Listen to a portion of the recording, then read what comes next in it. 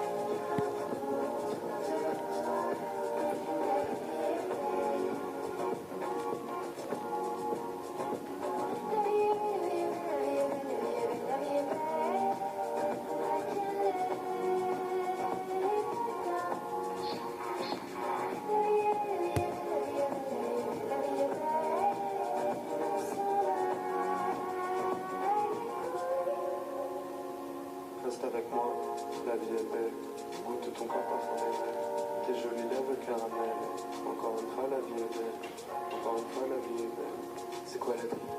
En vélo. J'ai mis les I et je les mets dans V. J'ai des invités V, mais tout ce que je fais, la vie.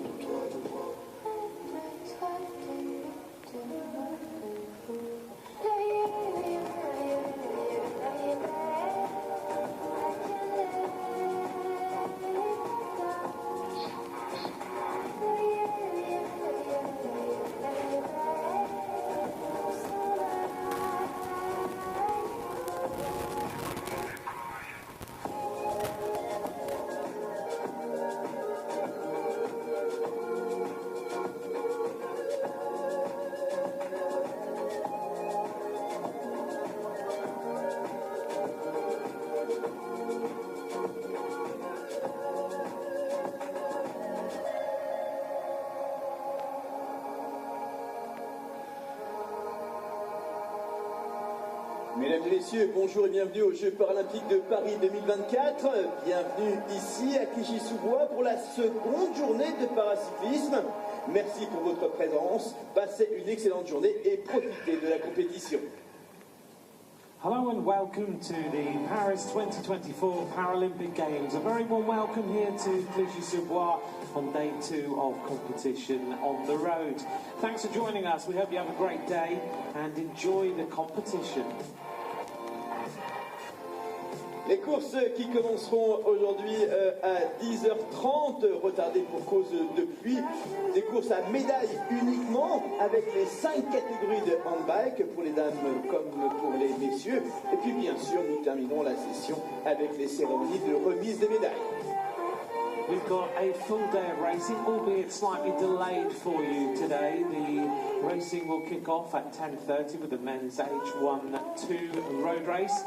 Then we have the women's H1 road race, H1 to H4 road race. Then we'll bring you 2 victory ceremonies until the afternoon, where we have 4 further road races and 4 further victory ceremonies to end another great day of competition.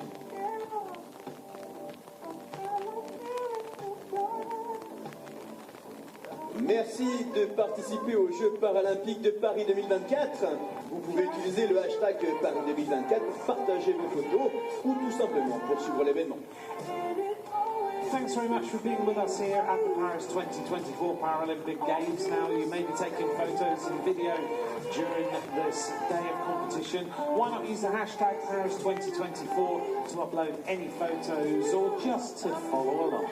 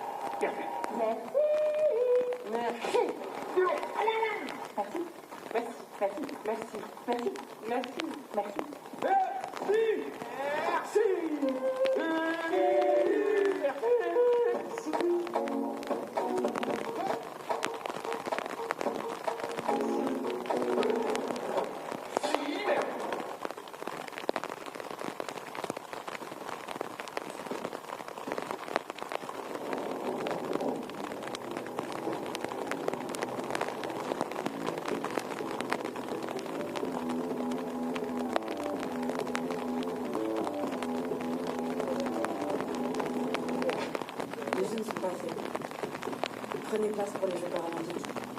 Billet à partir de 15 euros. Here we are with the fruit. It seems very determined. I wonder why it's wearing a helmet. Oh, it went for the bike. It's handling this perfectly. Wow. And the feed is off. The reusable bottle has been opened. It's getting close to the fountain. And it does it. It fills the bottle. I must say, it really is overflowing with talent. And we're back with the fruit. Wait, it's getting very close to the flowers. Phew. Yes, you saw the signpost. That could have been a warning. Right, let's go back to the stands now. It looks like the fruit has just picked up a hot dog. Wow! It's vegetarian. And it eats it! Yes, it's good. It seems the fruit has finished eating. And it's off on its way now. Half in the brown, the rest in the yellow. This really is the recyclathon we came for. Small actions, big difference.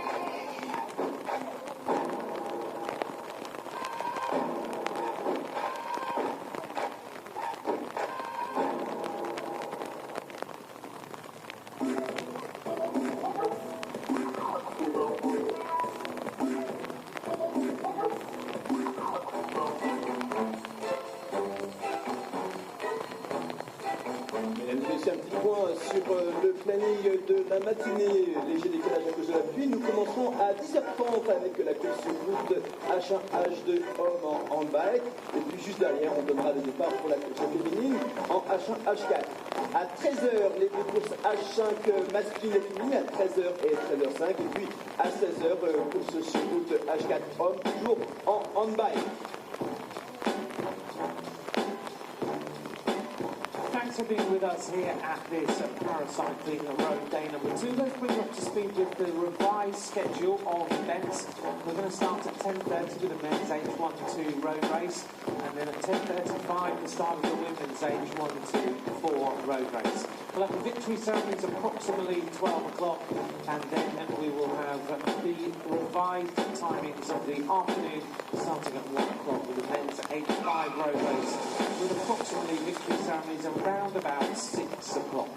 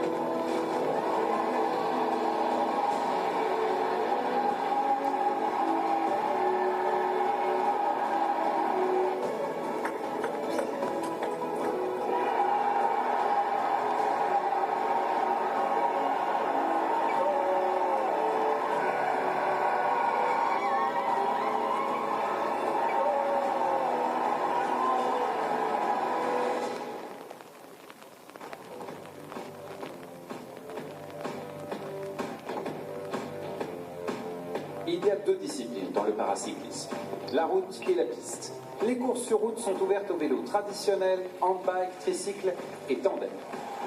La piste concerne seulement vélo traditionnel et tandem. On concourt contre des athlètes avec un handicap dont l'impact en compétition est le même. Il existe 5 classes en vélo traditionnel. Le chiffre reflète l'impact du handicap sur la capacité à rouler. Le handbike comprend aussi 5 classes. Les chiffres les plus bas indiquent un handicap des membres supérieurs et inférieurs. Les chiffres les plus élevés, un handicap des membres inférieurs uniquement. Les 2 classes en tricycle concernent les athlètes avec des troubles de l'équilibre ou de la coordination. Les cyclistes déficients visuels roulent en tandem avec un pilote voyant à l'avant. Rien ne nous arrête pour battre le chrono ou les autres cyclistes. Les épreuves sur route, un contre-la-montre, une course en ligne et un relais par équipe mixte. Sur la piste, on sprinte aussi vite que possible, soit seul, soit en équipe mixte. En poursuite, les coureurs partent de chaque côté de la piste et tentent de franchir la ligne d'arrivée en premier. Endurance, explosivité et tactique sont les clés pour gagner l'or. Faites l'expérience des Jeux Paralympiques de Paris 2024.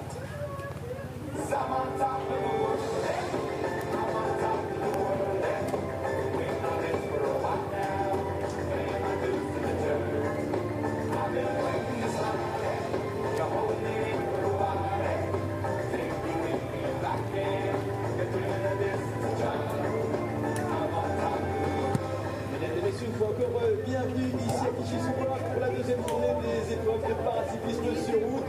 Sous cette belle météo, j'espère que vous serez là pour encourager les coureurs qui vont s'élancer dans un instant maintenant. Ladies and gentlemen, thanks very much for joining us at the roadside full day tour competition here. We appreciate you being out in the rain. We're hoping that the weather improves throughout the day. We're going to get racing underway shortly in around about 10 minutes. So thank you for encouraging all the athletes who are taking part in the road races to develop.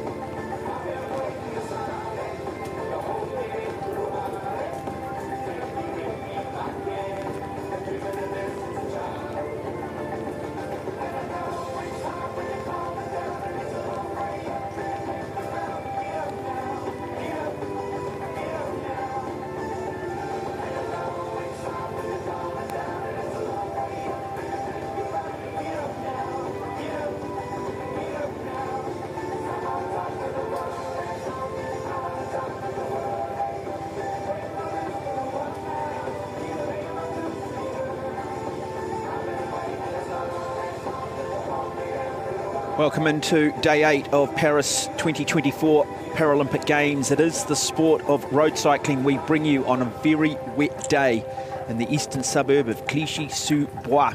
There is the weather conditions, temperature, well, it's a low 15 degrees, no real wind, and the wind speed, well, just 12 kilometres an hour, but it is the rain that has caused the problems with a delay to the start. So start is set to go 10:30 local time in around about 9 minutes time. Looking forward to this one.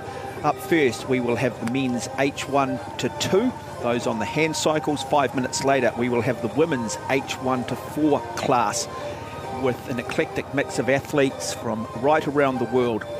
It is 2 laps for the women, a total distance of 28.4 kilometres, a course that is slightly undulating with a climb that comes at about the 6 kilometre mark on each lap, at about a 5% gradient. For the men, well, originally it was set down for just over 56.6 kilometres, 56.8 kilometres. It has now been reduced to 42.6 kilometres. Now, joining me in commentary, Rochelle Gilmore, Commonwealth Games gold medalist on the road back in Delhi in 2010. Well, Rochelle, we'll just have a look at our schedule today.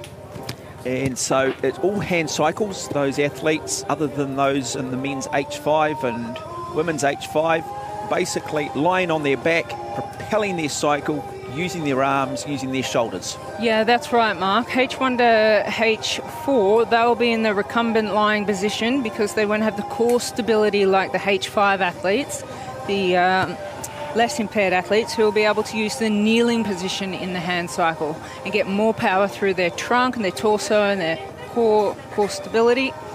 So we've got some interesting racing on our hands. Well, the environmental factors will play a big part today, won't they? Right down to the adjustment of the equipment, to the pressure they're putting in their tyres. And so it'll be a fascinating day's racing.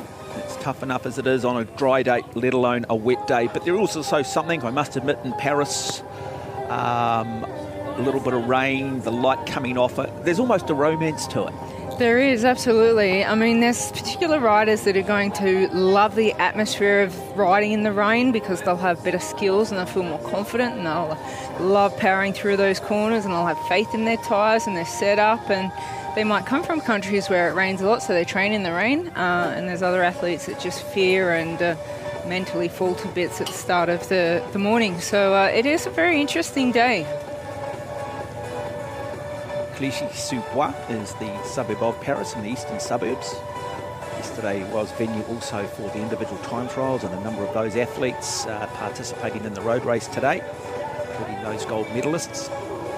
And so very much full fields in both, as we do just go back there, and Benjamin Frew of Switzerland, Rory Mead there of New Zealand, Sergio Garotti Munoz, who picked up the individual time trial gold medal yesterday in the H2 at 45 years of age. Remarkable performance from him.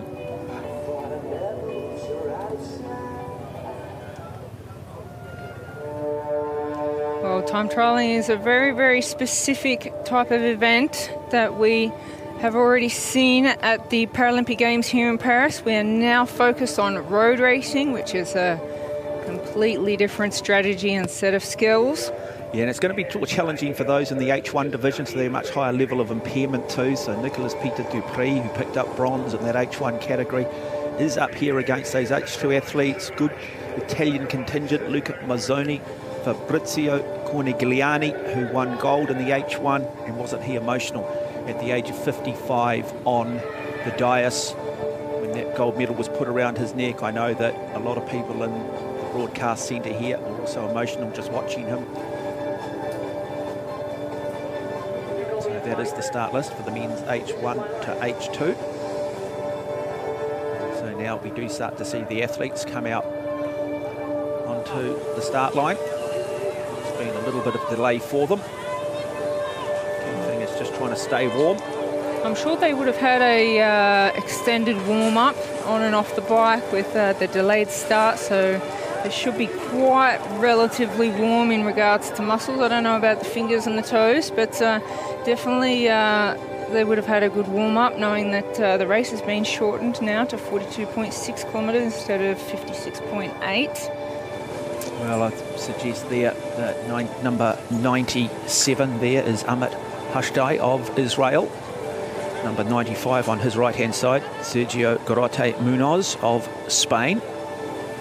They'll certainly want to use this first lap, possibly just to get a bit of an environmental scan, understand exactly what the water on the course is doing in regards to certain parts of the course, and at what point they maybe just need to be a little bit more cautious, and then map that in their minds for laps 2 and 3, but it will be tactical.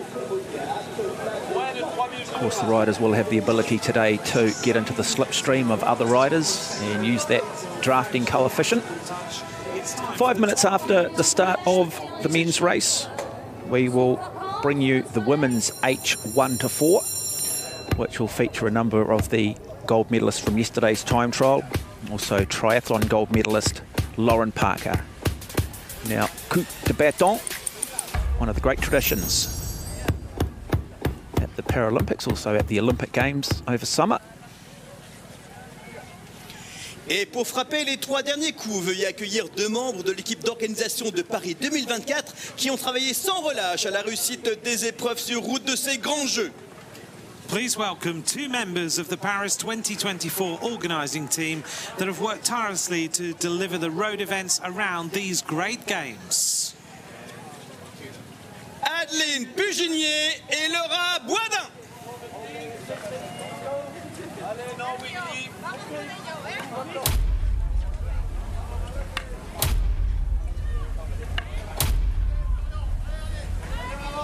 It's a tradition that goes back to the 17th century, and it's basically an acknowledgement and welcome everybody to sit back, get ready, and enjoy the spectacle that is about to unfold.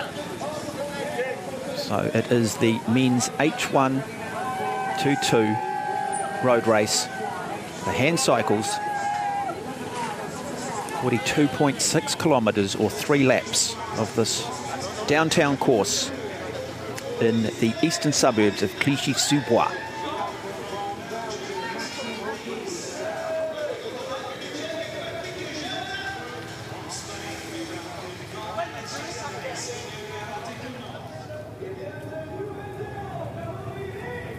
So just under a minute.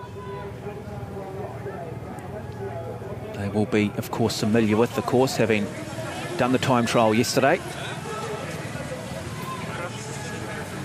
But today it becomes a lot more tactical. Technical skills in the wet will also be really important.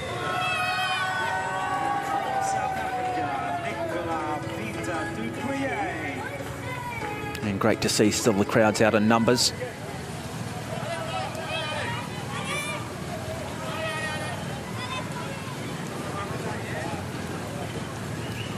Just the one French rider, Anne Vincent,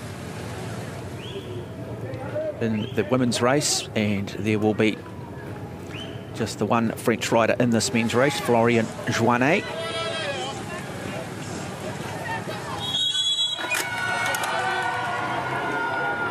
And so we are underway. First of the road races for Paris 2024 Paralympics.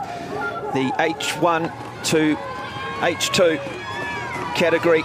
And immediately we just see them explode off the line. And so these riders looking to try and take it out very quickly here, Rochelle Gilmore. Yeah, super fast start. We see some gaps opening up already. It's Sergio of Spain who's out in front, looking comfortable through the corners. Excuse me for a second. But yes, a very aggressive start to a road race. Yeah, that would have been predetermined too, and might take some of the riders a little bit off guard. First look here at Nicolas Peter Dupree of South Africa. Picked up a bronze medal yesterday in the time trial, did the South African. Very good performance indeed from him. Leading the race at the moment, Sergio Garrote Munoz of Spain. Gold medalist in the time trial yesterday in the H2 category.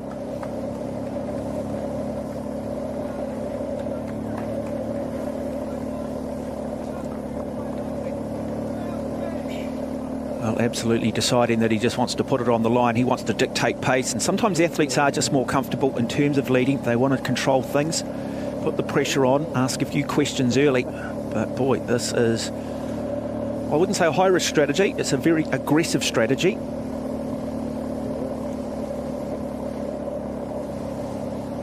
So the course today for our women is 28.4 kilometres. In fact, 28.4 kilometres for the women, 42.6 kilometres for the men, so 3 laps. It was originally scheduled for 4, but just due to the weather conditions and the delay in the start, they have reduced it to just 3 laps. Number 92, Fabrizio Cornigliani of Italy.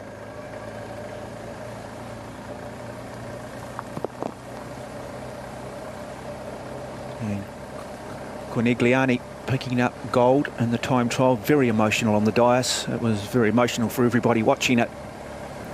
Yeah, it certainly was. It's just so great to see athletes at the Paralympics. You know, they've worked so hard after Tokyo over the past 3 years on just not only their nutrition, their psychology, their gym workouts, all of those aspects of training, but also the equipment, the development, the wind tunnel testing. It's so much. It's the team behind this one rider is so large. It's just hard to comprehend.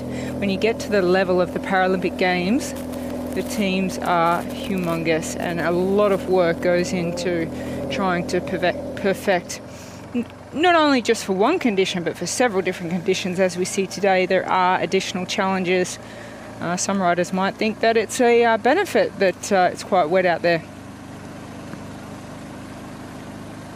So Benjamin Frew of Switzerland, just looking at having his gearing set up here. So just similar to a road bike, they'll have certain gear ratios that they will prefer, that they will find more comfortable on flat stretches versus certain gear ratios you'll see using up in the hill, and that'll come down to individual physiology. And another good example here, Rochelle, of Sergio Garot Munoz, tending to use quite a high arm turnover. Mind you, it is on a downhill section as well. Yes, but like you said, Mark, in general, he's using a very high revolution cadence. We say the spinning time of the handlebars there. He's got a very high cadence and revolution. However, he does a few strokes and he has a rest. He does a few strokes and he has a rest. So rather than being slow in a big gear generally, it's high speeds and rest. Set for a start now in our second event, and this is the women's H1 to H4. So a reasonable difference between those athletes and their disability at the H1 level versus those at an H4. The lower the number, the higher level of disability. So it's going to be tough for those athletes in the H1 division up against athletes in the H4 division. And there is number 178, Lauren Parker, who picked up a gold in the women's triathlon and picked up a silver yesterday in the individual time trial in the H3 division.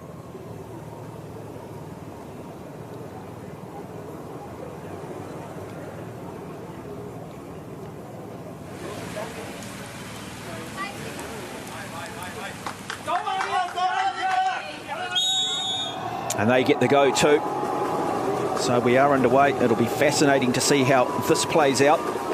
And we immediately see there Jeanette Jansen of the Netherlands looking to be aggressive. And so immediately Lauren Parker will be wanting to try and get out quickly, see if she can get directly behind the Dutch rider and therefore benefit from that drag coefficient, benefit from drafting.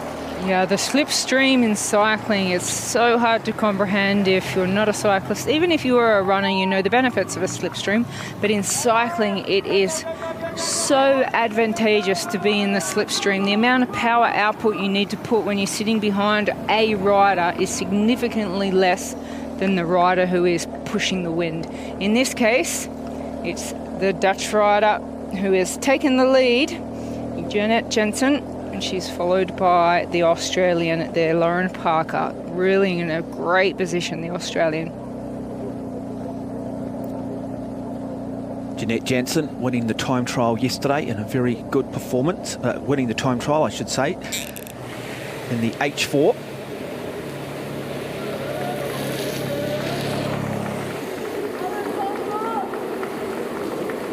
And already a couple of riders just struggling with that early pace. Of course, that will be the difference between the H1 riders and the H4 riders. Yeah, it's a very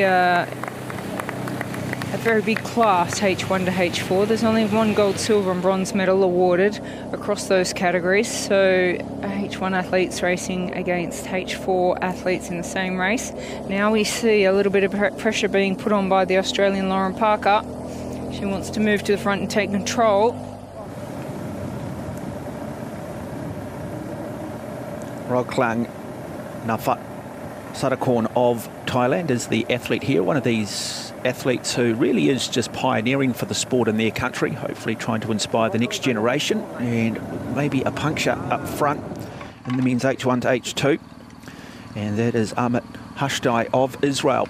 And one of the things that happens a lot more on a wet course, isn't it, Rochelle? You've had some dry weather, suddenly the rain comes out, we see a lot more grit rise to the surface, and certainly in wet conditions, punctures are a lot more prevalent. Yeah, absolutely, Mark. And, you know, there's been such an evolution in tyres now using tubeless, without a tube inside. We saw that on that particular bike it was using a tyre with a tube on the inside. But as you say, Mark, when it's been raining for a very long time, you can expect the road to be quite clean. But because we've had dry weather, we've had dust and wind, and now we have rain, you can see there's debris all over the road. So very high risk of puncture as Lauren Parker takes to the lead.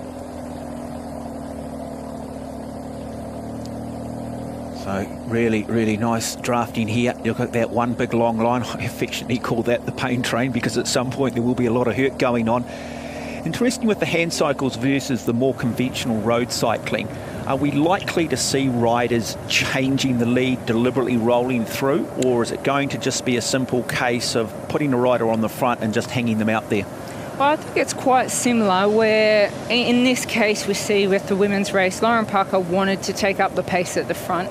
However, it's just cycling etiquette that you take turns on the front pushing the wind when you're in the higher end of the race. So towards the back of the race, number 181 there. Yep, Karina Anastovsa of the Czech Republic, and just ahead of her too, out of Brazil. That is the Brazilian rider, I think. So these two riders just struggling a bit with that pace. And just out of the corners there, we just see some of the little attacks that can come on, and that can just create a little bit of that bungee cord effect where you're up to full speed coming out of those tough little turns. Those riders a little bit further back are still braking coming in, and the gaps can just open. So really good tactical performance here from Lauren Parker. Yeah, she really is using her skills through the corners. You can just see through that one corner the amount of space she put between her and herself and Janet Jensen. And this man here, well, he's going to leave nothing to chance, is he? Sergio Gorote Munoz, still leading this race from start to finish. Won the time trial yesterday. He is H2 category, so he has his degree of impairment is not as quite as severe as some of the other competitors in this race who are in the H1 category, but you can already see the concentration, you can already see the hurt on his face. Maxime Hoordys of Belgium is number 89 and picked up a bronze medal in the time trial and was absolutely elated with that. So he comes in here with some real confidence.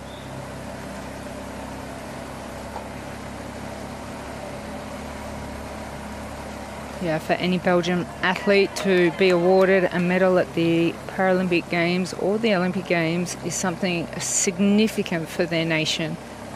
Belgium very, very proud of their medalists at the Paralympics and the Olympic Games. It means a great deal to them, and we saw that emotion come out yesterday with Maxime Hoordys. Yeah, got a nice smooth arm action there.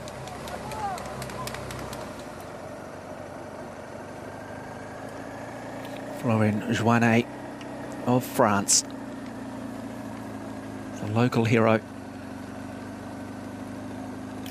Well, he's got the oval-shaped big front chainring, or what would be a front chainring on a conventional bike, which again is a little unconventional. Yeah, unconventional, a little controversial as well. There's scientific evidence that says that it is more beneficial than a completely round circular chainring. However, we saw a lot of athletes move to this optolyptic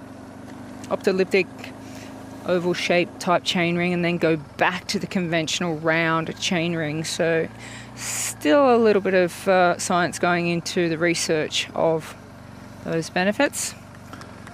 And now it is the American athlete, Cody Wills, on the left, and the New Zealand athlete, Rory Mead, number 99. So sharing this course together. Might look to try and work with each other. Sometimes it is better to work in twos or threes if you can share the load on the front, if you can share that lead. And then just look to try and roll through, particularly if you are trying to bridge the gap up to other riders. You're just giving each other a little bit of encouragement.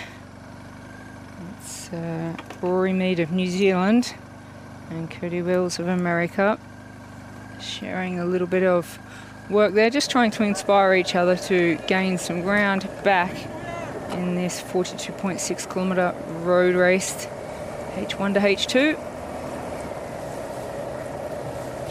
Florian Joannet of France again.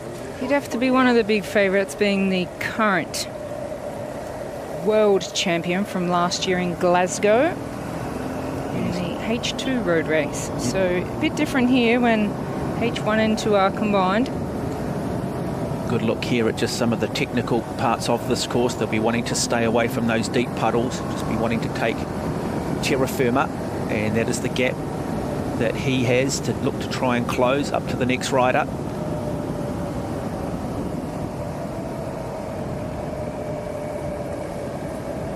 This is our race leader out of Spain, Sergio Garrote Munoz. I should say Florian Joannet is in the H2 category as well, or is an H2 categorised rider. He's going to have to do some work to try and catch this man. Really interesting too. We'll go back to the women's race here. Oh, there's been a little bit of a crash. Chaos.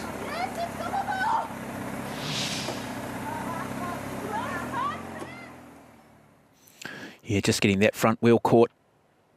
Trying to pass on the inside, not quite enough room, and the catch, just trying to unleash each other, but come to a halt. So they have managed to get themselves untangled. Right at number 187, Cornelia Weber of Austria. Yeah, she certainly wasn't happy, was she? Trying to come on the inside there and then being moved over. Yeah, number 184, Francesca Porsolato of Italy was the other rider involved in it. But at the front of our women's race, it is 3 riders that have gone clear. So good performance here coming from the Australian Lauren Parker. Athlete out of the Netherlands, Jeanette Jansen, is currently sitting in 3rd place.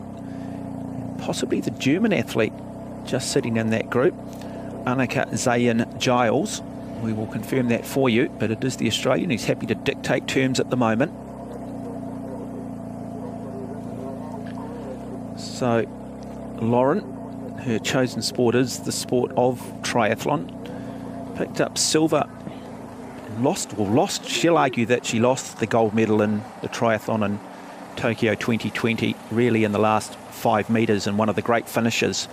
An event that went right around the world, and as much as she was disappointed, it actually did a lot in terms of promoting para-triathlon globally because of the drama in the theatre. And then, well, in the triathlon earlier in this Paralympics, she did win that gold medal and picked up silver in the time trial, looking to try and win another gold medal. Yeah, she's from New South Wales Institute of Sport, the same institute which I started with. She's 35 years old, Lauren Parker, and she is on track here for a gold medal as we've moved back. So we join in with Sergio Garrote Munoz, the H2, the leader of the men's race. Yep, resides in Barcelona, 45 years of age.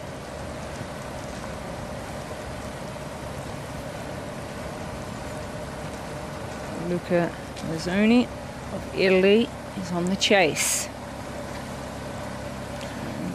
Yeah, Luca is, again, 53 years of age. The Australian there, number 178. That's Lauren Parker leading the women's H1 to 4 road race. And just the 2 laps for our women, so she'll be looking to just use her power and strength to try and gap the rest of them. Man, she's doing a really nice job on this just little climb here, so looking to try and just put the others in the hurt box, asking some questions of them. So the bungee cord just beginning to stretch a little bit now for the Australian.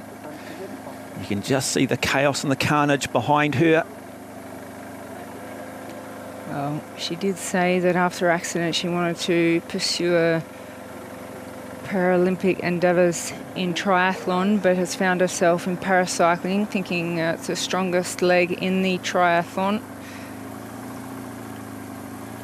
Really nice battle just going on here between the Italian and the athlete out of Austria. So Cornelia Weber of Austria and the Italian, and that is Francesca Porsolato. In fact, my apologies, it is Giulia Rufato. So 2 Italians in this race.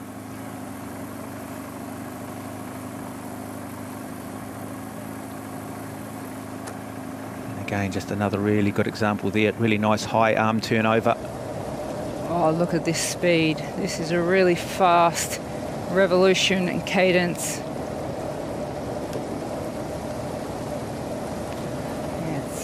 Sergio Munoz-Garot, the leader of the men's H1 to 2 road race, and he is absolutely flying. So he's racing over a distance of 42.6 kilometres. Can he keep up this kind of speed and cadence and revolution? He's breathing very heavy, concentrating on his breathing. He's got that special hydration you can see hooked up from an aerodynamic position behind where his headrest is.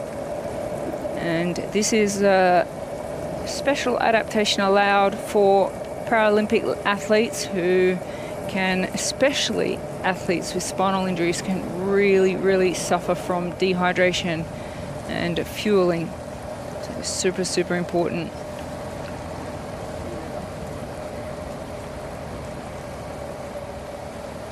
Well, number 96 is Florian Joannet of France, just 32 years of age. He's currently in second place, got some work to do. Yeah, he really fancy himself a gold medal in this event. And you can see it's not far in the distance, just in front of that motorbike is the leader from Spain, Sergio. He's out chasing. Well, just keeping an eye on him. Yeah, Florian Joannet, he is a four-time world champion. So he won the H2 road race at the World Championships in Glasgow last year. He was also a member of the French team that won the relay at those same World Championships. And he also won the road race back in Canada at the World Championships in 2022. His partner, Anne Vincent, is also a paracyclist, and she is competing in the women's race, which is started 5 minutes after this race.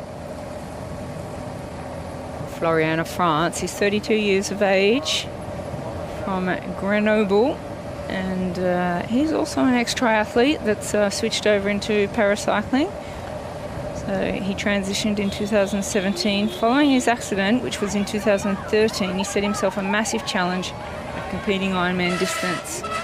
Well, he's starting to close the gap through this technical part now, this little chicane. This is where you've got to have really good bike handling skills. Don't want to go too wide, and just pulls it in. Putting it on the edge at the moment, the Frenchman just trying to bridge the gap up to his great rival out of Spain. We're back to our leader here. It's Lauren Parker leading the women's H1 to 4 road race in great style at the moment. Will she be able to keep her form? She's very, very aerodynamic. You can see, even though it's quite cool with the wet outside, she is just super aerodynamic, using the very, very advanced technology of that speed suit.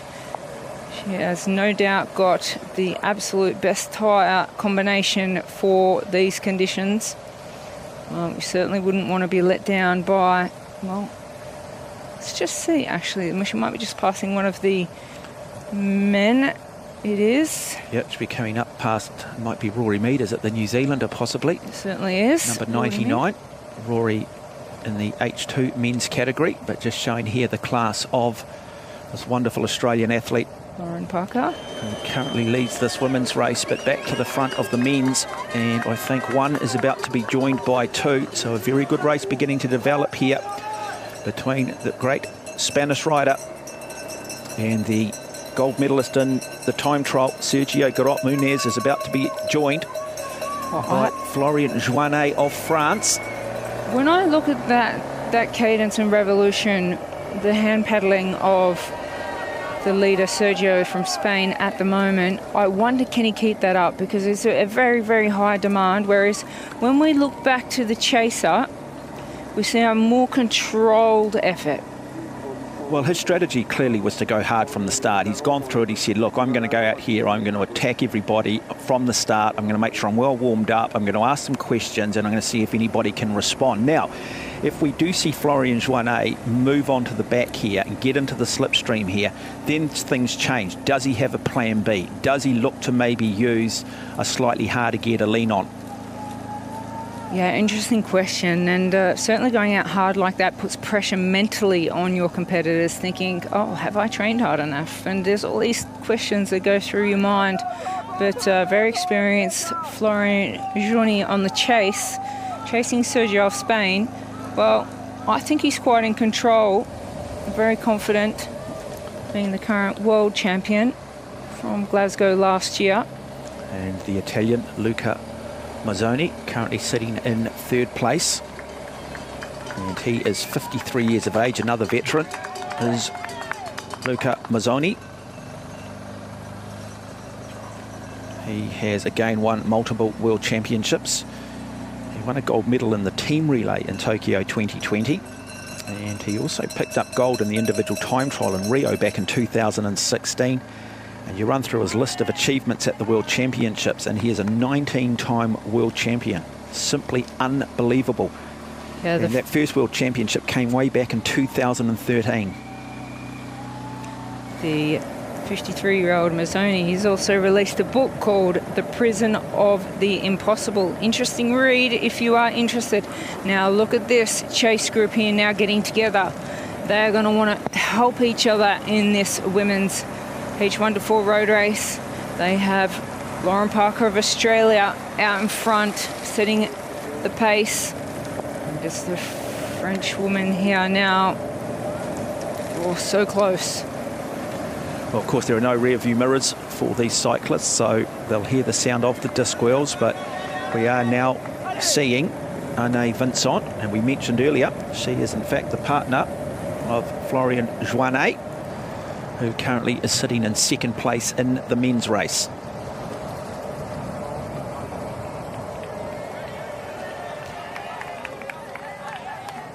So it cannot be too far away from almost having completed that first lap of 14.2 kilometres through this really technical little chicane here. And now this lovely little downhill stretch and then a hard left at the bottom of it. Yeah, Lauren Parker, she says that she has quite a demanding training schedule. She trains on a Monday with a couple of hours on the bike. She has a break and a midday session. Then she'll go for a swim, and then late afternoon she's in the gym or she does another bike session. So a very, very hard, grueling training schedule. But that's what it's all about. At the Paralympics, you need to get on the start line knowing that there is nothing more you could have done.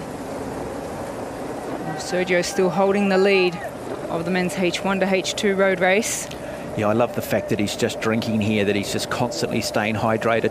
It is not an easy thing to do. It requires a lot of discipline. It just needs to become habit. It's a sport where you don't want to start feeling hungry, because by the time you do get the food or the hydration into you, and that food can come through liquid format, you generally have popped at that point, or you have what we call a glycogen breakdown. Wonderful cornering, great bike handling skills, and getting a great reception here as he will come through to complete that first lap of 3. He is our race leader.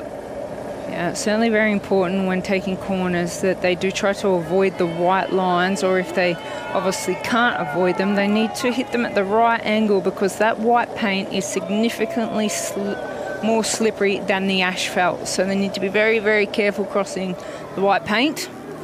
Yeah, you can just really good here. Look at that, still maintaining good form, and that gap between him and his great French rival Florian Joannet just starting to extend again. Mind you, here comes the French rider now. So leading after that first lap, it is the man out of Spain who won the time trial, Sergio Garot Munoz, and now Florian Joannet completes that first lap in 2nd place. 14 seconds officially is the gap between the two.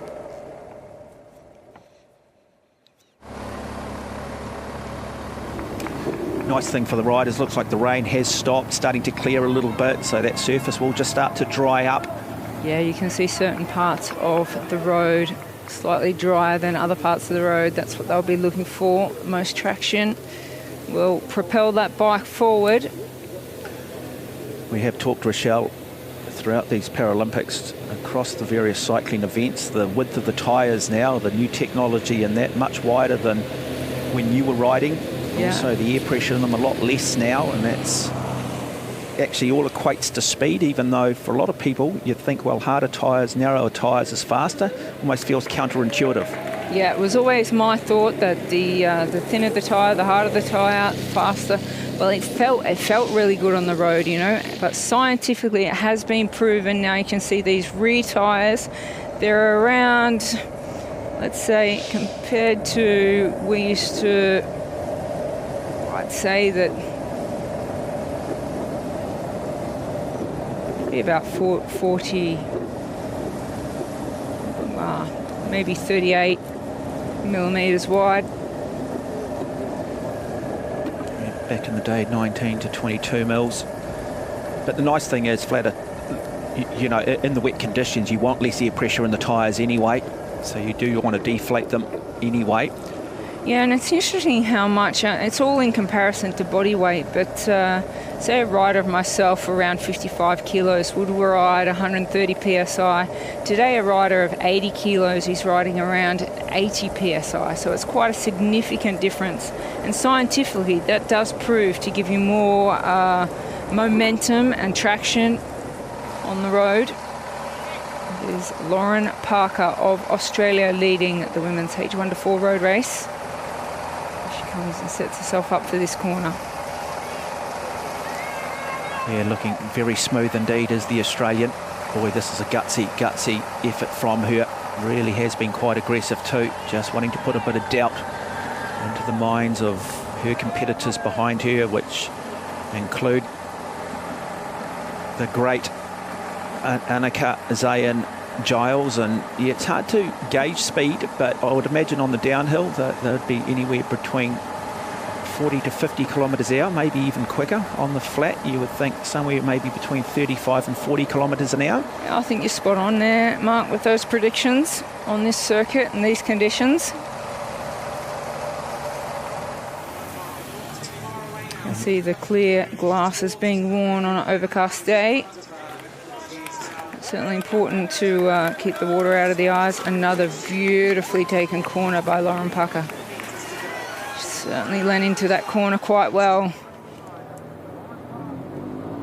Yeah, quality athlete, and I too wonder, you know, the fact that triathlon is her preferred or chosen sport, just the maybe the additional aerobic advantages you get from having to participate in 3 different disciplines, using all slightly 3 different muscle groups. But I know swimming brings up, you know, another aerobic component to it. And so she is about to come down to complete the first lap of just 2. So this will be the bell lap for the Australian Lauren Parker. And so she leads this race. Now the clock goes on. We'll start to get a bit of an idea of just how far back to that chase group. And that chase group does include Jeanette Jansen of the Netherlands, who won the time trial in the H4 category.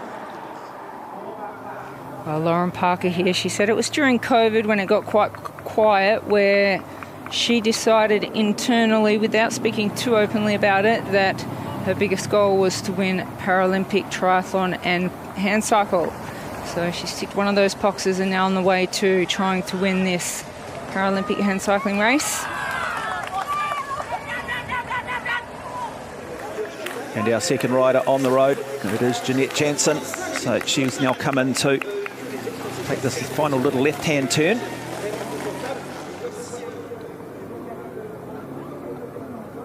I would have to try to imagine what's going through her mind at the moment. Jeanette Jansen out on the chase of Lauren Parker, the Australian. Oh, she's got good revolutions, but just not, I don't think the gear is quite as big, and I don't think the strength is quite there in comparison to our leader, Lauren Parker. So Jeanette Jansen, second on the road in the women's H1-4 road race, and that's split now at 1:29. So that is a significant lead for Lauren Parker. You can see that she's got a much higher cadence, which probably suggests that she is in an easier gear, so she doesn't quite have the power. She's relying on the revolutions for the speed. Parker pushing a slightly bigger gear, and so she's got some work to do. And a really good race now developing for 3rd and 4th between JD Malavasi of Brazil, and also it is, I think, Svetlana Moshkovic of Austria. Followed closely by the Brazilian rider, using the slipstream advantage. So it is Svetlana Moshkovic of Austria, who currently sits in 3rd, will come across the line in 3rd place.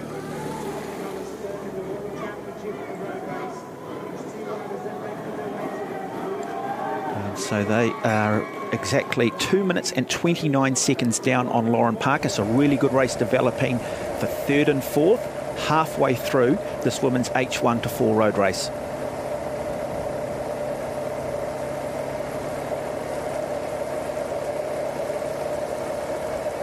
Florian Joannet of France still hunting, still tracking Sergio Garot Muniz of Spain. I'll give Garot Muniz a lot of courage here, because he is doing a fantastic job. But you do just sense Florian Joannet, inch by inch, is just clawing his way onto the back of the great Spanish rider. Just looking at his calm revolutions, it makes me feel that he's in control of this, that he's leaving him out there.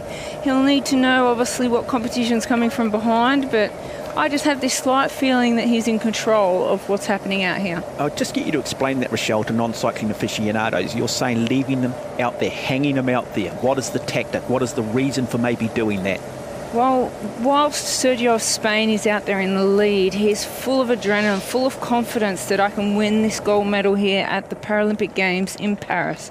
So he's driven by adrenaline. It's very hard to control himself. He's winning this race. He's putting everything into it. While we see the French rider of Florian Joannet just keeping him in sight. And you can see he keeps having a look over his cranks there just to see how far in front Sergio actually is. And I just feel there's a little bit of control there about 1st and 2nd place. Well, now it's about to come together, because Florian Joannet has very much closed the gap. A third of the way through the second lap of 3 in the men's H1 to H2. Another beautiful corner taken by Lauren Parker of Australia. Very much loving these conditions. She is really in an element. Oh, in the zone, isn't she? The wheels are just rolling beautifully. There's always been, I guess, a discussion with disc wheels, and this is the draft coefficient. Draft coefficient here that we're looking at, and you'll get a huge benefit by just sitting right there, tucked in. You don't have to do that much work. The danger is, we've seen it already, is that the wheels can get caught up a little bit, as we saw earlier. That's Francesca Puccolato of Italy there in the slipstream of French woman. Well, if they work significantly together on this final lap, well, I'm not sure they'll be able to close in Lauren Parker. She's going over the cobbles now. That's one of the hardest sections of the race. Cleanly over the cobbles, but demanding lead inside the final lap now for Lauren Parker. She had a 1 minute 28 second advantage at the halfway mark. And we've seen different wheel setups for the different bikes here. Would you be riding the disc today? Yeah, absolutely. Disc wheels are significantly faster than spoked wheels that catch the wind every single pedal, every single wheel revolution. And unless it's extremely windy, it's a no-no for disc wheels. But otherwise, there is such a huge advantage of having less wind drag on the disc wheels. Just have a look at the wonderful technology there. The little cockpit that they're basically lying in. But certainly Lauren Parker, that form just hasn't changed at all. The form that she had at the start of this race, she still has now. And form is always the best determinant of whether an athlete is somewhat struggling.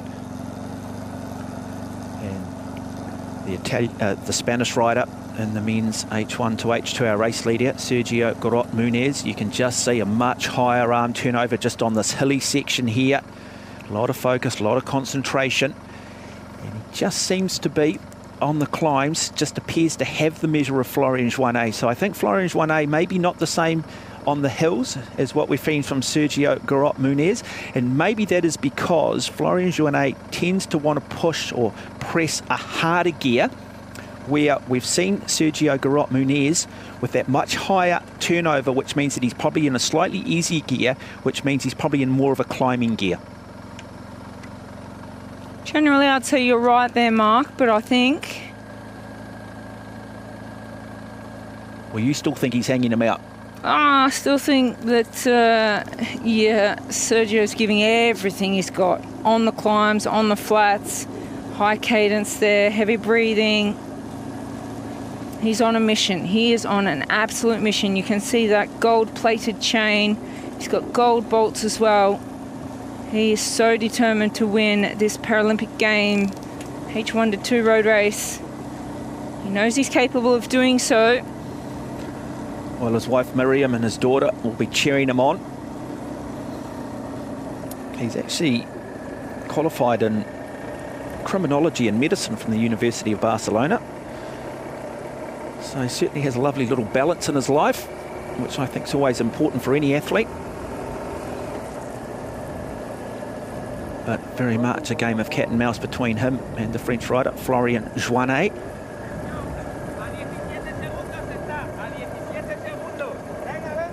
Getting plenty of encouragement, another little technical part of this course. So now just a bit of a flat stretch before he then starts another one of the descents on this course. Well, here's a chasing group in the women's H1 to 4 road race. They are hopefully working well together to make up some ground on the two dominant leaders. We have, so in the lead at the halfway mark was Lauren Parker. 1 minute 28 back was Jeanette Jensen. Then 2 minutes and 4. 2:29 and 2:29. So they're the three riders from Germany, Austria and Brazil that we see together chasing the two riders out in front. Well, 183 is in fact Annika Zayen-Giles of Germany. And directly behind her, Svetlana Moskowitz of Austria. And then Jade Malavasi of Brazil, number 180. And so, as mentioned by Rochelle, 2:29 back from Lauren Parker, but still 32 seconds back on Jeanette Jansen, who was in second place from the Netherlands. That was through the first lap. Yeah, a lot can change in the second lap, that's for sure. You can see labouring for Lauren Parker at the moment, whether it's controlled slowing of the pace on the climb or whether she is putting 100% effort in. I think once she gets over the top of this climb on the final lap, it'll be everything she's got to the finish line. Well, all these athletes are suffering, aren't they? And at some point, someone is going to say second is good enough today. And it's at what point? It's at what point do they maybe wave the white flag? But certainly for Jeanette Jansen of the Netherlands, she's just got to keep pressing because these three athletes are working really, really well together. It would be good to see at some point Annika Zayen-Giles maybe move over to one side, possibly allow Svetlana Moskowitz here of Austria to take the lead so that they're all sharing that workload. They're not all, it's not just one athlete burning the matches.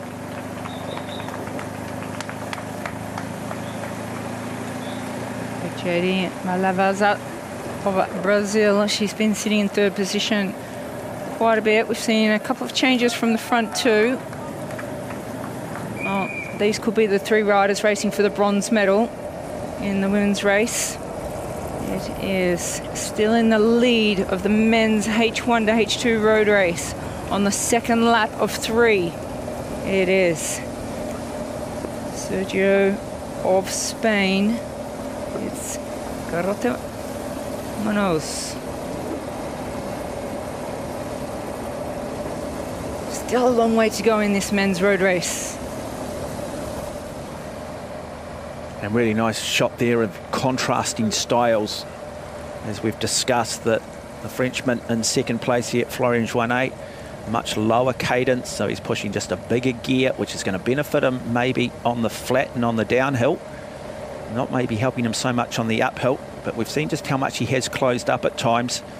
Contrast that with the shot we saw of Sergio Garot-Munez, who is spinning much higher. So Lauren Parker here leading the women's H1 to 4 road race in fine style. She's inside the final lap. She is over that final climb and now on her way to the finish line. Can she bring home a gold medal for Australia? Well, she's looking in fine form. In second place here is Jeanette Jansen of the Netherlands. Well, she's got a higher cadence on the climb here. She knows once she gets over this climb that it is all down and flat. A few corners, tight corners through to the finish line. Coming to the business end of the bike race now. There's a lot of technology put into that bicycle of Jeanette Janssen of the Netherlands. She's working very, very hard on this climb. And still the intrigue at the front of the men's H1 to H2. Spain versus France, the host nation versus one of the great cycling nations. This is just the most intriguing battle. Sergio Garot Muniz of Spain leads. Just in the background there, it is the French rider. And what a rider he is, Florian Joannet. 14 seconds separated them through the first lap. The gap is about to close up again. At what point does Florian Joannet look to try and get here directly behind Sergio Garot Muniz and benefit from that drag coefficient, benefit from the drafting? Well, I think he's avoiding that because as soon as the Spanish rider can hear his wheels behind him, knowing that he's getting a draft, that's when the games start to be played. So Florian Joannet, he's sitting back comfortably in control at the moment, keeping an eye on his competitor out in front from Spain. We have a race on our hands. We saw the 5 kilometre to go mark, but that is 5 kilometres to 1 lap to go. It is Lauren Parker of Australia leading. Beautifully set up, isn't she? Look at that, so composed. Now, she's got what I call the poker face on. Don't underestimate it. I can guarantee that internally she is suffering. She is well and truly in that hurt box. Some athletes will accentuate that pain on their face. Others, well, they play the bluff, don't they? They give the impression that, hey, I'm doing this comfortably, but in fact that is not the case. Now, maybe we're just starting to see that gap now begin to close up between second and third. So Jeanette Janssen out in front in orange from the Netherlands. And we had 3 riders in second place. We had 3 riders chasing. Now that group is down to 2 riders. We have the Brazilian sitting there in 4th at the moment, JD Malavasi, and we have the German athlete, Annika Zayen-Giles. Yes. So that race starting to come together too. 4th and 3rd starting to chase down 2nd. And now we have 2 leaders out in front of the men's H1 to H2 road race. Well,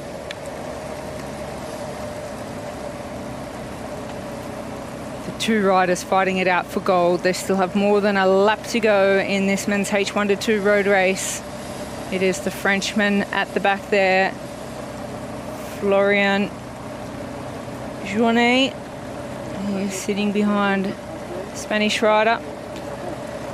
Certainly looks like he's got good form, doesn't he? He certainly looks pretty relaxed and comfortable at the moment. He does. Now that he's in the slipstream, he'll have to do the courteous thing in cycling and take turns, which he comes through. He'll come to the side. He'll let him know he's there. They'll do a little bit of work together and we'll come down to the last lap. We're going to have a great fight on our hands for the gold medal.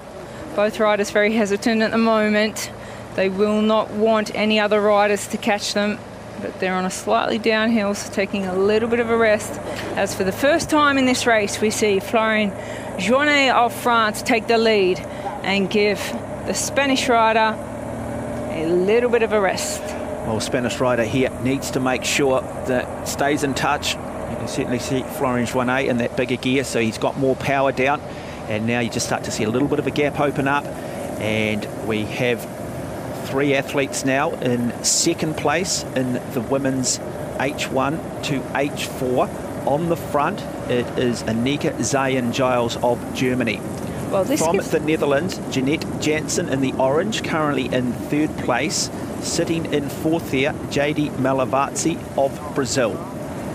And this gives the 3 riders a better chance to chase down some time on Lauren Parker. They're in the business end of the bike race now. In the last quarter of this race, they are out chasing Lauren Parker. She has a significant lead though, but the 3 of them working together, they can do something special. What has Lauren Parker out in front got in reserve? It's just a case of whether they run out of real estate though, because there is not that much left in this race, just the 2 laps for our women in the H1 to 4 category. Well, you can see there the experience of the French rider Florian Joannet going through the corners, put so much distance into Garot Muniz of Spain. He'll be mapping that too. He'll put that to memory. If this comes back together, he'll know on that final lap that is perhaps the area closer to the finish where I really look to attack. I think I've got the bike handling skills over my great Spanish rival. I think this is where I can get him if in fact this comes back together and we find ourselves in a similar situation just prior to this part of the course on that final lap. Yeah, depending how strong Florian Journet is feeling, I feel that he'll keep the Spanish rider with him until the final lap. But he's giving away a little bit of his secrets there, letting the Spanish rider know that he's got tactical form over him through the corners. I still just wonder too, though, whether Sergio Garot Muniz might just be a little underpowered here. Just doesn't quite appear to have perhaps the gear ratio that the Frenchman has, and he's relying a lot more on that high arm turnover. Yeah, whether he has it or not, he's not using it, is he? He's staying in that very small gear, very, very high cadence, keen to come to the front and share the work. It's going to be a very, very intense final lap for these two riders racing for gold in the men's H1 to H2 road race.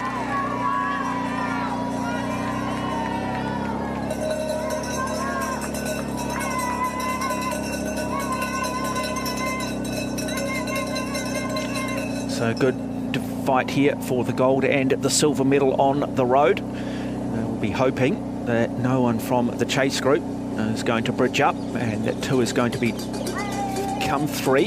Interesting here that Sergio Garot Muniz has been constantly on his hydration system. We haven't seen so much there from Florian Journet, so he's going to need to make sure he keeps drinking. Oh, look at that. Lauren Parker's lead is out to nearly a minute in the final stages of this women's H1 to 4 road race. She's getting closer and closer to a gold medal as there is a serious fight going on behind her between three riders racing for silver, bronze and fourth place.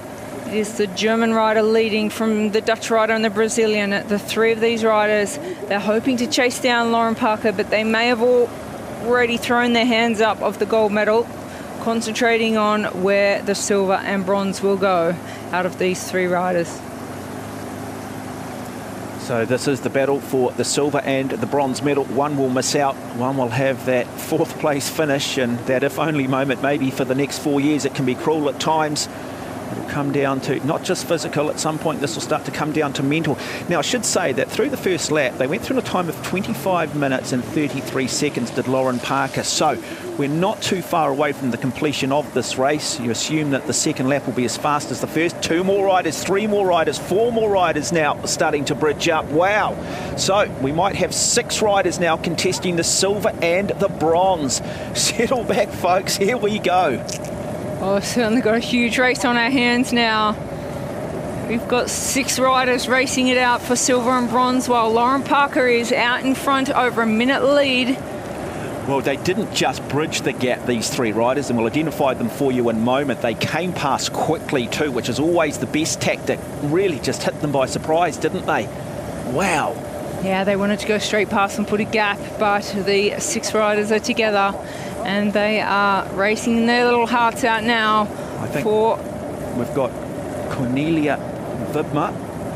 I think the Austrian might be in there, or Svetlana Moshkovic. Svetlana Kovic. 2 Austrians in this field, so it is Moskovic of Austria and number 182, Anai Vincent of France.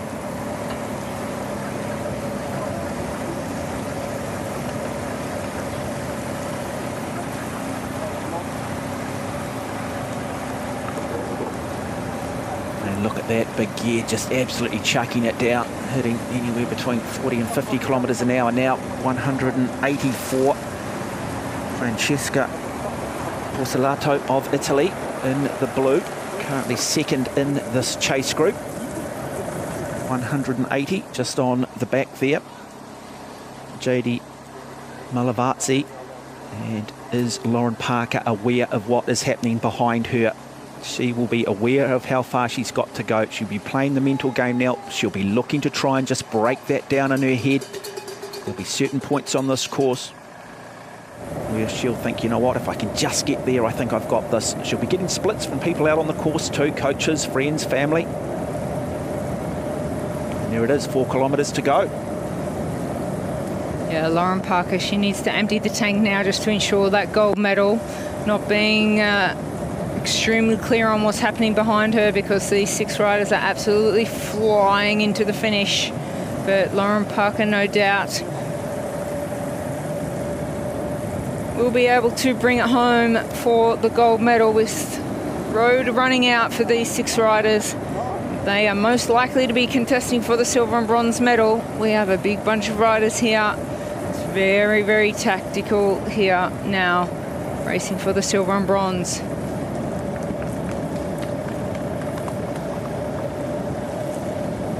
So just under 4K, it is Lauren Parker of Australia who leads this group of 6 athletes. And yes, they are working together. At some point, though, they will start working for themselves. It is physical, but with less than 4 kilometres to go, it's about to become very tactical. Do they genuinely believe they can catch Lauren Parker here, who's now just making her way up the subtle little ascent, the subtle little climb? She's having to work. What I'm liking here is she's taking the shortest line up this hill. She is going as close to that apex as she can. Yeah, certainly slowed down in the cadence and the rhythm and the speed, but conserving a little bit, because she knows once she gets over the top of that little rise, well, she's inside the last 2 kilometres now, whilst her rivals behind are flying in. 6 riders contesting for the silver and bronze medal here, while Lauren Parker is out in front. Well, they are absolutely flying. So Lauren Parker of Australia trying to win the double in the gold in triathlon. She's already ticked that one off, now trying to win the road race. It would be a remarkable double for a remarkable athlete. Has not been done before. And now this battle for the men's race continues to unfold between 2 of the very best. Florian Joannet, number 95, currently sitting second wheel in the slipstream of Sergio Garot Munoz of Spain. It has been close throughout this entire race, and still nobody has blinked just yet. Both in contention for gold medal in the men's race. We can see some tyre slips on that white surface, the front there, and some gaps open up coming into the finish of the women's H1 to 4 road race. Lauren Parker, she'll be getting excited now.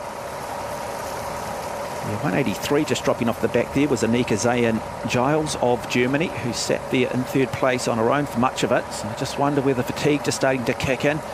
But look at this here. Look at the wheels, the momentum, and great speed being shown by the Australian. And concentration important. They are fatigued, so now they've got to maintain their concentration, particularly through this little echelon, particularly through this part of the course, which is quite technical. And is she about to come into victory lane? And what will this mean to her? I'll tell you what an absolute class act she is. So Lauren Parker, the great Australian, at the age of 35 years, from Newcastle in Australia. She's won the triathlon here at the Paralympics, and now today she's about to achieve what no athlete has ever done before, winning the triathlon road race double. The great Australian will come down. She will etch another chapter in the rich history of Australian sport. She is your Paralympic champion. What a moment for her. A dominant display from start to finish. Now we see the huge team behind that big effort come in to congratulate Lauren Parker, who has achieved what she came here to do. We've got a big race on our hands here now for the silver and bronze medal. Well, this is about also now you want to be in the slipstream of another rider, but you've got to make sure that you've got the ability to get out if you can. So the race for silver and bronze well and truly about to develop. What a moment, though, for Lauren Parker.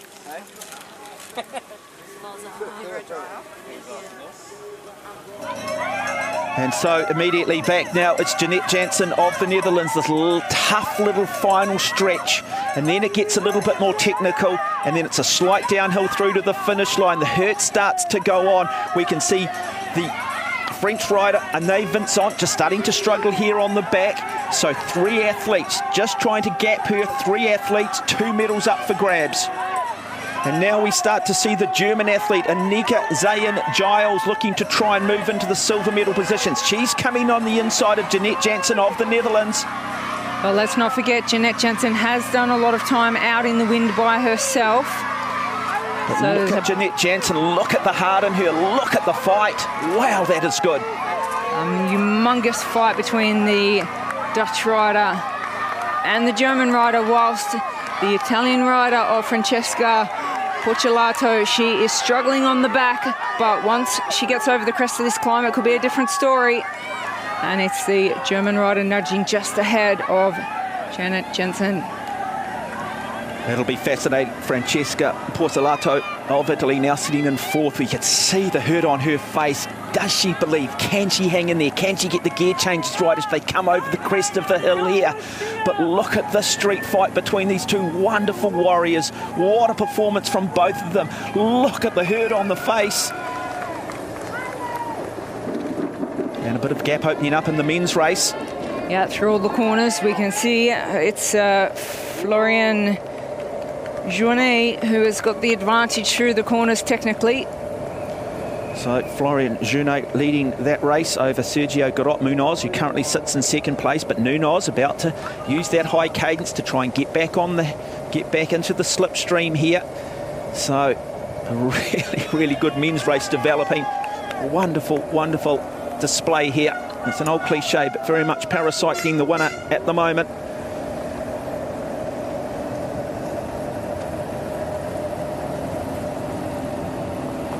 So can the Frenchman do it in front of his home crowd? Will that be the 0.01% in performance that might be the difference? But still, silver and bronze yet to be contested. Well, these are the 3 athletes contesting the silver and the bronze in the women's H1 to H4. Lauren Parker has won the gold medal. Look at the courage. Look at the fight there, though, from the Italian Francesca Porcelato. The 54-year-old has found a way to get back into the slipstream there of Annika Zayen-Giles. Jeanette Janssen leads them. Here we go. It's going to be a little turn, and then they're going to come into the finish line area. Who's going to get the kick out of the corner? Jeanette Janssen of the Netherlands. She got a little bit of a gap, but in the slipstream, it is the German rider, Annika Zayen-Giles. So coming down for the silver medal, possibly to go with the gold medal she won in the time trial yesterday. Jeanette Janssen of the Netherlands. She can see it now, she can feel it. But Annika Zayen-Giles will do everything she can. Can she get around it? I don't think she can. It will be a silver medal, the way of the Netherlands. Absolutely delighted. What a race, what a finish. Silver to Jeanette Janssen, bronze to Annika Zayen-Giles of Germany, and a courageous 4th goes the way of Francesca Porcelato of Italy. Lauren Parker the gold, Jeanette Janssen the silver, Annika Zayen-Giles the bronze.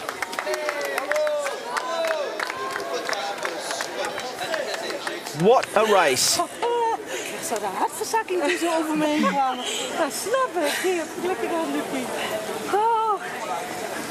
Oh, kanonnen. And Jeanette Janssen, there it is, silver medal for her.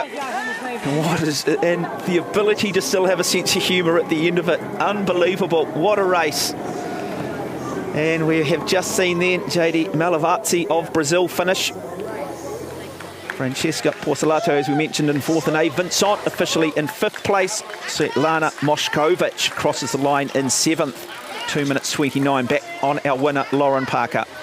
Well, Rochelle Gilmore, take us through that battle. Well, it was an exciting finish for the silver and bronze. Obviously, Lauren Parker of Australia dominating again for her 2nd H4 gold medal at the Paralympic Games. Now the men's H1, H2 road race in this battle. Well, you talk about a great women's race for 2nd, 3rd and 4th. This is developing into one of the great races in the history of paracycling at the Paralympics, because we have 2 quality athletes, 2 time trial champions in Florian Journet of France, Sergio Garot-Munoz of Spain. Now, Florian Journet, 32 years of age, Garot-Munoz, 45, and they are sharing the lead.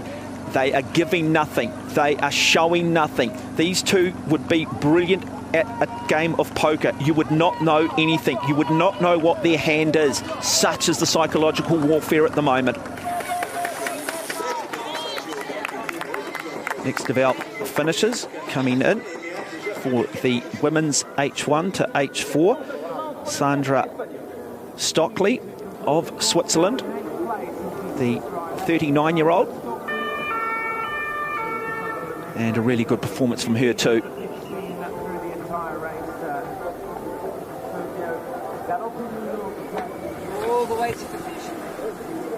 All the way to the finish line, maximum power. That's what it means at the Paralympic Games.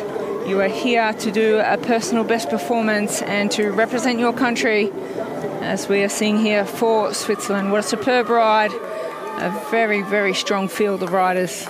Yeah, 8th place finish. So 8th at the Paralympics. An opportunity over the next 4 years to build on that. Valuable experience gained.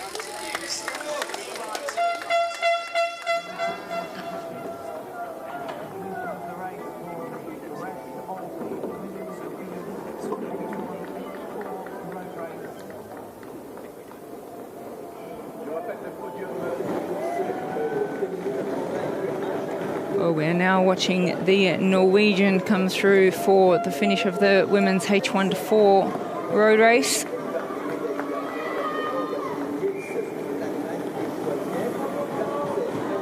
That total distance of 28.4 kilometres for our women. And that'll be a real sense of relief for all of the riders. They would have been incredibly nervous. There was a delay due to the rain. A little bit of a delayed start as the next of our Italians will come down across Victory Lane in this women's H1 to H4.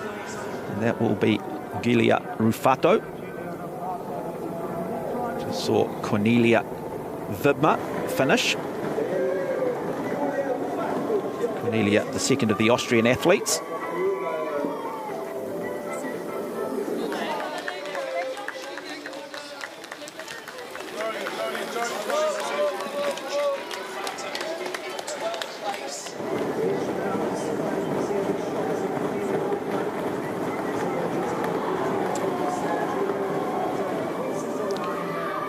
So as more of our finishers come down and get the recognition that they thoroughly deserve from this small but very vocal crowd at the finish line.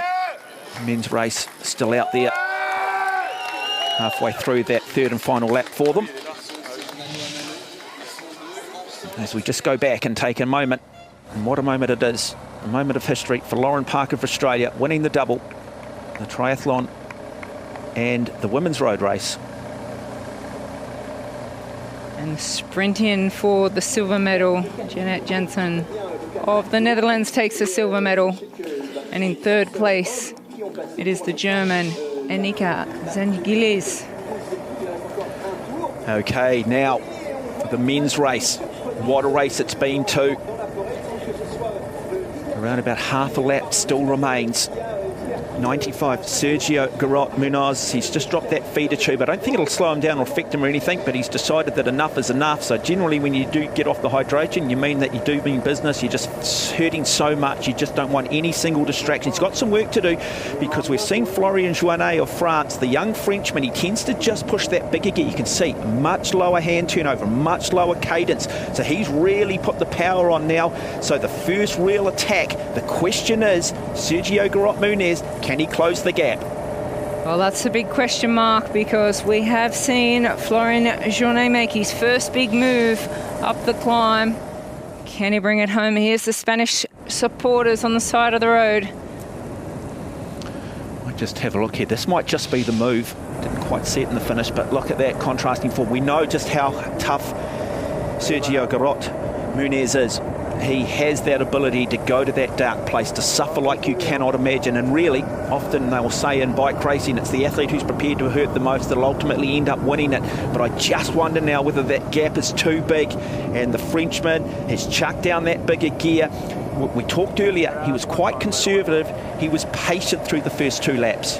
He was. I think he was just analysing his competition and what condition he was in. He has now really got the hurt face on. He's got the pain face on. He's using a very, very big gear.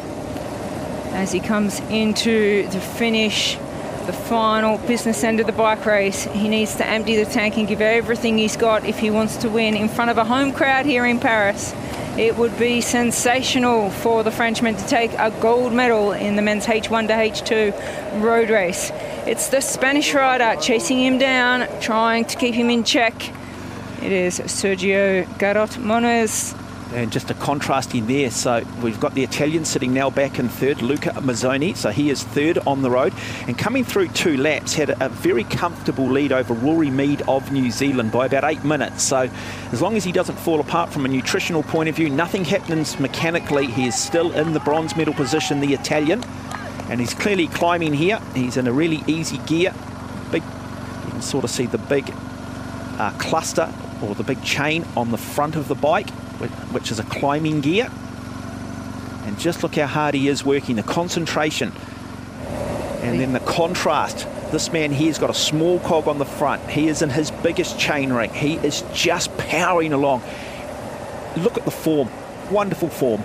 Yeah, he's got stability, he's got strength. You can see the upper body strength. He's done a lot of work in the gym, and he is certainly pushing a really, really big gear to pull himself away from his competition and try to take the gold medal here. He's in winning position with not too far to go in the men's H1 to 2 road race. Yeah, he has won the World Championships in Glasgow back in 2023. He was also a member of the French team that won the H1 to 5 team reload back at the World Championships in Glasgow in 2023.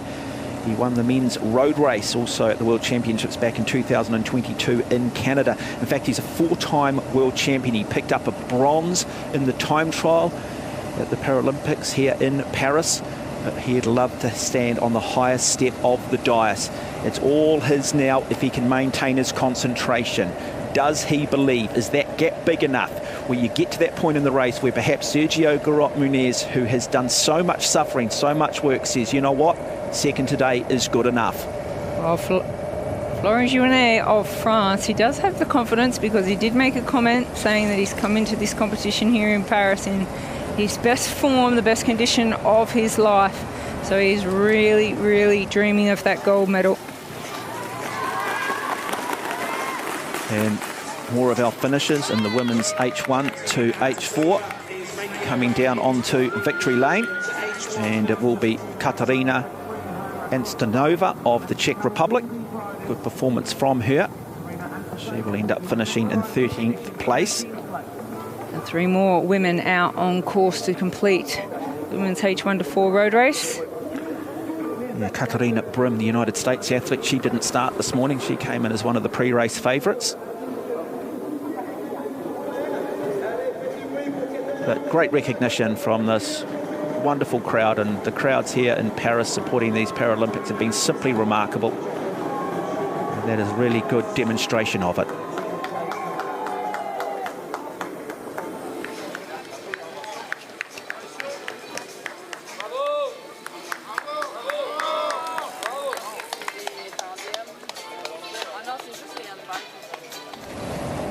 And now it's just a matter of focus. It's a matter of concentration for Florent Jouanet, the 32-year-old.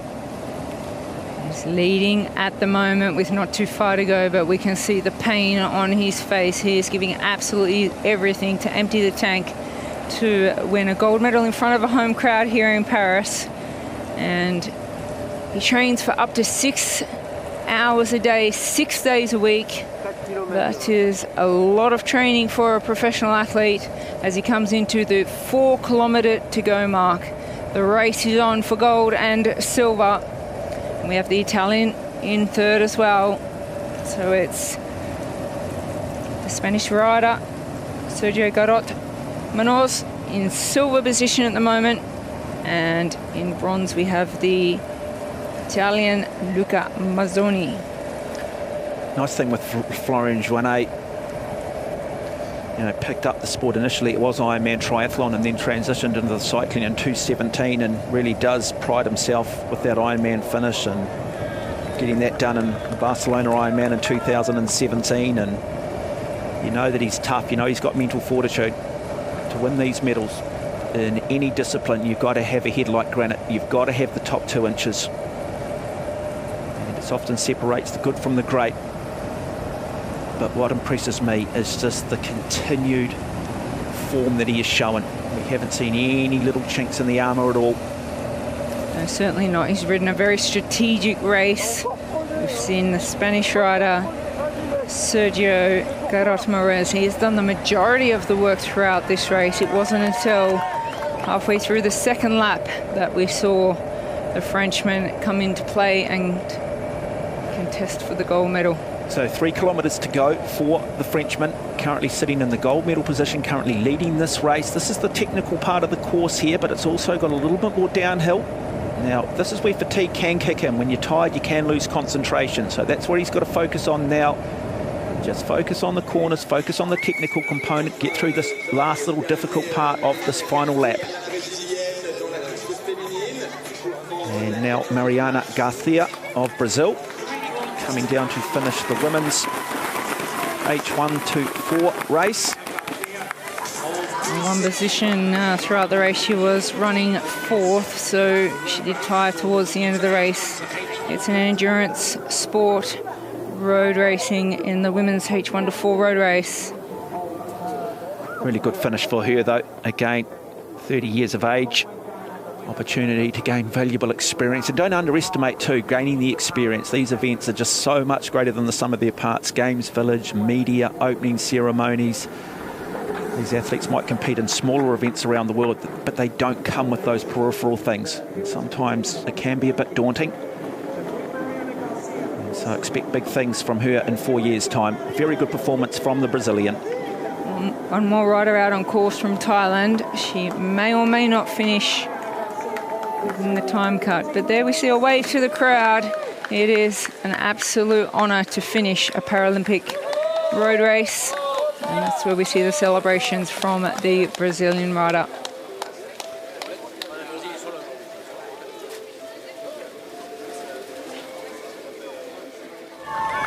But leading the men's H1 to H2 road race, Florent Joannet of France, looking to try and again change the mood of a very proud sporting nation, the host nation France.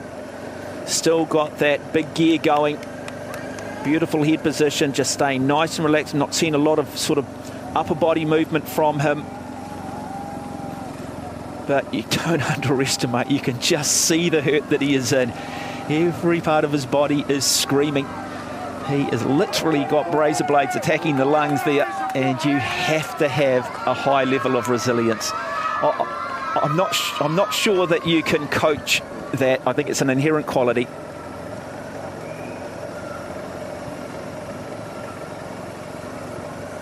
Well, you can imagine the lactic acid that this man has built up in his arms.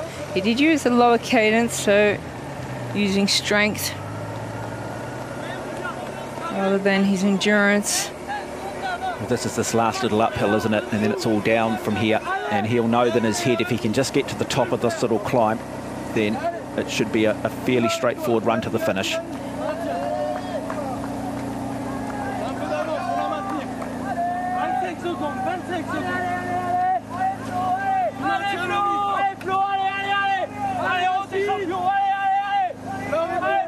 Yeah, wonderful support. I'd imagine there's a point, though, where you just want quiet. You're hurting so much. While you want the encouragement, you just want to focus. And so I know some athletes just don't like the noise. Others, well, they thrive on it, but they'll also realise it just comes part and parcel. So great to see his fan club, his support team, his coaches there in the background urging him on.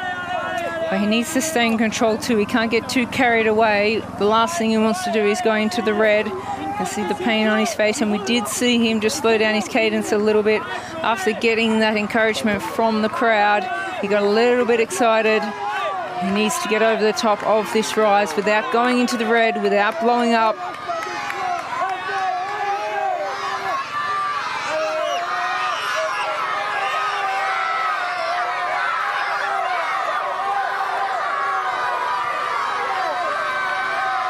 Unbelievable support. Well, the 5,000 to 10,000 people around this venue on a wet day on the edge of their seat.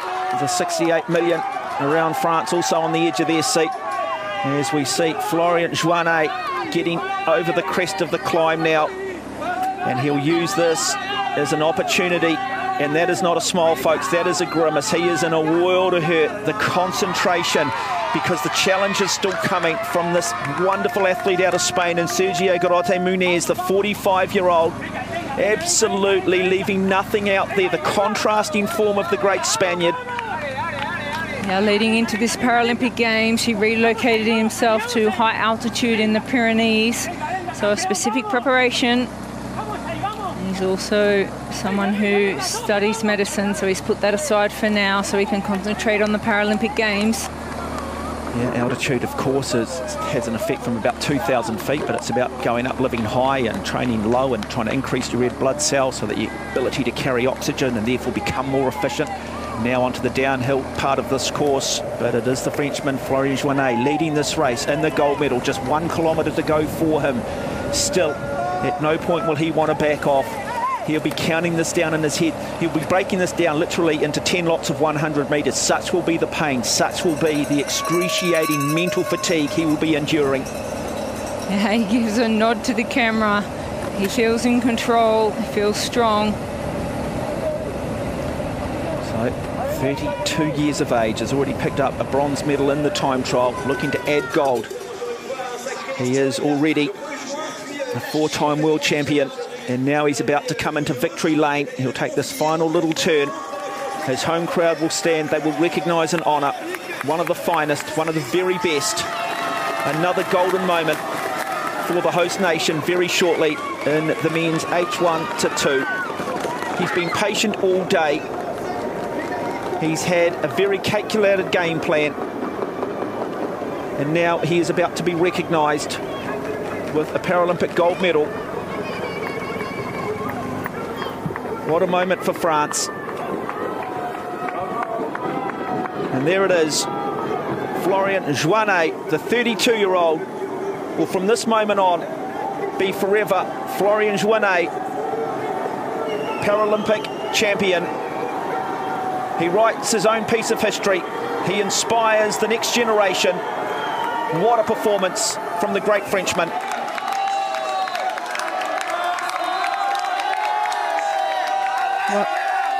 What amazing scenes and atmosphere from the crowd. We've spoken so much about how a home crowd can lift a rider to a gold medal. But you don't have a race without an opponent like this. And for Sergio Garrote Muniz, a silver to add to the gold he won in the time trial. He did everything. He led from start to finish. He led for most of this race. He went out there with a game plan to put the pressure on Florian Joannet. He rolled the dice, didn't quite come off, but what a performance from Spain. Silver medal will go the way of Sergio Garrote Muniz.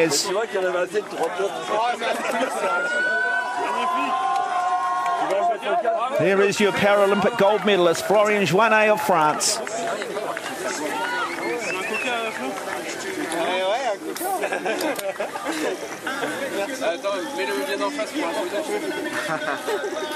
And what a wonderful race it was, but not just in this men's race, but also in the women's race. What a performance. Wow. Oh, you can see in the men's race how close it came down to the finish. In comparison to the women's race, when Lauren Parker of Australia dominated, well, huge respect to this man, winning in front of a home crowd. It is Florian Joannet taking the gold medal. And they are partners, and that is his partner, and that is Anaïs Vincent, who finished 5th in the women's race. And now back out on Luca Mazzoni of Italy, currently in 3rd place, looking to pick, in fact, this Rory Mead. Rory Mead, the New Zealander, currently sitting in 4th place. The New Zealander, who lives in the United States, used to be into motocross at a very high standard. Another athlete who just continues to further develop and advance his athletic career in paracycling. He's still very much on the upward curve in terms of his progression. He is currently sitting in 4th place. Luca Mazzoni of Italy, on the road, is in the bronze medal position.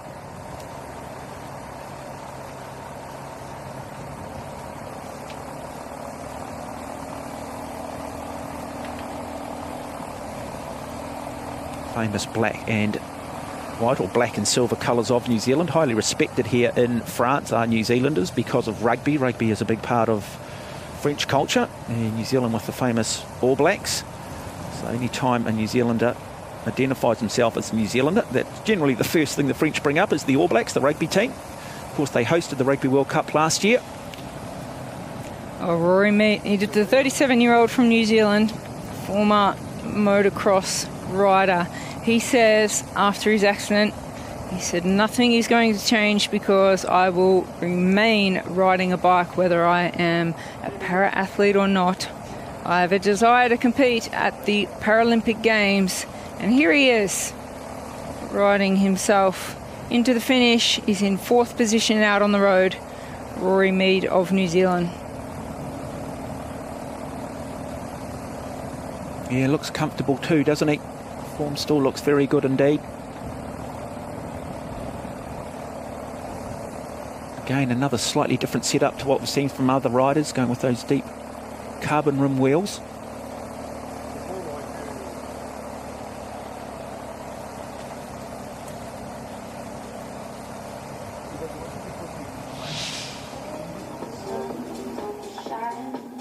As we just look back on a wonderful moment for the host nation, Florian Joannet, the moment that he realises he has just won the road race. He has just won the gold medal at the Paralympics.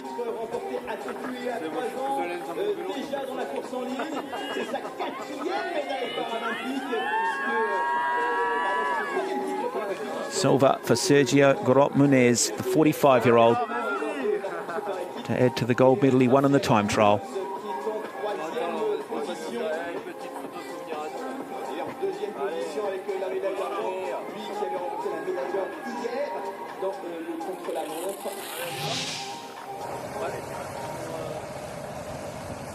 Still Rory Mead here of New Zealand. His white computer there, which will be telling them what sort of watts he's putting out. He'll be racing on that. It's a really good training device.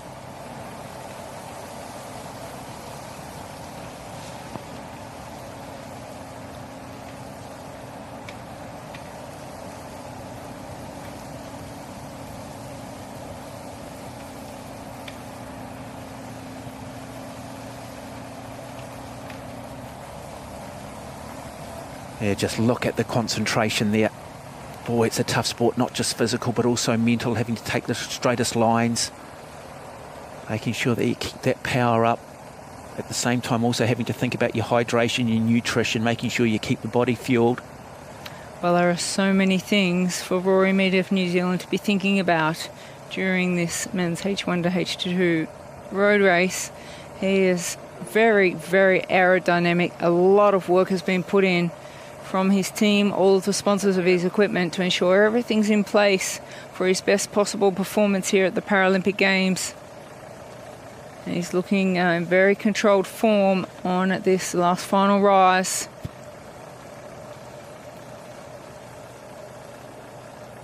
Yeah, New Zealand as a country, well, it's got a tough, rugged environment, so you've got to be tough. They're used to the rain too, training in that part of the world. But we'll go back to the Italian, Luca Mazzoni, who is in 3rd place in the bronze medal position, so not too far away, the Italian, from picking up a bronze in the road race. He was comfortably clear at the end of 28.4 kilometres over Rory Mead. He in fact had a lead of just over 8 minutes. So now the Italian just focusing on this final part of the course. Be a really, really special moment for him. He picked up a silver in the time trial, and he's going to add a bronze medal to his collection. So the 53-year-old from Tulizzi in Italy will receive a wonderful reception. He will come down and he will pick up the bronze medal in this men's H1-2 category. It has just been simply a wonderful effort. He's had to do it on his own. It's pretty much been an individual time trial for him, just showing the class and quality of him. He won inspiration, 53 years of age there. What a performance. Bronze medal to add to the silver he won in the time trial. He will stand on the dais alongside of Sergio Garot Munez of Spain, who will pick up the silver, and Florian Joannet of France, who will win the gold medal. And there he is, Luca Mazzoni.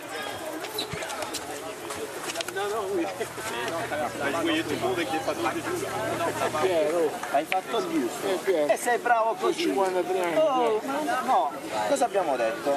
Hai fatto quello che devi fare. Che devi fare? C'è un'altra gara dopo domani. L'importante è che indoviniamo che non And there it is, Luca Mazzoni of Italy, the bronze medal. quelli non vengono, quelli non prendere, cazzo va. Ma allora a un certo punto sono grandi, adesso qualcosa e vince un altro gol. He is absolutely delighted to win a bronze medal for Italy in the H1 to H2 road race. Luca Mazzoni, he's a phenomenal athlete with a massive history in sports. As we see the replay now, thumbs up. It's a medal for Italy. It's bronze. And he is a proud man from a very proud nation to have just won a bronze medal at the Paralympic Games. One of the very few riders that chose to wear a rain jacket. He's got one glove on, one glove off. As we now turn to Rory Mead of New Zealand. Yeah, Rory will be just, again, he'll be delighted if he could pick up fourth place here. He's got still some challenges, the likes of Cody Wills of the United States, Benjamin Frew of Switzerland, and Maxime Houdis of Belgium behind him. Fabrizio Cornigliani is also behind him as well, so he won't want to back off at any point. Love to hold this position again, use this as another stepping stone to potentially getting himself on the podium in 4 years' time in LA.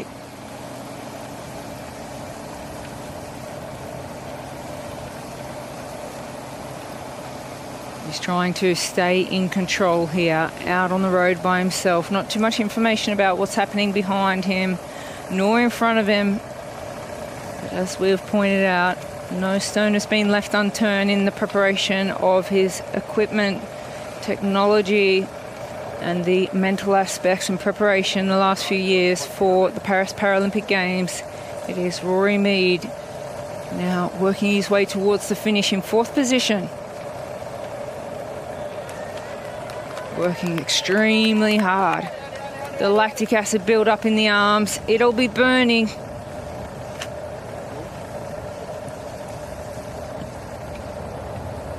It's the final little rise. It's the toughest part of the course coming into the finish. You really need to control and pace yourself. Just avoiding going into that red. Look at the pain on the face. It's starting to hurt. It's starting to really hurt. He knows that he's got competition behind him. He really wants to bring this fourth position home for New Zealand. Well, it was after discovering competitive hand cycling that he reached out to Paralympics New Zealand about the steps that he would need to take to join the program. He says that he's always been an active person, and so nothing has changed, and he says that whether he's competing at a Paralympic level or not, he'll always be a cyclist. He'll always enjoy cycling. He's coached by Damien Wiseman, the national coach of the New Zealand program.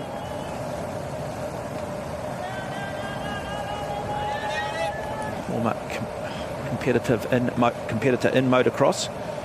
Best performance at a road race world championship was in Glasgow last year at the UCI World Championships, where he finished fourth in the H2 time trial.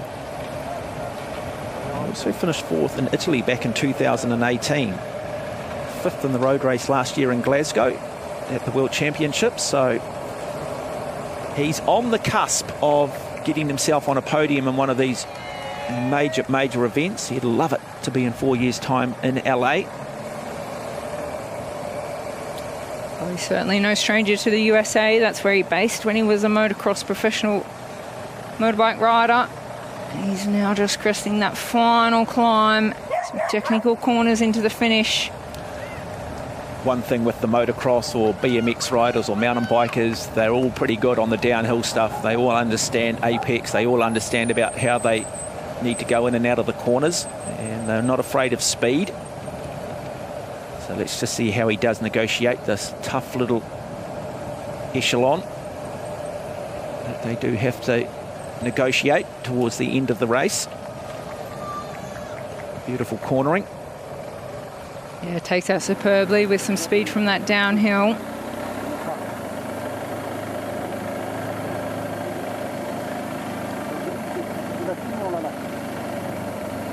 So, Rocklang Nafatsakorn of Thailand, the last of our athletes out on the course for the women's H1 to 4.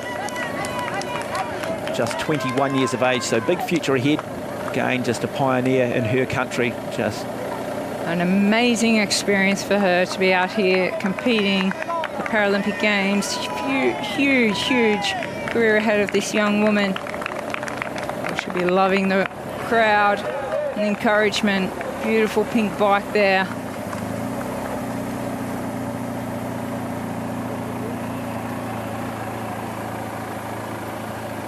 Yeah, good performance from her, and she will certainly get the accolades and the applause that she deserves from this very appreciative French crowd. Started out very, very wet. We had a delay in the start today, but the crowd's now starting to come out onto the streets. Most of them anchored around the finish line area, certain parts of the course just out of the rain, but certainly have been very, very vocal.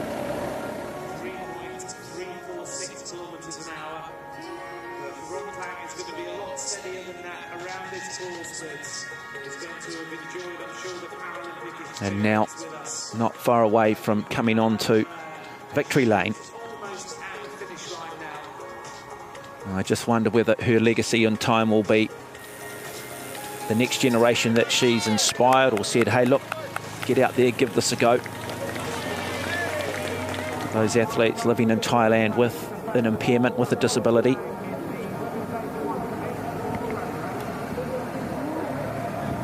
Yeah, very new to the sport. Results from 2022 and 2023 last year. Finishing 15th in the H3 road race and 15th in the H3 individual time trial in Glasgow last year at the World Championships. What an achievement here at the Paralympic Games for Roland of Thailand. She'll come in to complete her Paralympic campaign.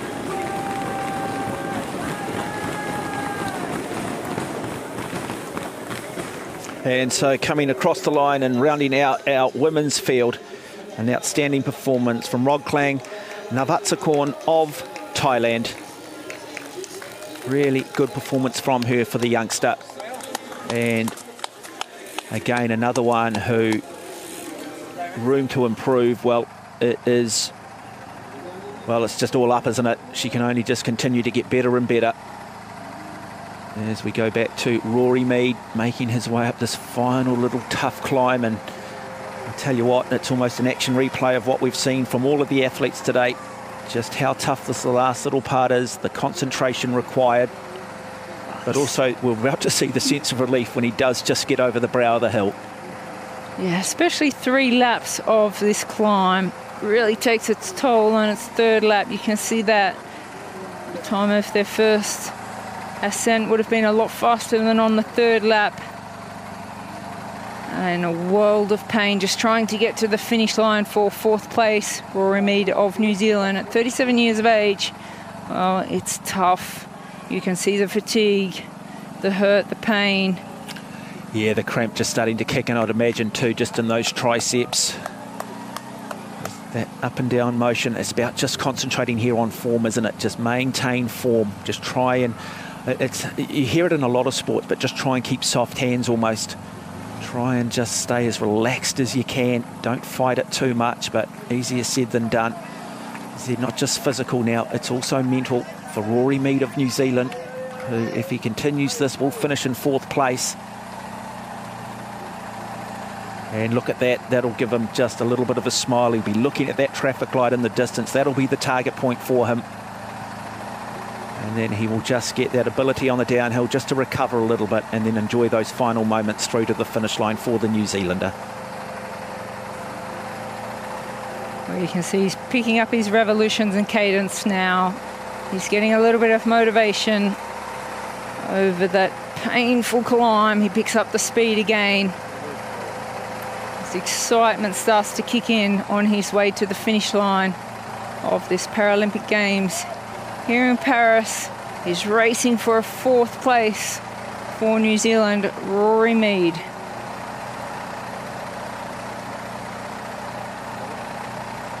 Yeah, he'll enjoy this last bit too, and so he should. It's been a really long campaign, the last 3 years between Tokyo 2020 and these games. Well, he's just gone under the 1 kilometre to go banner, and he knows it's downhill and flat from here. He'll also have the encouragement of a very excited crowd to bring him home. So he'll find that extra little bit of energy.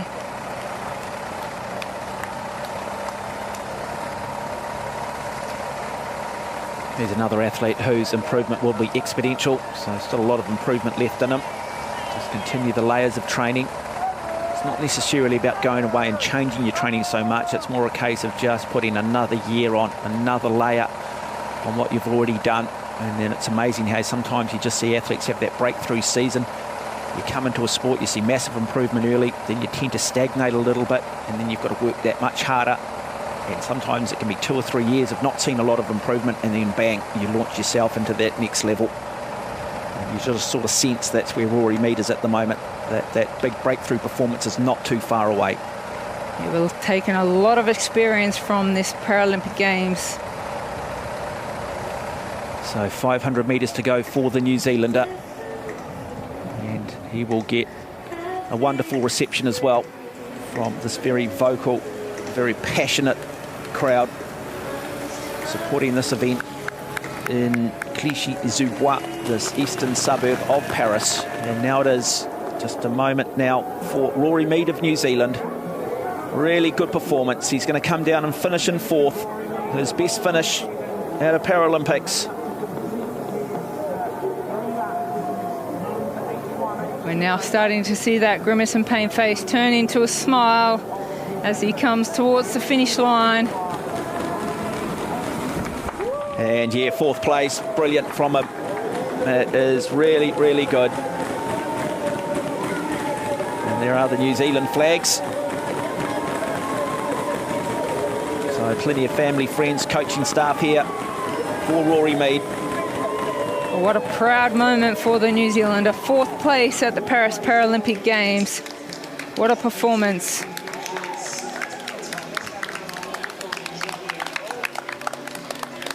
So finished as in 4th, Rory Mead of New Zealand. 20 minutes behind our winner, Joannet of France, Florian Joannet, our gold medalist.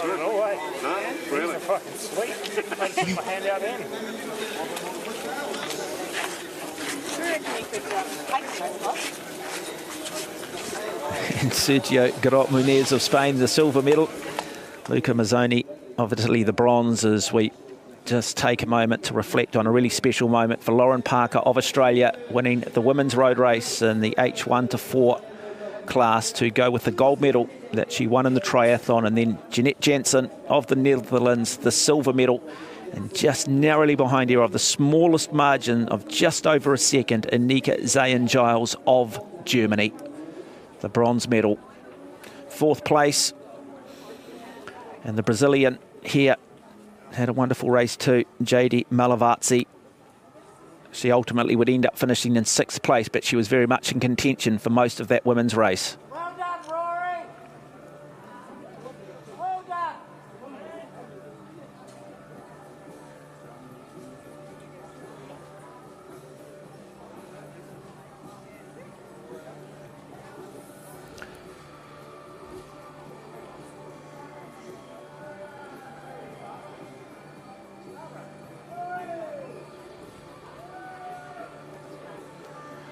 So some wonderful images just coming off this downtown circuit, this 14.2 kilometre lap in the Clichy-sous-Bois district of Paris.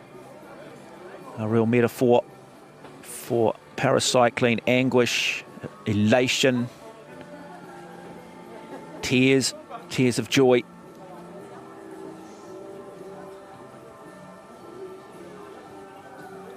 Plenty of energy exertion.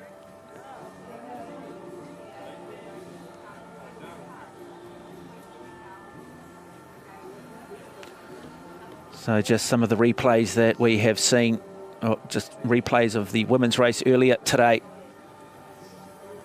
in the H1 to 4 category for the hand cyclists.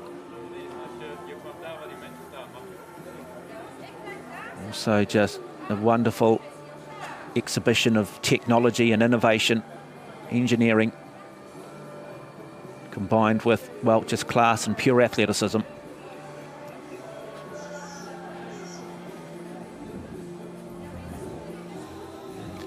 Well, Rochelle Gilmore, plenty of wonderful stories, plenty of narratives, but for you, what were those key parts of that women's race that really captured you? Oh, I think it was the competition between Lauren Parker and Jeanette Jensen of the Netherlands, because she had won the gold medal in the time trial. However, the confidence from Lauren Parker and how she went out by herself and rode her own race and back to power and performance and condition coming in to this competition. It was really a display of dominance for Lauren Parker of Australia to take that gold medal in the women's H1 to 4 road race. And just confirming those results for you there. So Lauren Parker of Australia winning the gold medal in a time of 52.04, 4 minutes and 11 seconds back. Jeanette Jansen of the Netherlands. Anneke Zayen-Giles of Germany, given the same time. She finished in third, 4 minutes and 11 seconds back. And then it was Francesca Porzolato of Italy and Anaïs Vincent rounding out our top 5.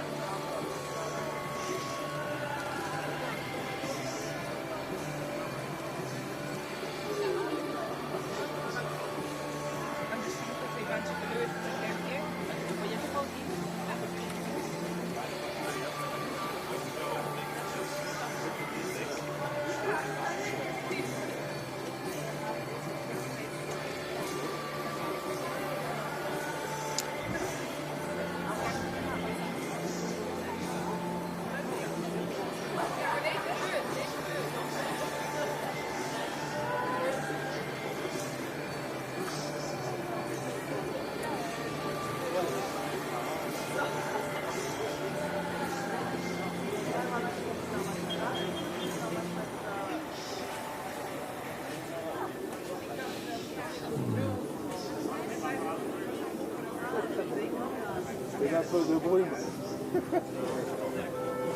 Balance sa tête, que je monte, je fais le tout seul.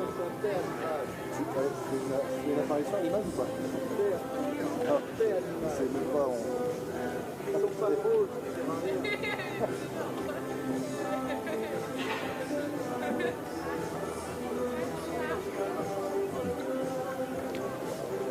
Well, the weather's improving in this suburb of Clichy-sous-Bois, confirming that Florian Joannet of France has won the gold medal in the men's H1 to 2 category. Sergio Garotte Muniz, the 45-year-old of Spain, has won the silver medal. Luca Mazzoni of Italy, the 53-year-old veteran, has won the bronze medal. Rory Mead of New Zealand has finished in 4th. We're now just waiting for the rest of the finishers in this race, including a large contingent of athletes in the H1 division, the likes of Benjamin Fru, Amit Hasdeh of Israel. And that was your winner, Florian Joannet. What a moment for him. What a moment for the host nation and for the crowd here witnessing that. A really patient display from him. And it was Sergio Garotte Muniz here who really dictated the pace for most of this race. He didn't leave anything out there. He took his chance. He came up slightly short in the finish, but he was absolutely thrilled to pick up a silver medal.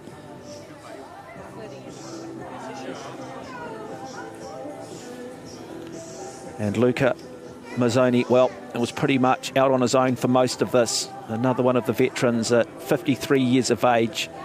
Incredibly emotional from him. A bronze medal in the road race. They were your top 3. Rory Mead, the ever-improving Kiwi, the New Zealander, finishing in 4th place.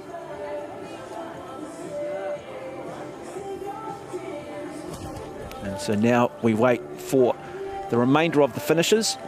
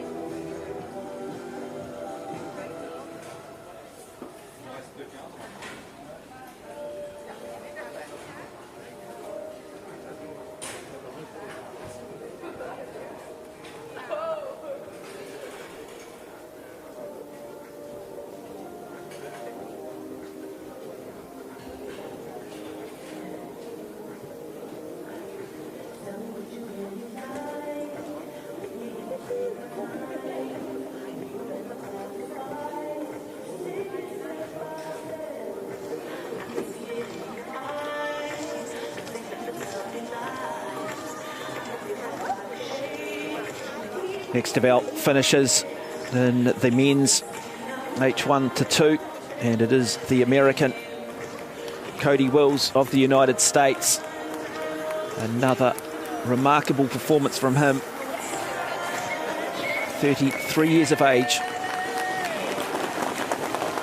Now comes down and receiving the recognition that he thoroughly does deserve.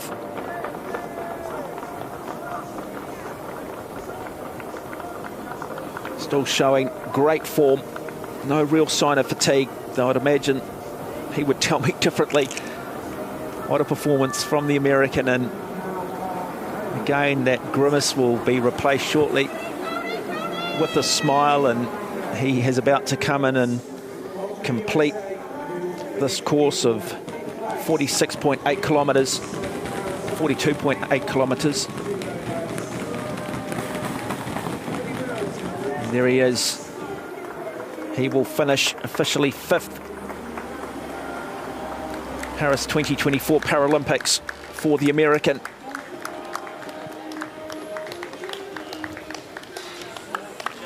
Yeah, 42.6 kilometres, so it's 3 laps of 14.2. Originally it was scheduled for 4 laps, and then we had some pretty atrocious weather this morning, and just purely from a safety point of view, it was reduced to 3.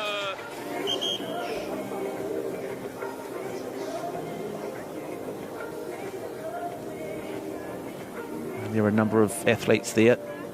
I'll confirm that for you, just getting some did not finishes. So Maxime Hordiz has not finished the event. Fabrizio Cornigliani, who actually won the time trial in the H1 division, has not finished. Nicholas Dupreez of South Africa, another non-finisher. Ahmet Hajday of Israel, a non-finisher. And Patrick Yahoda of the Czech Republic also, well, in fact, he didn't start. So Benjamin Frew of Switzerland still out on the course. When we see that Van Finder course come through, that means that the remaining riders out on course, they do finish where the DNF did not finish due to the percentage of their finish time being outside a percentage set by the UCI of this winner. The man of the day from France, it was Florian Junet who takes the gold medal. And sets a blistering fast time that unfortunately puts 5 riders out of contention of finishing with a blistering fast time around a 3-lap circuit. 42.6 kilometres in total. Sergio Garot Munez, again, another look at the silver medal performance from him. What a rivalry that's developing between him and Florian Joannet. You've got to have rivalries. You've got to have a reason to get out of bed on those days where maybe you're lacking a bit of motivation. Ask yourself what your competition's doing. Luca Mazzone of Italy, the bronze medal, gives the thumbs up. And he had to pretty much focus on his own. He got himself isolated, couldn't keep up with Joannet and Munoz, but boy, what a remarkable athlete. And wonderful images coming from our camera crew, the New Zealand flags there in the foreground and Rory Mead in the background. And so much support for Rory around this 14.2 kilometre lap and total distance of 42.6 kilometres in all.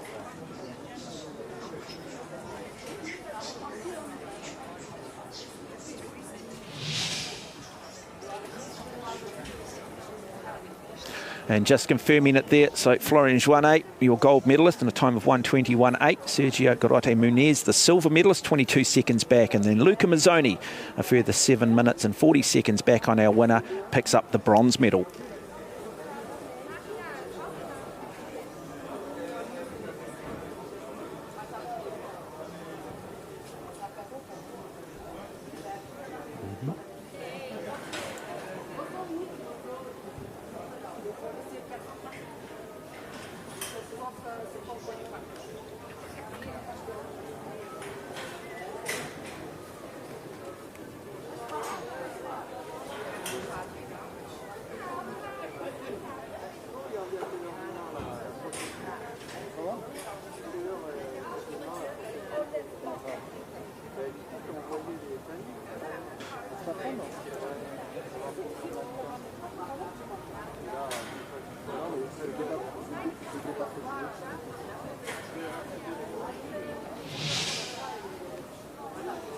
And now look back at a really special moment for Lauren Parker of Australia. The 35-year-old wins the double, the triathlon and the road race. Great tactical display. And then one of the great finishers, Jeanette Janssen of the Netherlands, picks up the silver, edging out Annika Zayen-Giles of Germany by the smallest of margins, just over 1 second, separating silver from bronze. And there it is.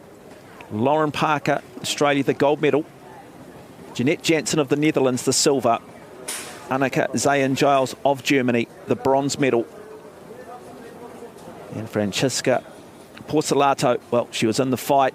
Fourth for her, but I tell you what, it was a gutsy fourth.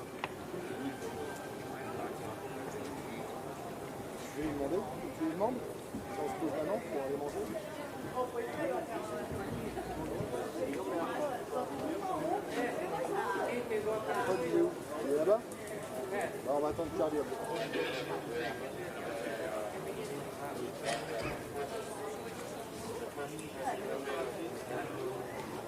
On regarde bien, on lui demande. Ah bah voilà, Paul.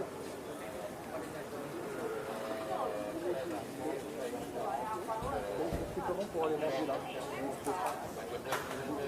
C'est là moi il y a manger au moins.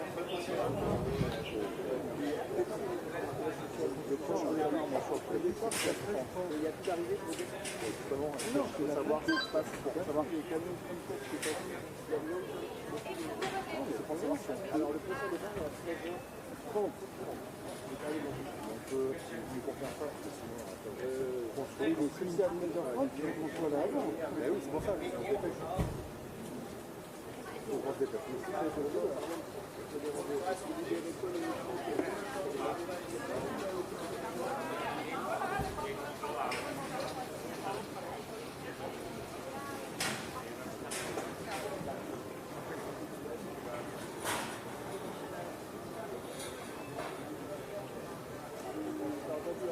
C'est parti, merci, ouais.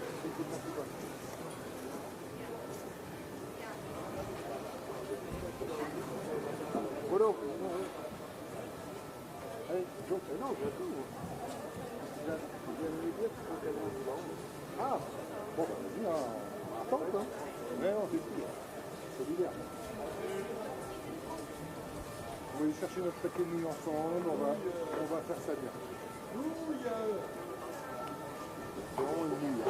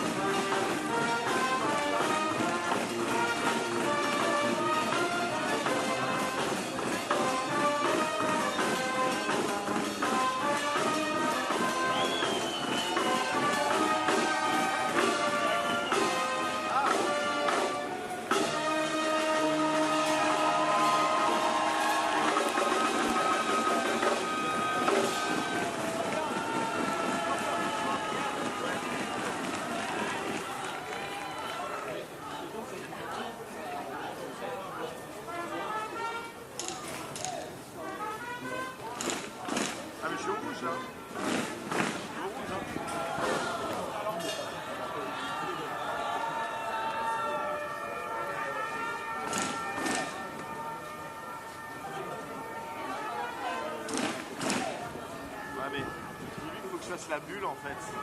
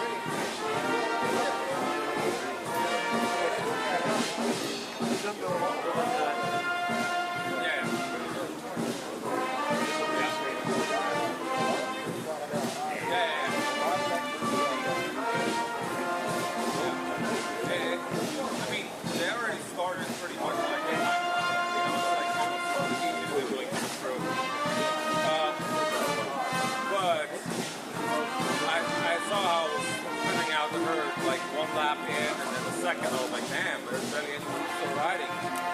And they actually pulled out almost everyone who was low speed lap.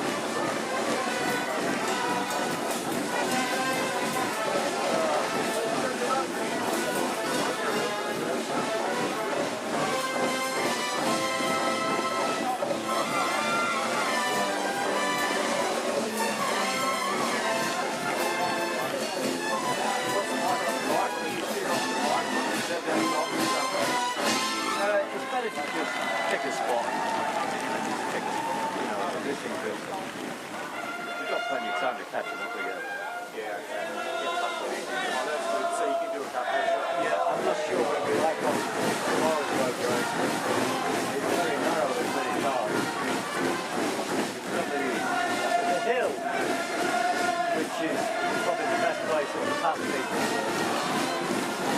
But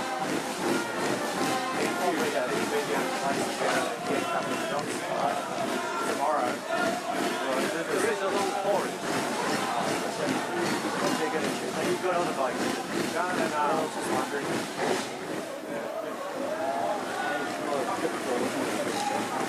The hard part is trying to get back past it. Yeah, I mean, time travel is easy enough for road racing. The last 5-6 days, you go down a really steep hill after, well, before that, there's no way to get past it. Yeah. Once you come out of the forest, it's 5 days away. Yeah, that's I suppose you have to work out the opportunity and photo off as well.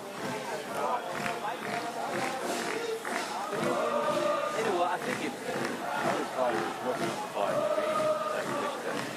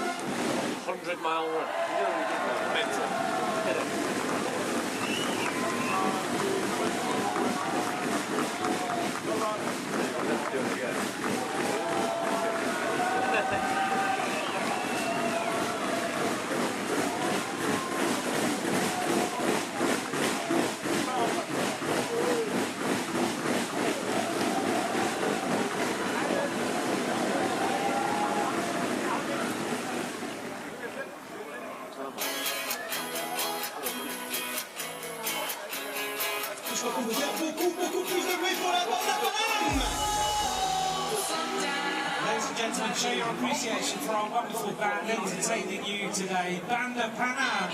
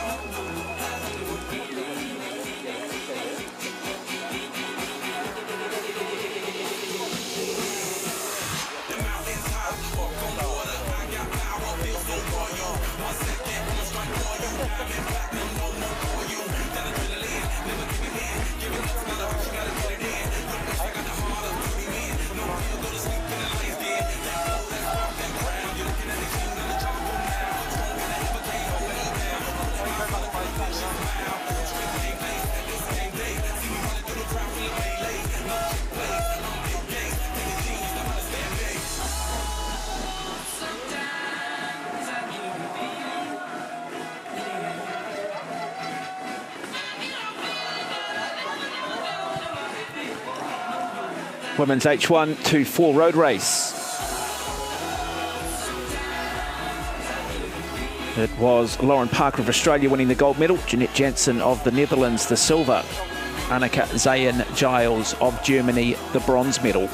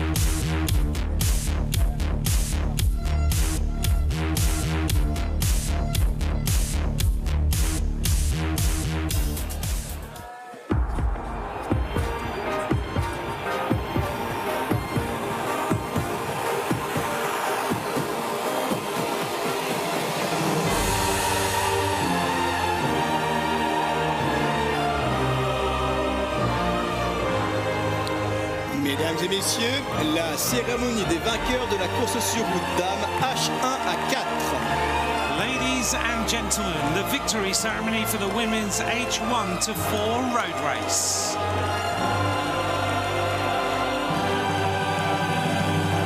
Veuillez accueillir les médaillés. Please welcome the medalists. The victory ceremony for the women's H1 to 4 road race. Les médailles seront remises par... The medals will be presented by... Monsieur Josh Dueck, vice-président du Conseil des athlètes au Comité international paralympique. IPC Athletes Council Vice Chair. Accompagné par... Accompanied by... Madame Marinella Yerzo, conseillère municipale de Duny en charge du handicap. Municipal Councillor of Duny in charge of people with disabilities.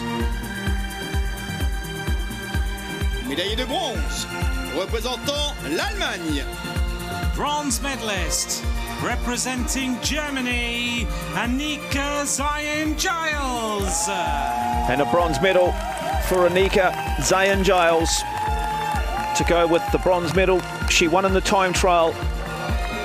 Silver in this event in Tokyo 2020. The smallest of margins separating bronze from silver.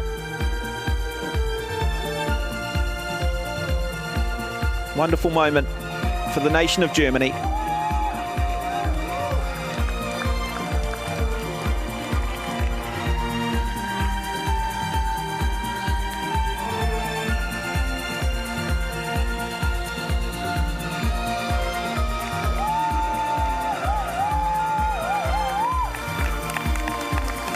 Annika Zayen-Giles, your bronze medalist. Médaillé d'argent, représentant les Pays-Bas. Silver medalist, representing Netherlands, Jeanette Janssen. And Jeanette Janssen, a silver medal to go with the gold she won in the time trial. Gutsy, courageous performance from her.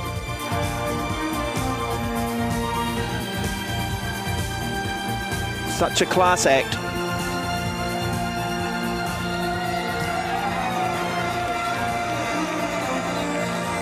Jeanette Janssen, the silver medal.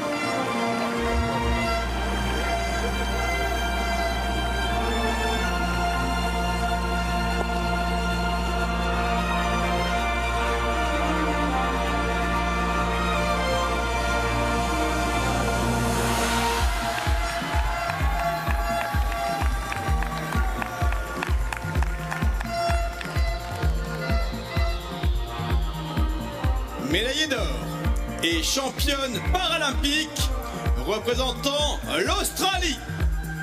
Gold medalist and Paralympic champion representing Australia, Lauren Parker. What a moment for Australia, what a moment for Lauren Parker. A gold medal in the triathlon and now a gold medal in the women's road race, creating history. 35 years of age and such a dominant display.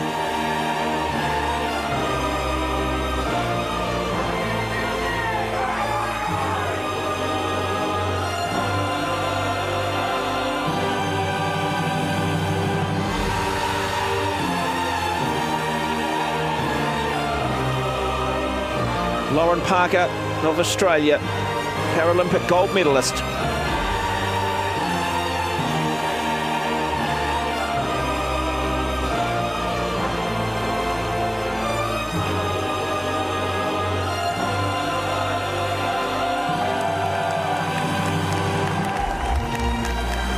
And now the national anthem of Australia. Mesdames et messieurs, si vous le pouvez, veuillez vous lever pour l'hymne de l'Australie. Ladies and gentlemen, please stand if you are able for the anthem of Australia.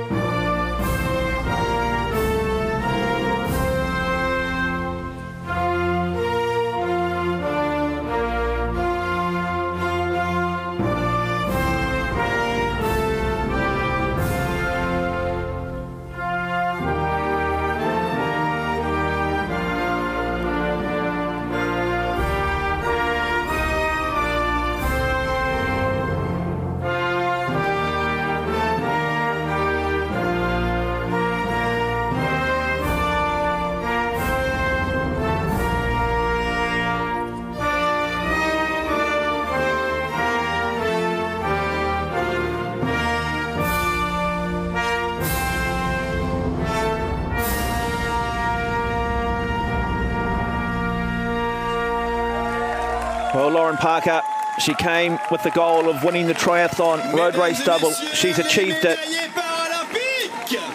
Ladies and gentlemen, Jeanette the Jansen Paralympic of the Netherlands, a silver medal. Anika Zion-Giles, the bronze. What a moment for all three.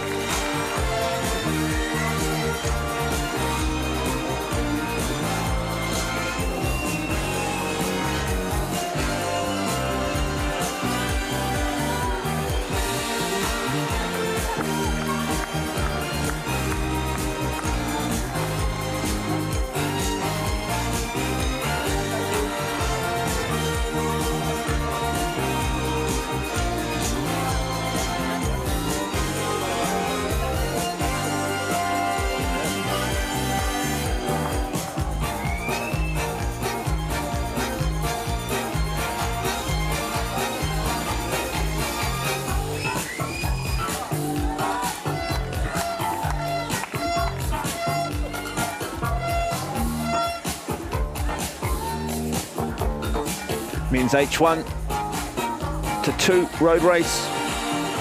France, Florian Joannet winning the gold medal. Sergio Gorote Nunez of Spain, the silver. Luca Mazzoni of Italy, the bronze.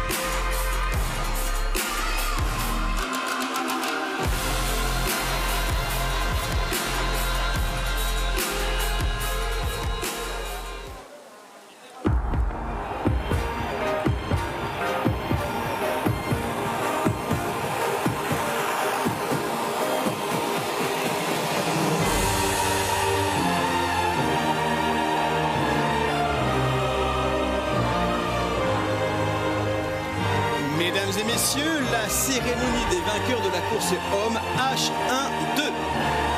Ladies and gentlemen, the victory ceremony for the men's H1-2 road race.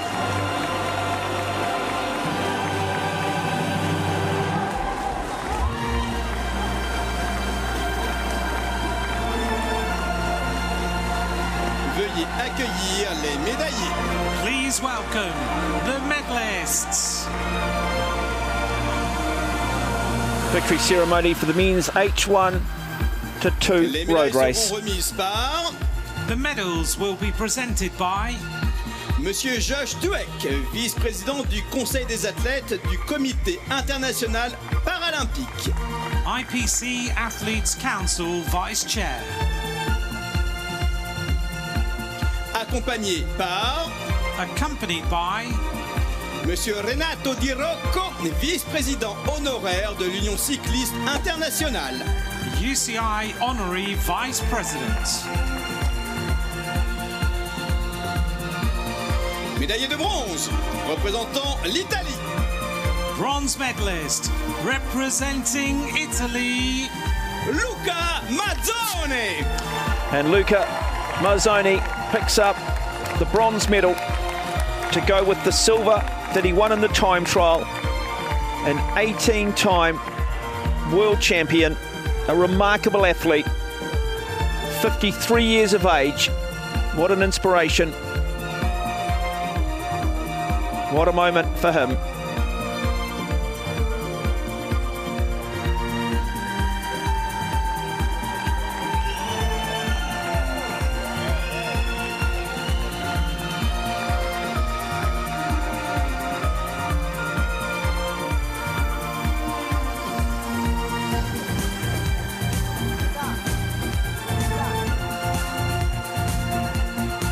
Luca Mazzoni of Italy, your bronze medalist.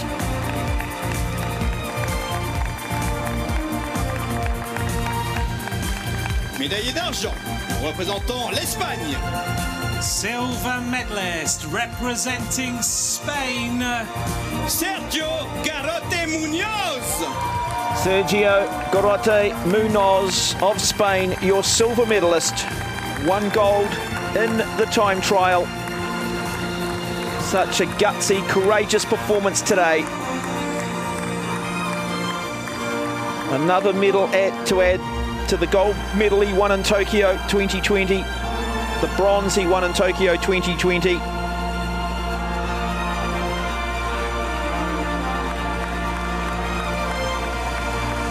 Sergio Garrote Munoz of Spain is your silver medalist.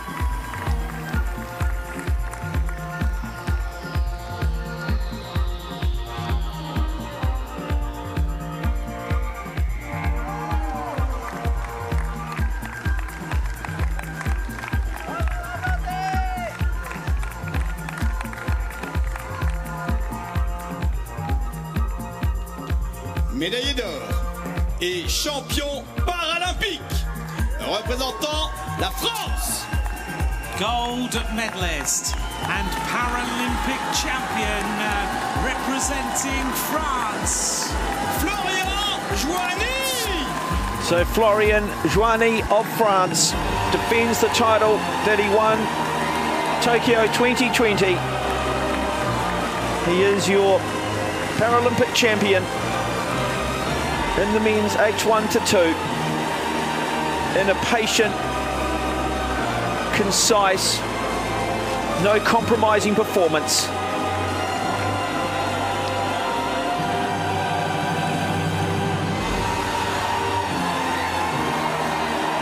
The host nation rise and recognise one of their own.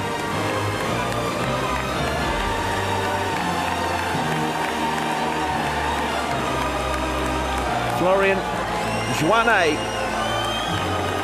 gold medal in the men's H1 to 2 road race, Paralympic champion, and now the national anthem of France. Mesdames et messieurs, si vous le pouvez, veuillez vous lever pour l'hymne de la France.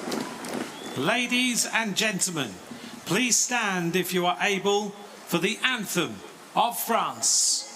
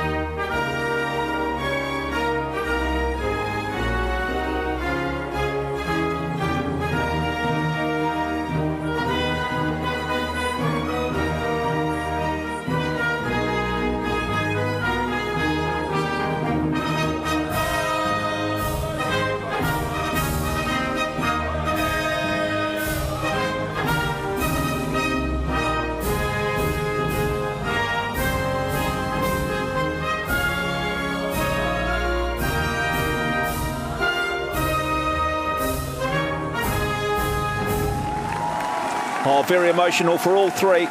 Florian Joigny of France, your gold medalist. Sergio Garrote Munoz of Spain, your silver medal. Luca Mazzoni of Italy, your bronze. They create their own chapter in Paralympic history. Your medalists in the men's H1 to H2 road race. Paris 2024 Paralympic Games.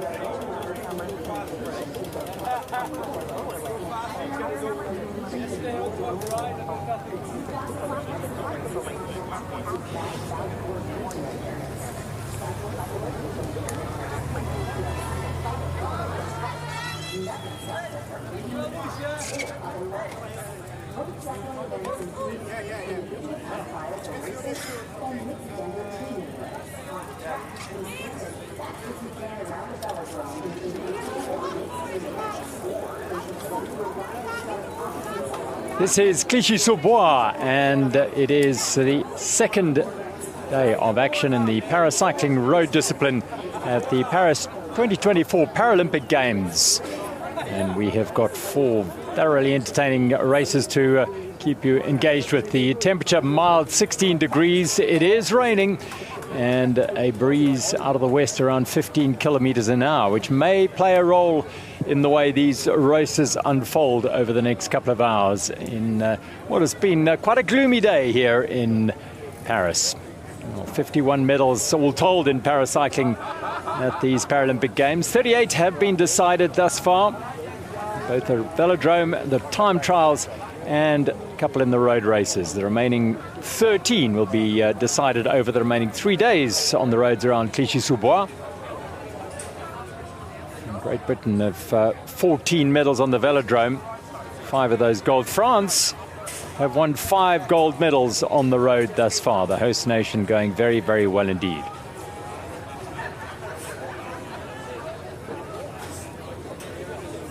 The schedule sees races in the H3, H4 and H5 categories. All the men's H3, H4 and H5 being decided today. In the women's H5 road race, H5 athletes with impairments to limbs, H1s to 4 athletes in a reclining or recumbent position on a hand cycle, and H5s very often adopting a kneeling position.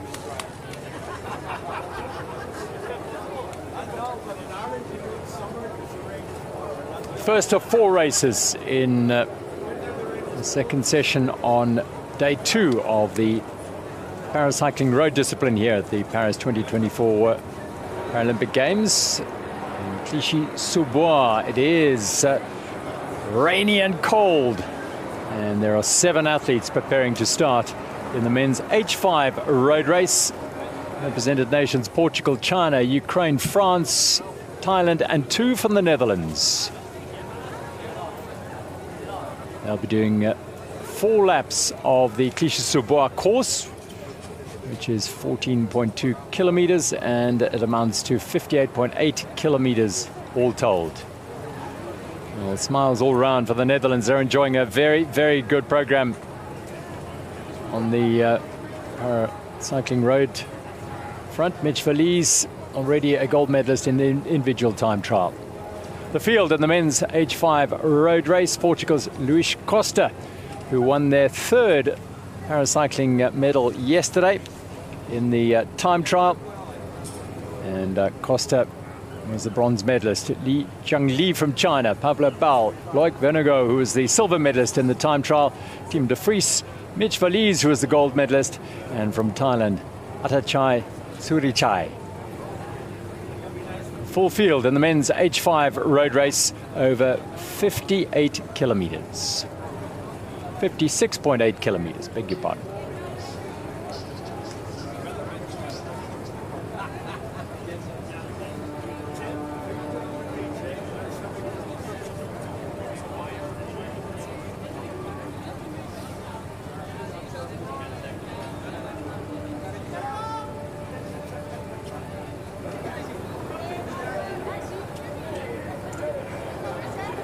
The route set in the Clichy-sous-Bois region, a fairly isolated suburb in Paris in the Saint-Denis department.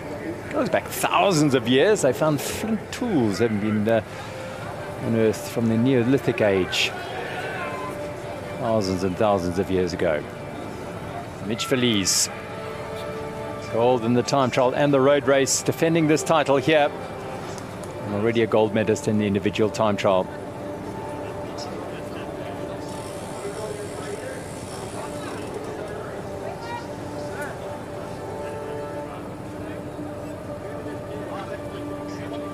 Start for all the road races on the Boulevard Émile Zola, named after a famous French writer from the late 1800s. And then it leaves the suburb and enters into mainly forest and parkland through the Bois de la Couronne. Its furthest point at Courtrai in the Sainte-Marie department is where the major climb is of the day. Well, the first of the two climbs. And that's where the first time check will be. And then they make almost a 180 turn and then head back to the finish around 6 kilometers later to the start finish. They'll obviously be doing 4 laps of the 14.2 kilometer course.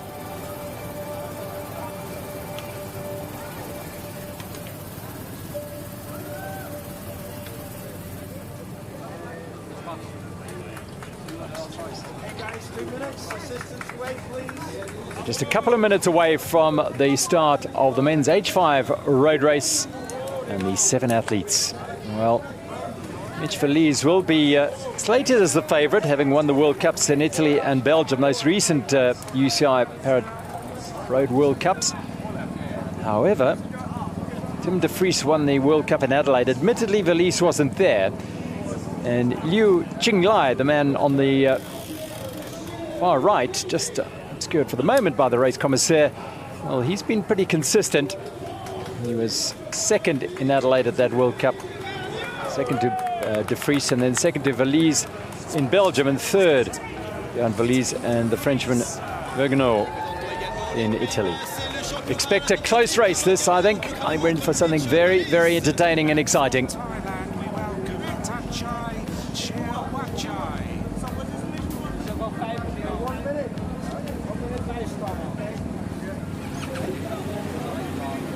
Starting 5 minutes after this race will be the race that follows hot on the heels here, the women's H5 road race.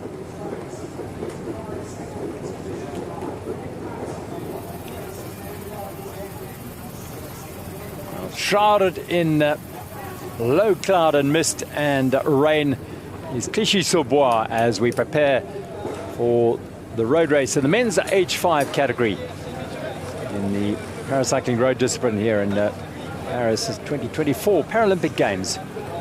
Liu Qinglai of China wins at the World Championships in 2019.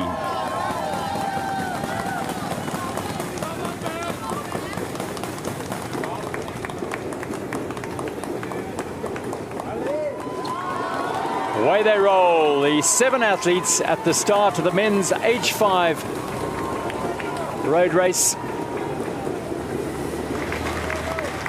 And well, the race favourite is Mitch Verlies of Netherlands. The other athletes right at the back here from the Ukraine, Pavlo Baula, Luis Costa from Portugal, Liu Qinglai from China, Tim de Vries, second of the 2 Dutch riders, alongside Mitch Verlies, and Adachai Surichai from Thailand. Whoa, a crash already. Well, that is something that is going to be a problem today, and getting caught up in it is Costa. Surichai, and not happy at all. Now, this is how it happened. Yeah, he just hit that the white lines, the very greasy lines, and there was no way that Costa or Surichai could avoid. I think it was Tim de Vries who's gone in there. It is so big problem here for Tim de Vries. Surichai gets away. This is drama very early in the race. First corner, and an illustration of just how treacherous this course could be. Down to 4 riders in this lead group, and Liu Qinglai of China immediately takes the initiative and decides to put his nose into the wind, with Loic Vergnaud of France just behind him. Well, dramatic start to the race, and well, the question is, will they all come back together again? Well, they've got enough time here. Well, I think Mitch Verlies is just saying, let's ease off here, let them get back. Yeah, Mitch Felice being, I guess, the captain of the bunch, the most experienced, he's saying, hey, let's not take advantage of this and put these riders out of the race. He has a teammate that actually hit that white line and flipped the hand cycle over. He's chasing back now. His teammate up front's asked the guys that were trying to take advantage of that crash to get away. Let's settle down, guys, make it a fair race. Let them back in. As we see a replay here, it was Tim de Vries there who's just tipped, gone in, just overcooked the corner a bit. And here's his teammate Mitch Felice just asking the peloton, what's left of the peloton, slow down guys, let's make this a fair race. And let the guys who have crashed get back.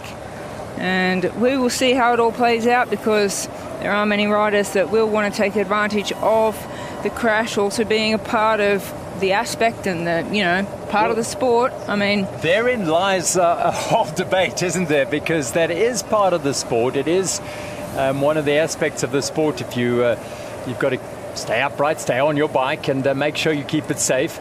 And Ching Lai he looks fairly determined to go. Mitch Felice is sort of holding back here, trying to just not let it get too far away. He looks over his shoulder and looking for De Vries and for Swidichai from Thailand. Interesting. Yeah, look, it's not really a form of disrespect in this case. I think it's the Paralympic Games. Everyone needs to have the best equipment and you know, have everything prepared for the conditions. Unfortunately, there was a crash. Which is all part and parcel of racing. Now we move to our second start on the course here, and this is the women's H5 road race, and a field of 6 athletes on the start line. Chantal Hennen there, 197 right at the back. Alongside her is Andrea Iskau from Germany, and that is the out-and-out favorite Oksana, beg your pardon, Masters. Already a gold medalist in the time trial, and double gold medalist from Tokyo, and a multiple medalist. We'll elaborate on that as the race unfolds, from various other sports as well.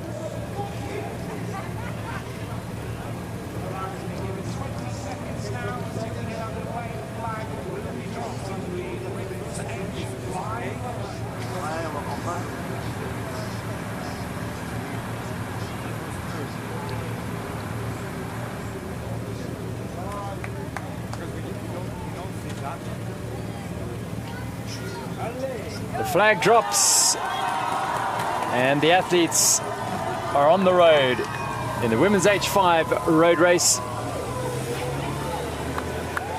And it's Oksana Masters of the USA, the favourite of the race, that really sets a high tempo right from the start, wanting to put her competitors under pressure, show them who's boss. She was the dominant athlete in the time trial, and in this field, 2 Italian, Katia Era and Anna Maria Vitilaru. The other athletes, Germany's Andrea Iskau. All cleanly around that first corner, nice to see. Yan Bian Sun, and she's from China, and from the Netherlands, Chantal Hennen, 2021 world champion, and she's likely to be the major challenger to Masters. The men's H5 road race, well, it had a dramatic start. Tim de Vries crashed at the first corner, and those 4 athletes still away. De Vries tried to make his way back. Adachai, Swidichai, and Portugal's Luis Costa were also caught up in the crash. They could go nowhere else but straight into the back of de Vries. Well, Lee of China, he is the one that's really setting the pace. He's got 1 rider back from Portugal. Where's De Vries, the other Dutchman? He'll be chasing really hard as well. But Luis Costa, he's back in contention, despite the efforts of Lee of China on the front. Well, it's as if Mitch Verlies, who is the race favourite here, he is sitting right at the back here, just doing as much as he possibly can to sort of slow the pace of the peloton to ensure that his teammate and indeed Surichai can get back onto this group. Well, if he does sit right on the wheel in the slipstream, he can also benefit from this situation and say, look, I'm not doing any work on the front, even though he's the favourite and expected to. At the moment, he can say, no, look, I've got a teammate chasing. I'm not doing any of the work. I'm just going to sit back here and follow you guys. In the slipstream, out of the wind. Conserve my energy.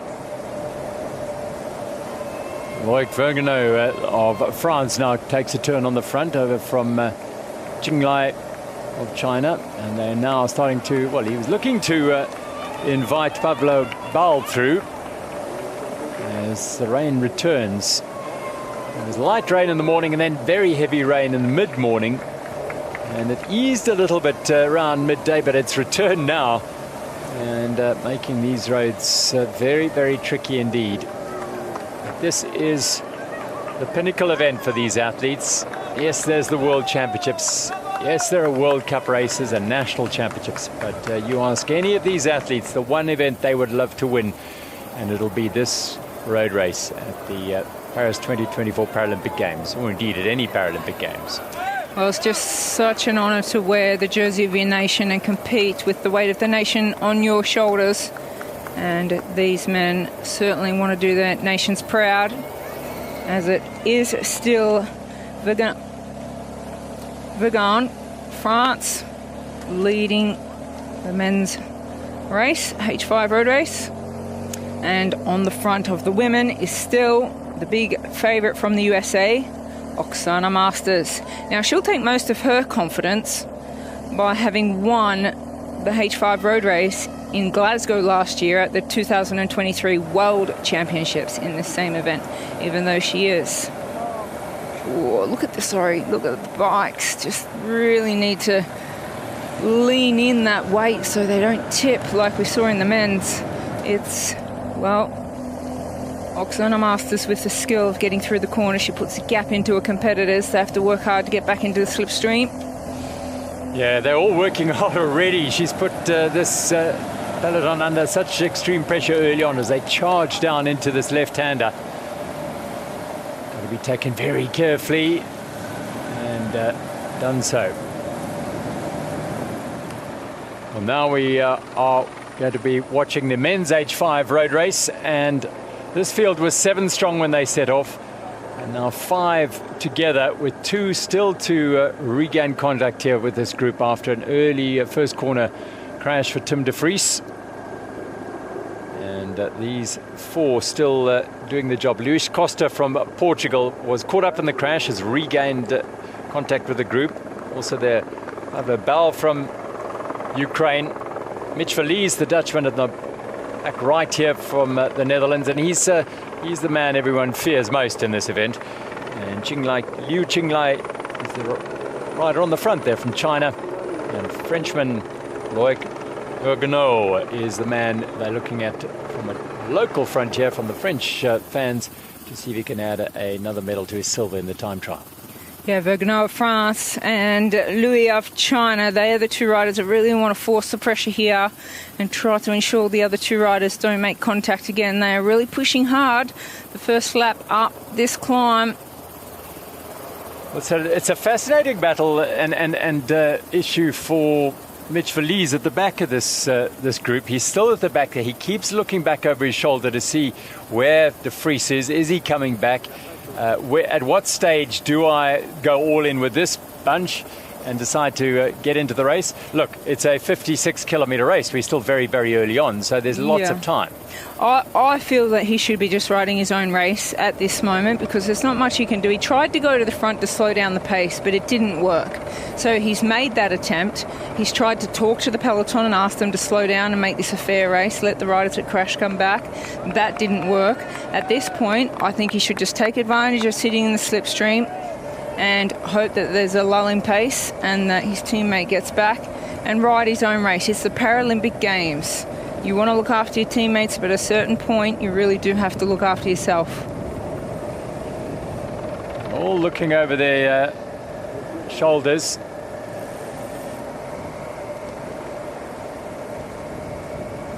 and for different reasons.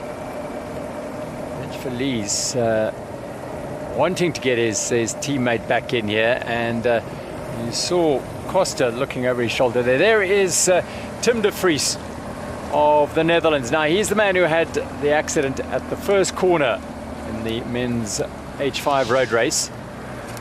And he's got more than that as a problem. This is not a good situation for Tim de Vries.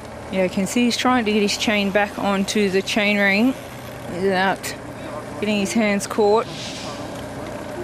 And this is another reason why Mitch up the front, his teammate just needs to ride his own race, is because he does not know whether Tim de Vries has mechanical issues, whether he's hurt himself.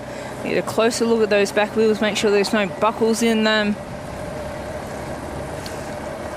He's not that far off, I fancy, about 40-45 seconds as the group continues to go at a healthy pace. Chinglai is the man on the front.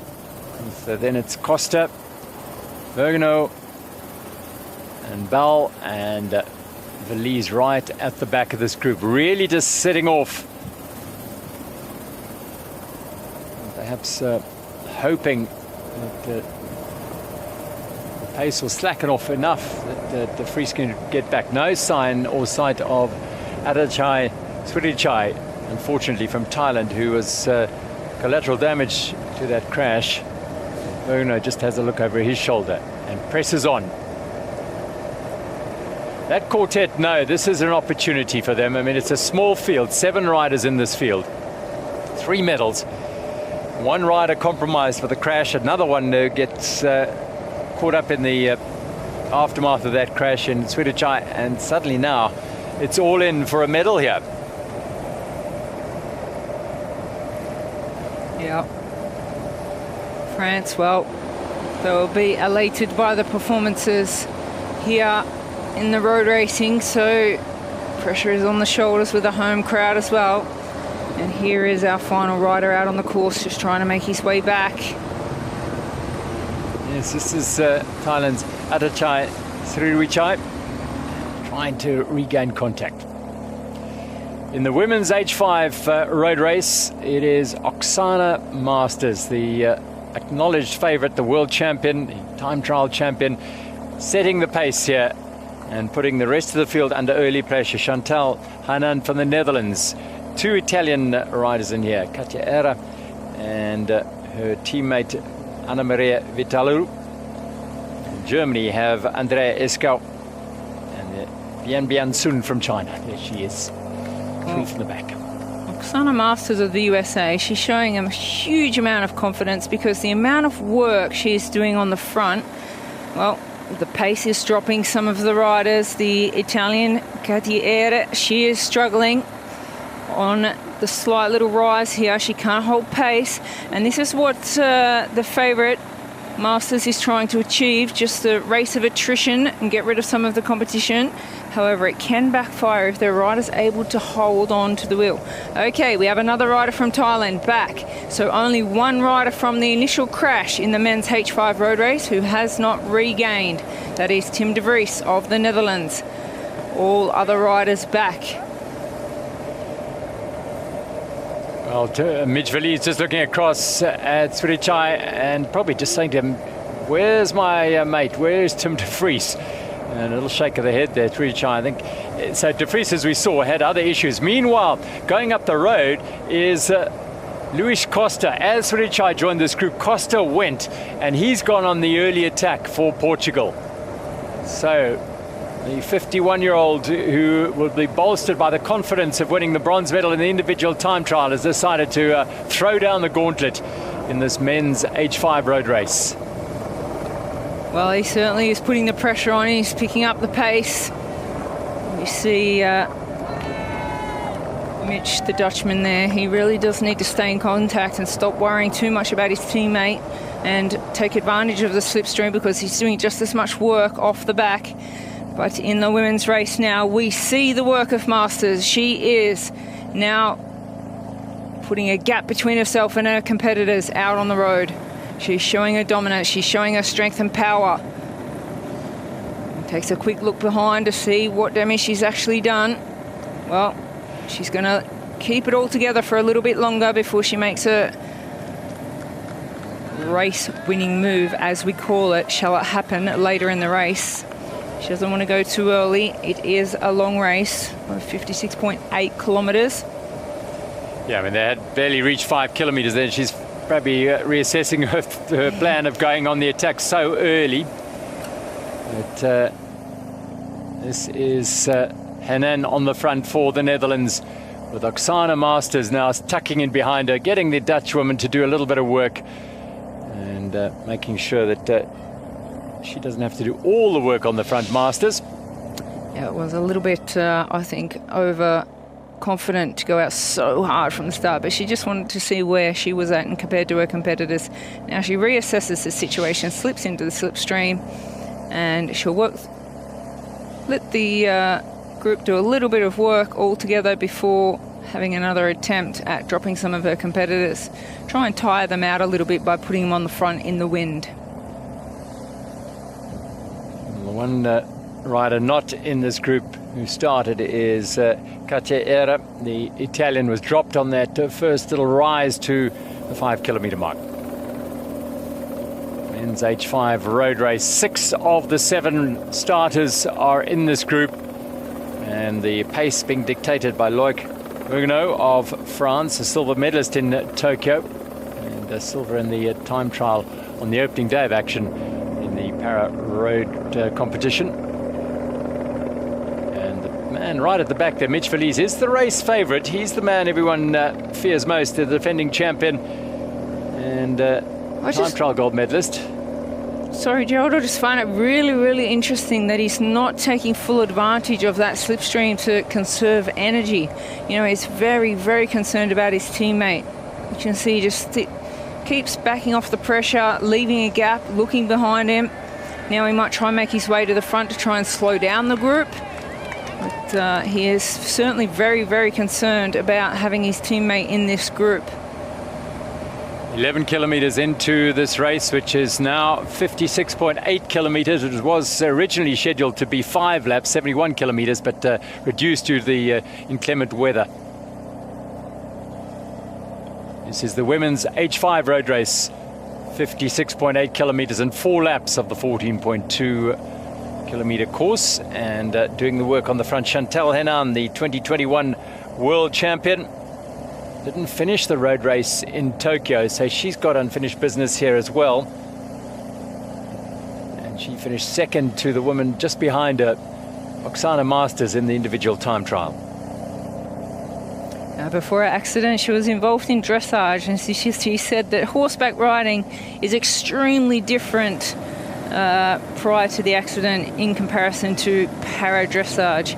She immediately realised that she didn't like it as much, and during a rehabilitation in Austria, someone asked if she'd like to climb a mountain on a hand cycle, and that is where she really, really decided that's the sport I would like to excel in. Look at the power she is putting down, the gaps that are opening up now. This is the men's H5 road race, and it is France with home crowd advantage and really, really wanting to break this up. Well, it is a pity for Loic Huguenot, the French rider on the front here, that the weather is as inclement as it is. There is some support out there, must be said, but not quite perhaps as good as it would have been had the weather been sunny and warm. But nevertheless, they'll be out there, those along the road that made the effort to come and support this man. Now, this is a bit of a move from Loic Huguenot. He's decided to have a go here, and Ching Lai is going with him. Yeah, there's some chasing going on behind, and this is where Mitch Feliz realises that he cannot stay at the back and let these gaps open up. He needs to stay in contention, as Huguenot from France, the 45-year-old, is really applying the pressure. Well, he's doing some damage at the back end of the race. Yeah, Costa and Swiduchai going out the back here. And perhaps they've decided, you know what, we've given Tim de Vries enough time to try and make it back here. It's not happening. We're getting to the end of the first lap. And Valise is still sitting in the back of this group here. In fact, he's off the back of the wheel as they're closing in on the end of the first lap. Yeah, very interesting tactics by Mitch Feliz, the big favourite for today. Certainly proven over the years he is a super strong rider. Sitting back watching his competition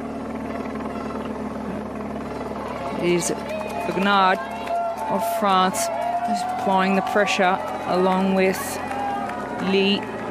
Huang Li of China, who comes through now to increase the pace on this slight rise.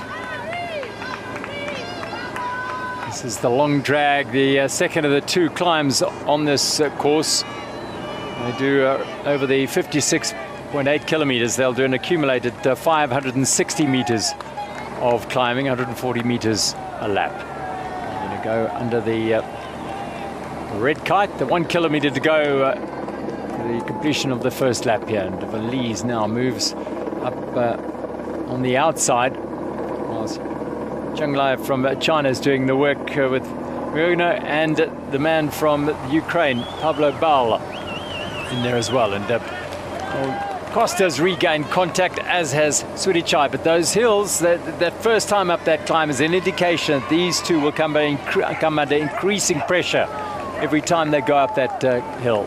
And again, Valise keeps looking over his shoulder. Yeah, it looks like he wants to wait, that he's thinking about dropping off this group, going back. But it's very difficult when you don't know what condition your teammate is in. Perhaps he's hurt, perhaps he's... Well, we saw he had the crash. He was back riding, but then we saw again that he had a mechanical issue. He was trying to get the chain back on, so he's clearly lost time. And whether he's lost for good off the back or he's still going, well, we'll bring that to you as soon as we have news. So they're coming in to complete the first lap of 4 in the men's H5 road race. A group of 6 riders that includes the pre-race favorite, but not his countryman, Tim de Vries. Leading them over the line will be China's Zhangli Liu, and then Murno from France, Pavlo Bal of Ukraine, Luis Costa of Portugal, Atachai, Sudichai. Those two, in fact, got caught behind the group, and they got caught up in the initial crash. They managed to regain contact with the group.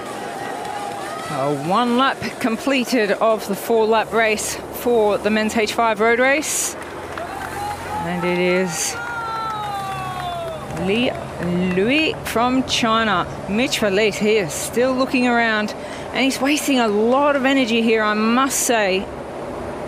From experience, all cyclists watching this race, they will know that being outside of that slipstream and being so concerned, looking behind, not being as aerodynamic as possible, a lot of energy wasted. But he really does want his teammate back with him. Well, hopefully we'll get an update soon to see how Tim de Vries is doing out on the course. But for the moment, here he is. Closing in on the completion of the first lap, and he is 52 seconds down, 53 to be absolutely precise. So Tim de Vries just under a minute off this group. So Valise is hopeful that he'll close that gap if he just manages not to. Another look to see, is he coming around that corner, the fateful corner that cost him back there on the opening lap.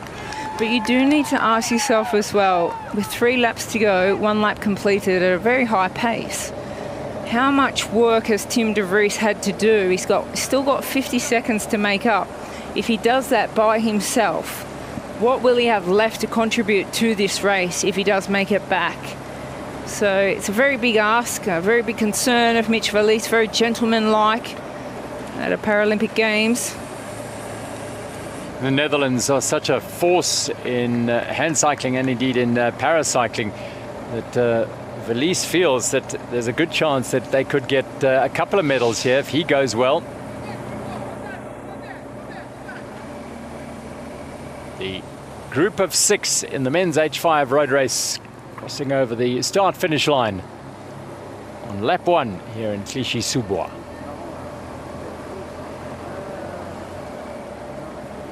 Tim de Vries giving chase. Valise goes to the front, beg your pardon. This is the women's H5 road race, and Oksana Masters The race favourite here is sitting in second wheel, and she sits behind Chantal Heynan of the Netherlands. Chantal Heynan has done the majority of the work, let's say, from the start of the women's H5 road race. Oksana Masters, the big favourite from the USA, went out very, very hard, applying a lot of pressure for the first 5 kilometres, and then since then we've seen the Dutch woman Heynan put down the hammer and see what damage she can do to the rest of the athletes here as they navigate very carefully their way around these corners. At the back of the field in the women's H5 road race is Germany's Andrea Eskau. Well, this is the lead group on the road for the H5 women's road race, and it is Oksana Masters of the USA, the big favourite, who moves to the front in front of Heynan of the Netherlands, and the Italian rider there, Anna Maria Pitalou. And we also have China sitting well in the slipstream as well. Under pressure is the German rider. Eskau is really struggling on the climb, as it looks like Oksana Masters is just waiting for the climbs to really put the hammer down and put the pressure on, because look at the distance she's now putting into her competitors. Well, she's just easing away here, looks over her shoulder, almost stops spinning to just make sure that they're still rolling. They are, but look at the distance that Masters has put in to 4 competitors. I feel like Oksana Masters doesn't want to break away yet, but she wants to make these riders behind her work as hard as possible on the climbs. Then she'll wait, she'll get a little bit more help, and then just let them tire themselves out doing a little bit of work on the front. Very strategic from Oksana Masters of the USA. She almost backed off a little bit there as she got towards the top of this climb there, trying to almost encourage them to rejoin and put in the effort to catch them. The men's H5 road race, and they're on the second lap, and there's an attack here by Loic Vergnaud of France. Yeah, he's been very active from the start. Vergnaud of France, the 45-year-old, he's really wanted to make this race hard. He's put a gap between himself and Louis Costa of Portugal. Mitch Felice. There's a big crash. No. From Zhang Li goes down. That's bad news for the Chinese athlete. Big crash into the barriers now. Damage to the bike as well. You can see some carbon fibre pieces. Oh, that is terrible news for the Chinese athlete. Let's have another look here. He just lost control and skidded into the barriers. And desperate times for Zhang Li. And that was when Vergnaud from France was really putting the hammer down and putting the riders under pressure, unfortunately. And he will keep going, Vergnaud. He looks over his shoulder to see the damage done. The lead group in the women's H5 road race, and again it's back as you were on the flat, so to speak, because Chantal Heynan has gone to the front again after Oksana Masters just flexed her muscles going up the climb to show the rest of her competitors that she is the powerhouse here. And it is going to be Masters who is, you feel, dictating this the pace in this race.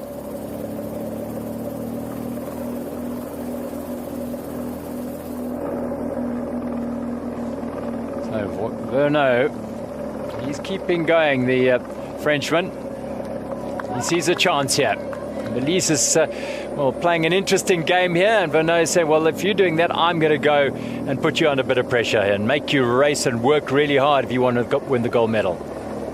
Well, Vergnaud, the Frenchman now that's leading the men's race. He took up the sport in 2009, began competing in 2010. One of his friends really encouraged him to try paracycling. He said he improved very fast and he realised he might have some potential in the sport. Well, that's what we are seeing right here in Paris at the Paralympic Games. The Frenchman is delivering at the moment. So it's a 4-lap race. 56.8 kilometres in total. Closing in on the end of the first lap in the women's H5 road race, and the lead group of 5 riders crosses the line. One missing rider from the original start batch of 6 is Katia of Italy. Well, Gerald, I think I was right about the tactic of Oksana Masters, because she really did want to put pressure down on the climb. She wanted to hurt her fellow competitors, but she didn't want to break away at that point. She didn't want to get out on her by herself with 3 laps to go. When will she make a really big move with no turning back? That's the big question. Well, you just feel that Masters is such a dominant force in this sport, in this event. They all look to her, and there's a conversation going on there now between Hanan and Masters. Well, Hanan is very, very motivated today, I must say. She's done a lot of work, a little bit of a smile on her face. There may be a feeling among the bunch of women there that they are racing for a silver medal against such a phenomenal athlete, but anything can happen. Vignan, France, he is still the leader of the men's H5 road race. He's put a gap, and it's Mitch Felice now that has to forget about Tim de Vries, and he has to go out on the chase because he cannot let the Frenchman get too far away. Mitch Felice is now under pressure to make his way back to the wheel of Loic Vignard. Well, Felice perhaps also is a firm believer that he has the strength, the condition and the stamina to get the better of this group, regardless of what tactics they employ. And Vernot is now caught, having put in that little surge after they went through the first lap. And Mitch Felice, and he goes to the front, and Vernot immediately jumps onto his wheel as he should. Yeah, Mitch Felice won't make this easy for him because he'll know we just got a Tim de Vries label up there. I think this is Mitch Felice. And unfortunately, we have just been given the news that Shang Li of China will not be able to finish this race, unfortunately, due to that crash. But it is Mitch Felice leading the men's H5 road race, and solidly on his wheel, the Frenchman Loic Vignard of France. Well, Atachi Swirachai, he is struggling, the man from Thailand on the climb, struggling to hold contact. We'll come around this corner and see what damage has been done. We saw this on the opening lap. He and, to a degree, Luis Costa were the 2 riders who found they're going a little bit tough going up the climb, and he has lost a lot of road here. And further up the road, there's gaps appearing now because the pressure has been applied up front by Felice and by Loic Vignard, and so it is Costa and Pablo Bal of Ukraine and Luis Costa of Portugal. They're the 2 working to chase the 2 men out in front. So these are the 2 men out in front, Mitch Felice and Loic Vignard of France. They're the first and second riders out on the road, being chased by Bal Pavlo of Ukraine and Luis Costa. Well, they're going to have to work really hard to close this gap. Costa, bronze medalist in the time trial, and Pablo Bal, 7th at the World Championships in last year in Glasgow. Well, you wonder if Mitch Felice has got some information from the side of the road that Tim de Vries is out of contention and just to do his own race. Has he decided to really apply the pressure now? Because he's certainly putting in on the front. You can see now he hasn't moved over and shared the workload. He said, well, okay, I'm going to really make this tough now. Quite early in the race as well. Yeah, now he means business. You get the feeling, Mitch Felice. He's done enough waiting and looking and worrying about his teammate Tim de Vries and that crash now. It has ruled out Chang Li from China. And Chang Li from China was doing quite well, wasn't he? He was very aggressive in the first part of the race. So very disappointing to lose him from this competition. as we need to. No, too fast. Whoa, that's bad news. So down goes the Dutch rider Hanan in the women's H5 road race, going into that corner too hot, and she crashes out. Not yet out, but she's crashed hard, so there may be damage to her bike. Yeah, one of the, I would say the second strongest rider. I think she's not going to be able to continue. We will get official word of that later. However, as the women's race continues, it's Sun on the front from China, putting down the hard work with Oksana Masters chasing her down. Well, Hanan went into that corner really hot, and unfortunately for her, hit the barriers. Now the race is cracking open. With the men's H5 road race, there are two riders who have got away from the main group. This is Loic Vorneau of France, and he's sitting on the wheels of the race leader Mitch Valise, who is the race favorite as well as the gold medalist in this event in Tokyo. He's looking for double gold here, and a double gold if you like, because he won both the time trial and the road race at the Tokyo 2020 Paralympic Games. The chase group, well, Pavlo Bal from Ukraine and Luis Costa of Portugal are doing all they possibly can here to shut down that gap, but it is going to take an enormous effort from these two. You feel the firepower sits up front with Verneau, the Frenchman, and the Dutchman Valise, bearing in mind that we've already lost from this men's H5 race Chinese rider Liu Changli, and he is out of the race completely, whilst Atachai Surichai is really struggling on the climbs and perhaps won't be able to get back to this group.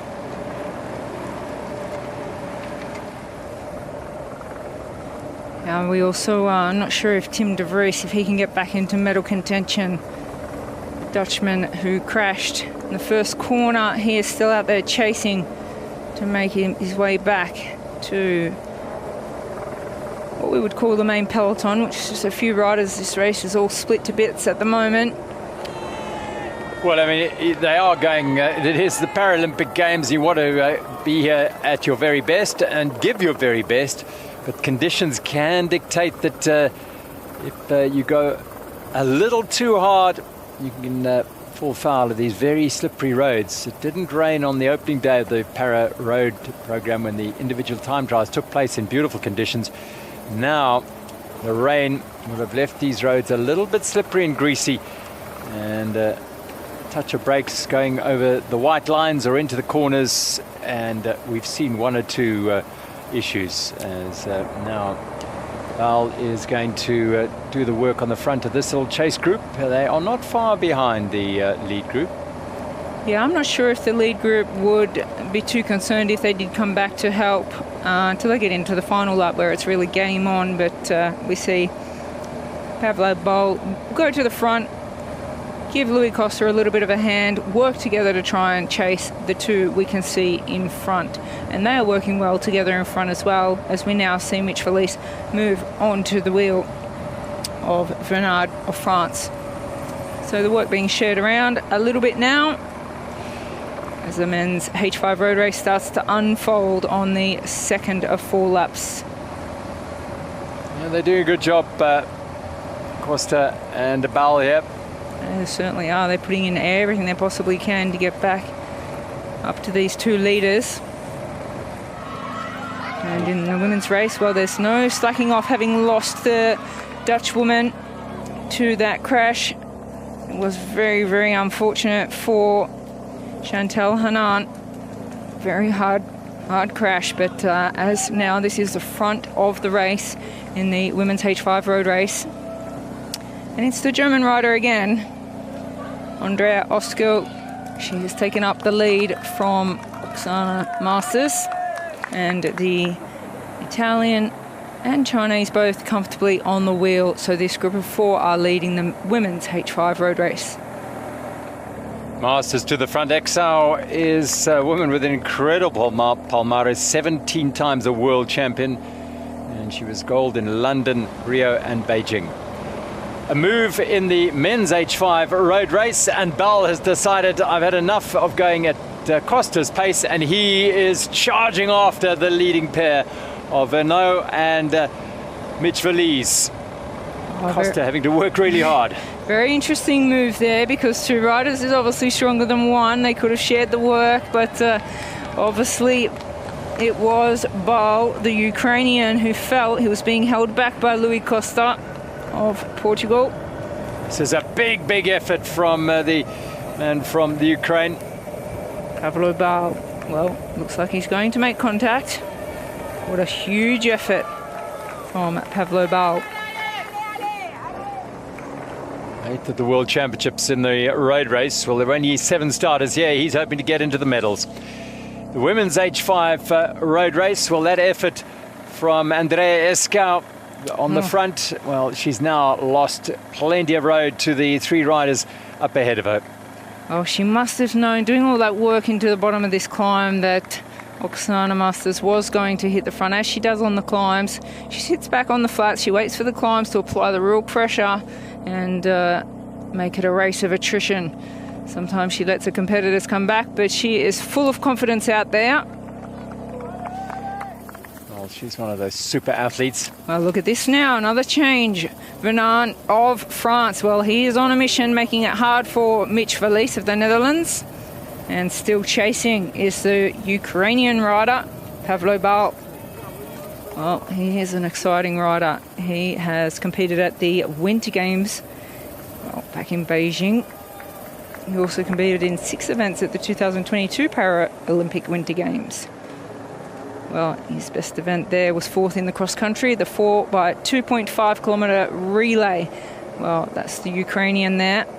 Well, he certainly has a huge amount of experience when it comes to competitive sport. And here is Rui Costa. Louis Costa, shall I say. Well, we all know Rui Costa, but Louis Costa's the man on the road at the moment. He's got the work to do to chase the 3 leading riders. Yeah, he's got a real interesting style, putting everything into the bike. That's when he's leaning very forward in the aerodynamic position, just putting everything through the bike. Well, right now, this is the top 3. This is the men's H5 road race, the leading group. Sitting in 3rd place here, Pavlo Bal from Ukraine. Just ahead of him is Mitch Valise, and alongside him is the Frenchman Loic Vernot. And we are midway through lap 2 of this 4-lap race over 56.8 kilometers.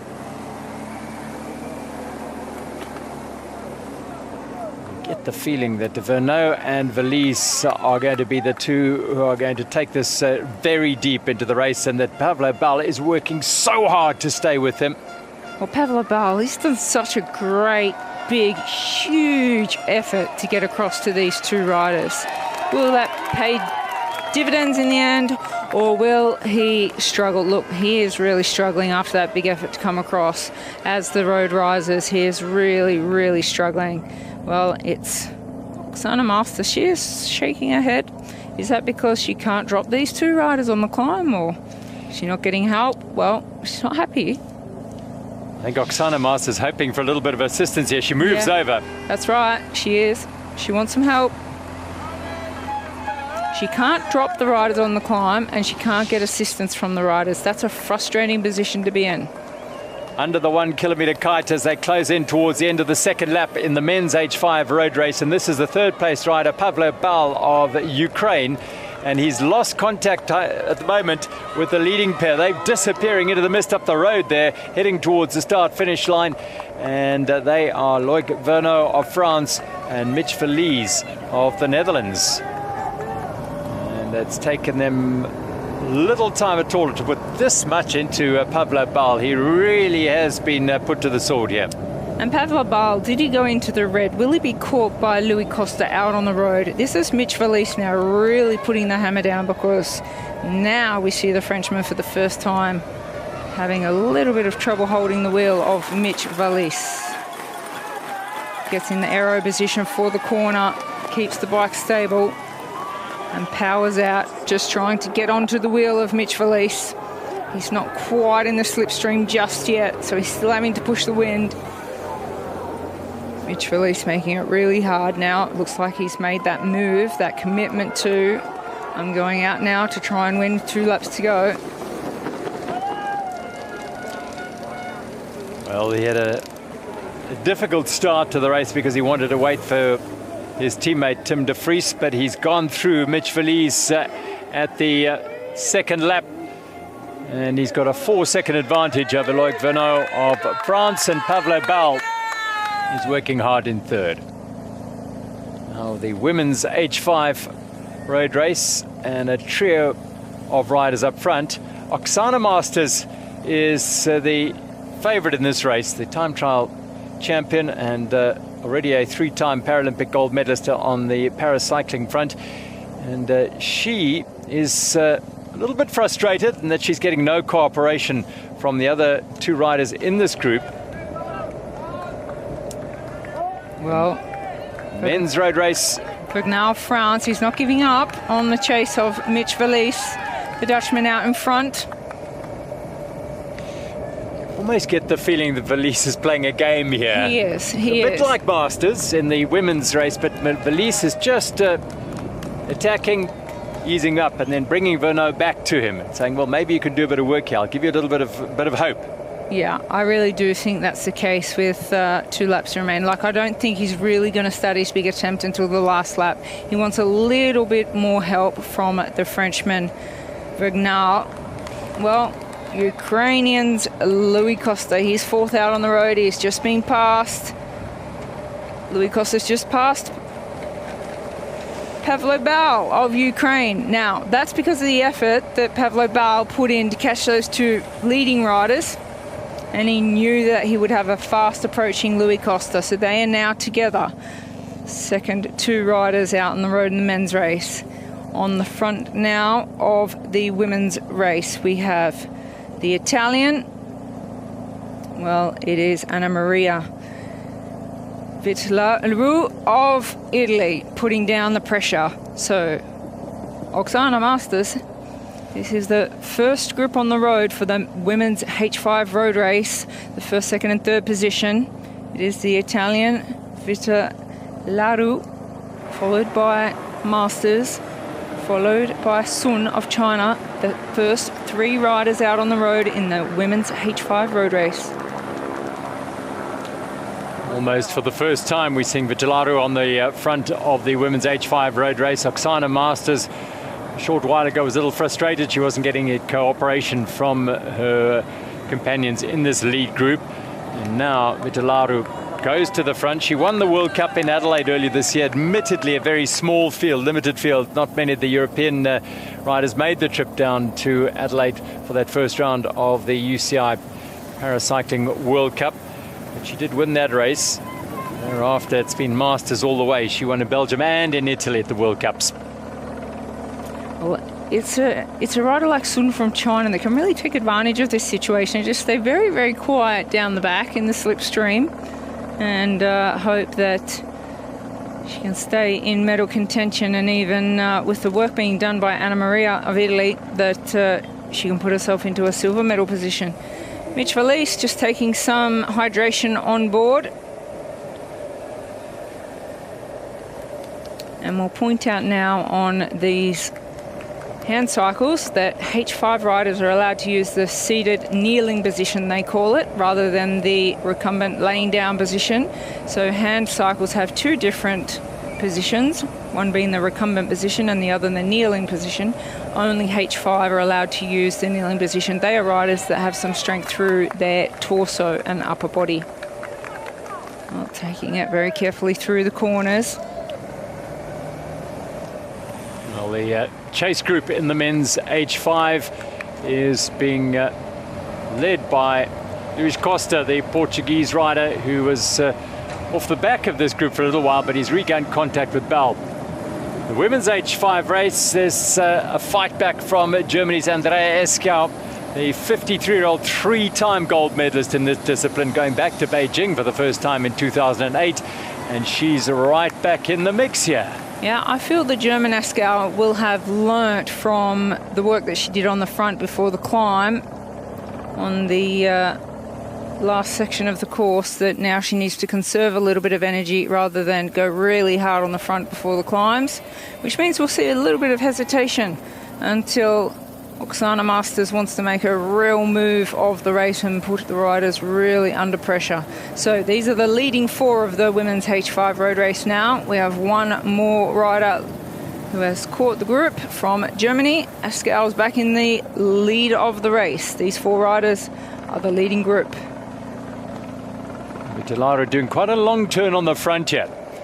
The men's H5 race, and it is still two on the front with Mitch Verlies and Loic Vergnaud, who's fought back. He's having to work really hard though to manage the surges that Mitch Verlies has been putting in. The Dutch rider has every now and again puts a surge in, and then Vergnaud gets dropped and he has to work hard to pull back. Maybe Verlies eases up a little just to invite him back into the fray, and then they work not quite together because Verlies is on the front here, but it just needs a little bit of assistance before you feel it gets to the final lap when it'll be all in. Well, it's very strategic because Mitch Verlies realises that he's not going to get too much help by Vergnaud going to the front and doing work. So he's doing those, as you say, those power efforts to make him have to really put the effort in to get back onto the wheel. 4 kilometers into lap 3 of this 4-lap race. These are two chasers, and I feel they would be best off trying to stay together and working together. We've seen them break away from each other and race each other, but they are the third and fourth riders out on the road in the men's H5 road race. It is Louis Costa from Portugal and Bol there of Ukraine. And now we see it is the Italian Vidal on the front with Masters in second position. It is Sun from China in third, and as we expected, the German Askau, she is just taking her time to recover on the back of this leading group of four in the women's H5 road race. The H5 women's road race lost a potential medal threat in Chantal Hanan, who had a nasty crash and is out of the race. She was third, beg your pardon, in Tokyo. Vitilara leads them through the little switchbacks. So Hanan out of the race, unfortunately, for the Dutch. Yeah, and from the six riders that started, we saw one of the Italians, Katia Addy. She was dropped on one of the earlier climbs, so she'll have a hard solo race to the finish if she can't catch these four riders. She went through the end of the first lap, 54 seconds behind this group of riders. All together, going through. Here's that surge you were talking about, Gerald, from Mitch Verlies. He makes a surge. He makes it hard for the French rider Vergnaud to really put a hard effort in to get back to the wheel of Mitch Verlies of the Netherlands. The first two riders out on the road in the men's H5 road race. Well, Mitch Verlies really putting the hammer down on the climb here, making it super hard for the Frenchman. Yeah, look at the difference in cadence. You could just see it when they were a little bit closer. Now you get the idea. Loic Vergnaud is really, really working hard here. And at some stage you feel Mitch Verlies is going to not have Vergnaud come back. Yeah, he's not going to wait, and he's just going to disappear up the road. He's got such strength. Look at the difference in the cadence there.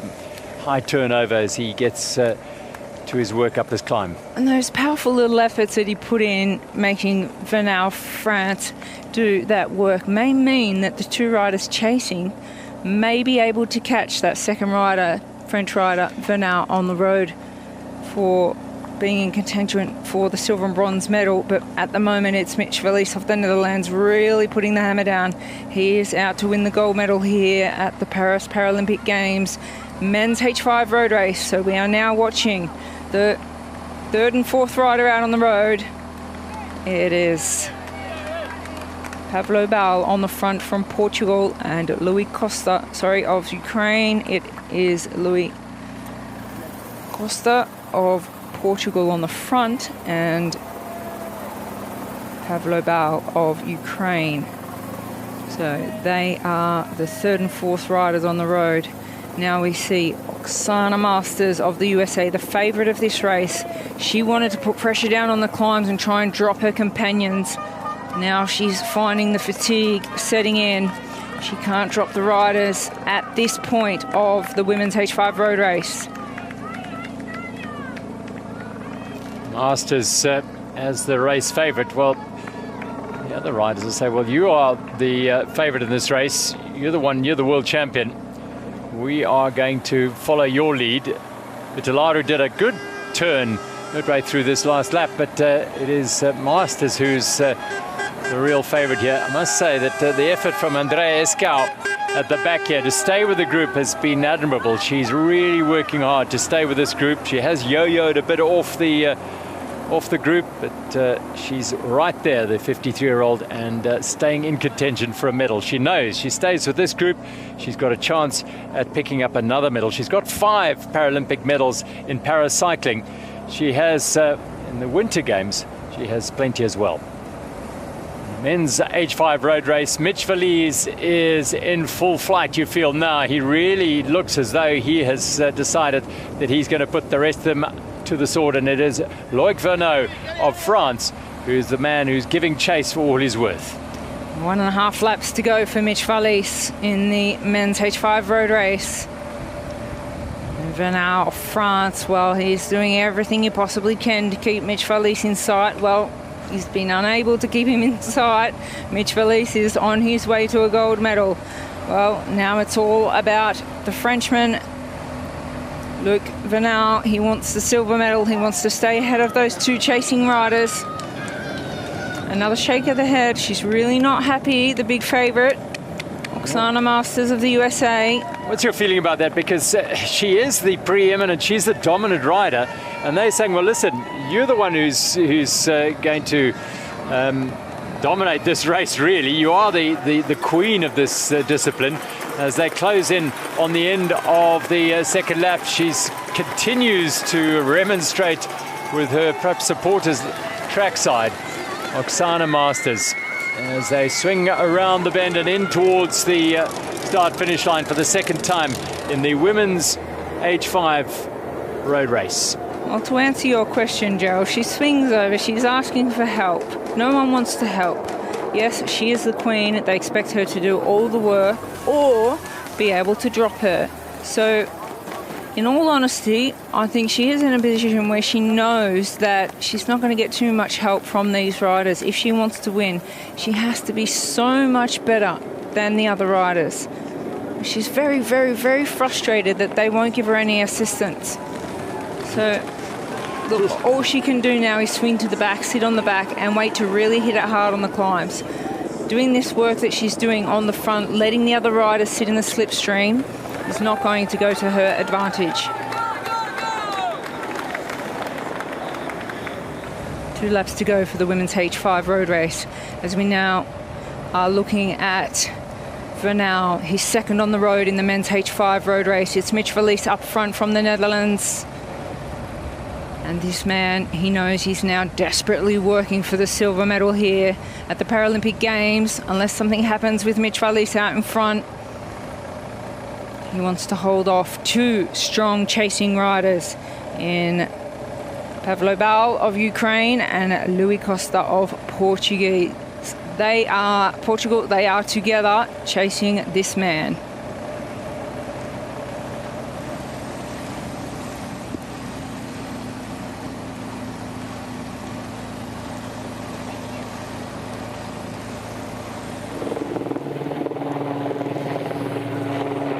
Here we go with Oksana Masters. They've gone through 2 laps in the women's H5 road race. And Masters, she has 3 companions with her. Anna Maria Vitilaru, Andrea Escau, and Sun Bianbian of China.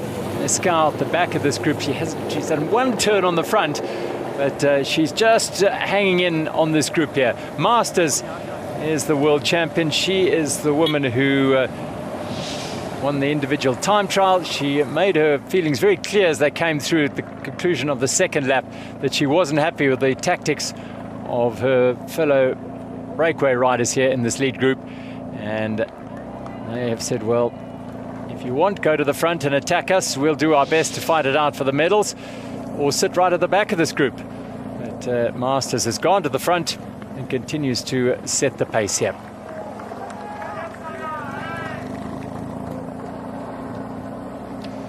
Cornering has been treacherous for some riders on a wet day, although the rain has eased off, which is thankful. You can see patches of dry road now.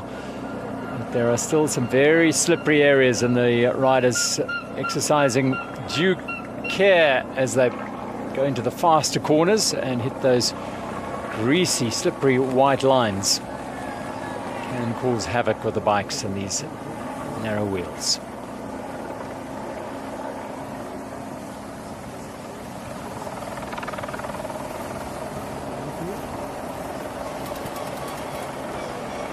Masters just looking over his shoulder, and Vitalu staying with it. Bian as well. Hitler of Italy, who's sitting comfortably on the wheel of Masters, she said that one of her biggest motivations is to honour the fact that she is using the bike of the famous Alex Zanardi, the paracyclist who won 4 gold medals across 2012 and 2016 Paralympic Games. She expects to ride his hand cycle at the Paralympics here, and she really wants to do the honour of doing that bike proud. Well, Mitch Felice continues to increase his lead in the men's H5 road race.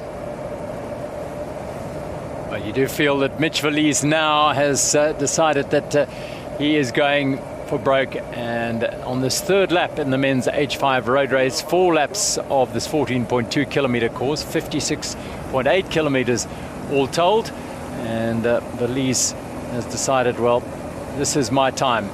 If you are going to challenge me for a medal, well, this is the lap you're going to have to try and stay with me. But he is looking so strong. There's a biomechanical engineer who's put a lot of effort into the development of 3D printing. So a lot of the parts on his bike will be 3D printed. He has a beautiful riding style.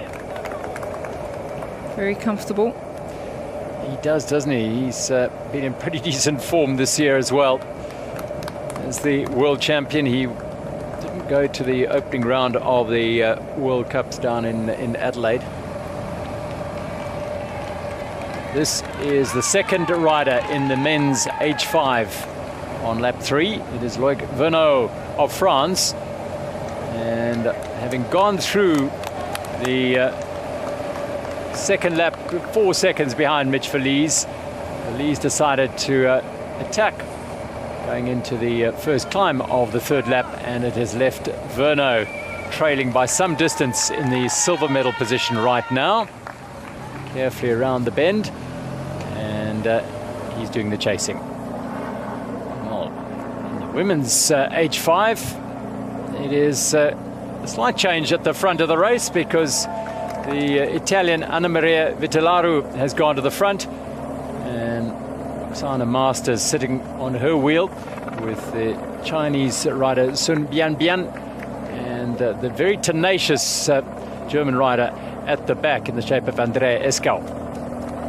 Yeah, as I said, Gerald, I think that she knew a mistake of doing too much work on the front earlier in the race, and she's just sitting back now, watching her competitors and recovering as much as possible for the final laps of the women's H5 road race.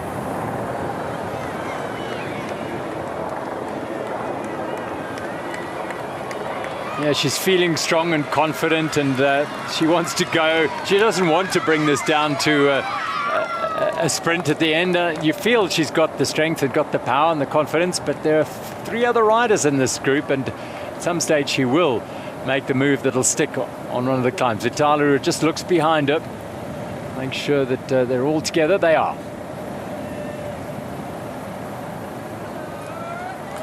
Leroux of Italy. She won't want to do too much work for Oksana Masters. She is doing a fair share, just showing, look, I'm willing to share the work around a little bit here, but you are the woman to beat. You are the favourite. Leroux of Italy. She comes from a basketball background as well. Actually born in Romania and moved to Italy at the age of 17. Well, she does have a big chance here if she doesn't do too much work. Oh, you know, in fact, this race, there's the 4 women that are leading the women's H5 road race, and they're all in contention of winning. We know there's a huge big favourite there in Oksana Masters of the USA, but you never know what work your competition has put in the last few years, last preparation for the Paralympic Games. Almost Dutch corner there as Mitch Verlies goes through in front of a big horde of fans supporting him. And children and dogs running alongside the Dutchman as he powers at the front of the men's H5 race. And in control of this race is the Dutchman, the world champion, and the man looking to nail down another gold medal in this race. He's closing in on the completion of his penultimate lap, the 3rd lap of 4 in this 56.8 kilometer race. Mitch Verlies has blown this race open on the 3rd lap. Having gone through after 2 laps together with Loic Vinot, it is now Verlies on his own. 2nd place in the men's H5 road race, nearing the end of the 3rd lap. He's on that climb that takes them towards the finish. It is Loic Vinot. 4 seconds down after 2 laps. He's leaked a lot more time on this lap as Mitch Verlies applied the pressure. And there is that 1 kilometer kite. So you get a perspective that he's probably around 30-40 seconds adrift of Verlies. No, very shortly, because they're going to go underneath the arch at the start-finish line, and that is where the time split will be given. Well, he says he spends between 60 to 90 minutes a day on the bicycle and 3 times a week in the gym. I suspect this man is spending a lot more time on his bike than 60 to 90 minutes a day. Mitch Verlies of the Netherlands. Well, he is coming into his final lap of this Paralympic Games here in Paris. Well, Mitch Verlies is 1 lap away now from putting together a supreme ride here, but he's got to keep it together for another 14 odd kilometers, because that's what lies between this Dutchman and a 2nd consecutive gold medal. Looks across at the support on his left-hand side. They would have given him a time check. So he took 24 minutes over lap 1, 23 minutes over lap 2. So he's going very impressively now, is Verlies. He takes a drink, having gone through there, and into the corner, the fateful corner where his teammate Tim de Vries crashed on the opening lap, ending his hopes of a medal. He may well still be out on the course, he is, but out of contention. You see the difference in the body language between Mitch Verlies just being comfortable on the bike, where we see here the Frenchman really putting everything he possibly can through those revolutions. His arms will be burning and stinging with a lap to go. But at this level, you just block the pain out. That's the ability. It takes a little bit of a drink there, you can see. Yeah, interesting. Verlies has got a bottle, and this man has got the bladder with the tube, the pipe to suck on as he's going. Now, Loic Vinot, 43 seconds the split to Mitch Verlies after the 3rd lap of 4. 43 seconds, 1 lap to go over 14 kilometers. It'll take a massive effort from this man and something of a fade from Mitch Verlies if this is going to change. He's holding nothing back. He is putting everything in, the Frenchman. He certainly is. He's going to put this last 14.2 kilometres to the test. He's putting absolutely everything he's got into it. He knows these 2 men are chasing. They're in 3rd and 4th position out on the road. From Portugal, Louis Costa. And the man behind him from Ukraine, that is Pavlo Bal. They are working very, very hard to try and catch the Frenchman who is in 2nd position out on the road. Right now, this is the fight for the bronze medal in the men's H5 road race. And it is the man from Portugal, Luis Costa, who got caught up in the crash at the very first corner of the race and has fought back into the race, and he goes across the line with a lap to go together with Pavlo Bal from the Ukraine, and they are in the bronze medal battle at the moment with 2 riders further up the road. Bal just looks over his shoulder to make sure no one's coming from behind. Well, that could only be Atachai Surichai of Thailand or Tim de Vries. Both are still going, although de Vries is 2.5 minutes off the lead and nearly a minute behind Atachai Surichai in the 5th and 6th places. Louis Costa there of Portugal. He was doing a lot of the hard work. As we see now, it is the big race favourite in the women's H5 road race. Oksana Masters doing the work on the climb again, just trying to fatigue or drop her companions. The 4 leading riders in the women's H5 road race. Just have had a word with one of the USA paracycling team staff there, just to say, look, I'm just doing all the work here. Well, they might say to her, well, don't worry, then just go and get the gold medal, because everyone's looking at you as the race favourite and the one to take the gold medal. Well, make sure you do it. And well, this group are not letting her go, though. Vitalaru Yambiang and X out the back here, the German rider, has done a great job to stay with the group here. Yeah, I feel Vitalaru from Italy and Sun from China have done a great job just staying in the slipstream as much as possible. This is Tim de Vries, and he is now with the man from Thailand, Atachai Sriwichai from Thailand, and they are closing in on the final lap of the men's H5 road race in 5th and 6th places. The Vries race was compromised at the very first corner. The bell for the final lap rings for Tim de Vries and Atachai Sriwichai.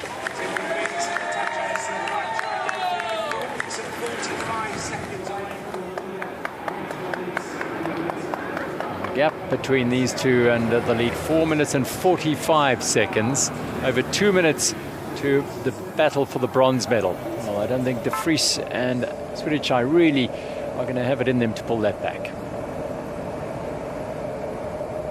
Mitch Verlies threw down the gauntlet on the 3rd lap of this men's H1 road race, and once he attacked on the first climb of the lap, he has been on his own, and he continues to tap out a beautiful rhythm. Yeah, he has that bottle on his hand cycle just in front of him. Other hand cyclists prefer to use a bladder, the tube that they just suck on when needed, like Lloyd Verno.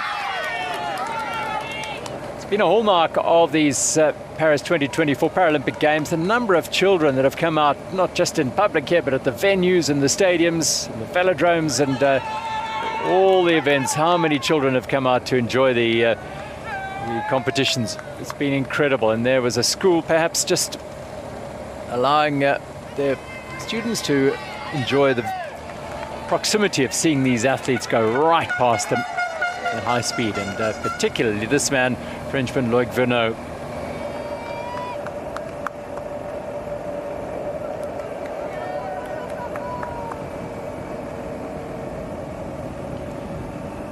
Angles, making sure he hits the apex of these little bends perfectly. Mitch Verlies, a man in perfect harmony and sync with his beautiful carbon fiber high-tech hand cycle. Being an engineer and a specialist in 3D printing, There will be no stone left unturned in the preparation of the bicycle. The hand cycle, although I've no doubts about the aerodynamics, the comfort, the position of the bicycle. It also looks like he's pretty confident in his condition as well. It's a pretty arduous program for these paracyclists. They had the time trial, the individual time trial, a day earlier, and had to back up straight away with the road race a day later. The road race was originally slated to be over 5 laps, but due to the weather, that compromised things slightly, and there was a slightly later start due to heavy rain in the morning, and so they've reduced the road races on the second day of competition by 1 lap each.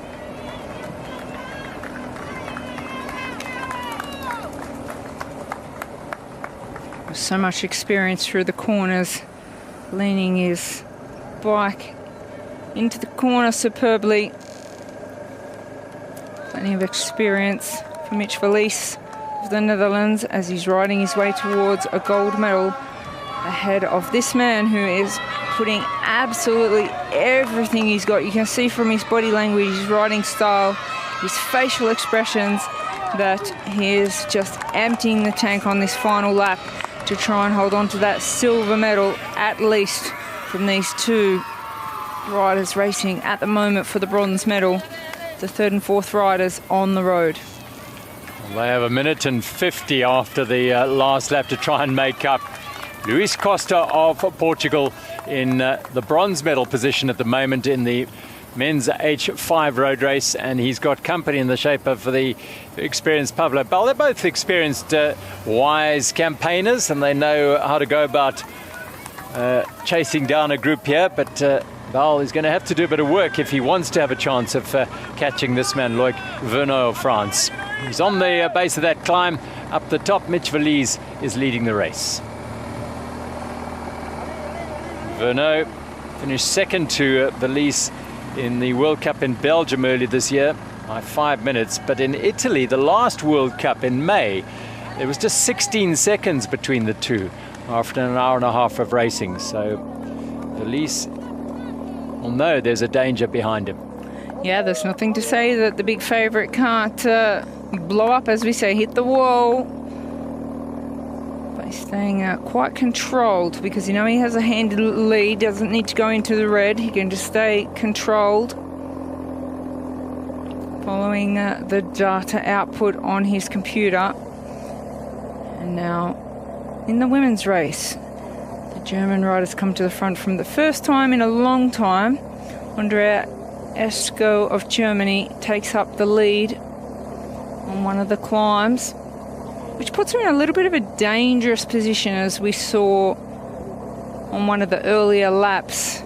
She put a big effort in and then got dropped and had to work really hard to make her way back to the trio that are now the 4 leaders on the road in the women's H5 road race. So it's German's Andrea Esko on the front. It is Oksana Masters of the USA in second. We have the Italian there on, it is Anna Maria Vertolu in third position, and Sun of China in fourth. Now she's been very, very quiet, so we should keep an eye on her. Comfortably sitting in the slipstream. She's done I don't think she's been to the front at any stage. Vitalaru has been there, Eska's there now, but Sun has not been near the front of this race. She was third at the World Cup in Belgium behind Masters and Hanan. So don't discount her being in the mix at the business end. She was second to Masters in the Italy World Cup ahead of Vitalaru. But it is so tight. And Sun doing the minimal amount of work at the back here. Yeah, nearly looks like a team pursuit, doesn't it? With the wheels so close to the back of the bikes in the front. And they are really using that slipstream to their advantage. Esku has looked behind and asked for a bit of help, but she hasn't had anyone come through. You just see how different their their techniques are. Masters much more upright in her hand cycle. Yeah, it looks to me when riders are really under pressure and doing it tough that they're leaning much more forward to get more of their shoulder power and back power into that revolutions, whereas we haven't really seen Oksana Masters under too much pressure just yet, the rider from the USA. This is the men's H5 road race, the fight for bronze as it stands at the moment. These two riders looking anxiously over their shoulders. They know there's a bit of power coming from behind because Tim de Vries and Adachai Surichai were dropped early on. De Vries through an accident, and likewise Surichai, and they are chasing for all their worth, and they know if they can gain this group here, they'll fight for the bronzes. But Luis Costa and Pavlo Bal at the moment are in third and fourth place. I want to say virtual bronze medal is the fight there. This is virtual silver because it is Loic Vernot of France, and he is making sure that pair behind him, who are a minute and 50 behind after the third lap, are staying, if not that far back, as far back as he possibly can keep them. All the while hopeful that he might catch a glimpse up the road of the race leader. Fancy that hope is in vain. Mitch Verlies looking very much in control, the Dutchman out in front, whilst this man is labouring. He's putting all of his effort into holding on to that silver medal position. If not, catch Mitch Verlies should he make a mistake and find himself in the red. But he's an experienced rider. I think he's in control. You can see from his body language. Is really, really in control of this race as the leader of the men's H5 road race. Mitch Verlies of the Netherlands, looking quite superb. Doesn't he just? Absolutely beautiful technique, rhythm and pacing. The way he glides through the corners, the downhill bends so smoothly, so effortlessly. He just has a quick glance over his shoulder, but there's no one there. Well, still a score of Germany on the front, with Oksana Masters in second. The positions haven't changed on this climb. Oh, this is an exciting women's H5 road race because there are 4 riders in contention for the gold medal. So they are coming close to their final lap of this race. Yes, they lost a potential medalist in Chantal Hanen of the Netherlands when she crashed out quite heavily going downhill very fast and lost control and went into the barriers, sadly for her. And Katja Are of Italy was dropped very, very early on in the race. So they are not in the picture in terms of a medal here. Are crossed the halfway mark, 2.5 minutes behind this group. This group, the pace being set, and Oksana Masters happy with the pace being set at the moment by Andrea Escau. As I said, there are a few more experienced in that field. Mitch Verlies is making this look very, very easy indeed in the men's H5 road race on this final lap. Cuts through the corners, and the man giving chase for all his worth in the men's H5 is Loic Vernot of France. Big gear, he's working really, really hard. Try and pull it back. He's really emptying the tank on this final lap, trying to stay ahead of these 2 chasing riders who are in bronze medal contention at the moment. It is Pavlo Bal of Ukraine and Luis Costa of Portugal, who will be the stronger of the 2 when it comes down to the final sprint for the bronze medal. Well, this German rider Andrea Escau is doing a huge turn on the front here, and Masters, Vitilaru and Sun behind her, well, they're quite happy for that at the time. For the moment, they would be very happy. Very surprised to see Andrea Escau of Germany. She's 53 years of age, doing all the work on the climb. Before her accident, she competed in both biathlon and cross-country skiing at the Paralympic Winter Games. After her accident. But in 2010, 2014 and 2018, claiming 4 gold medals, 4 silver medals and 1 bronze medal.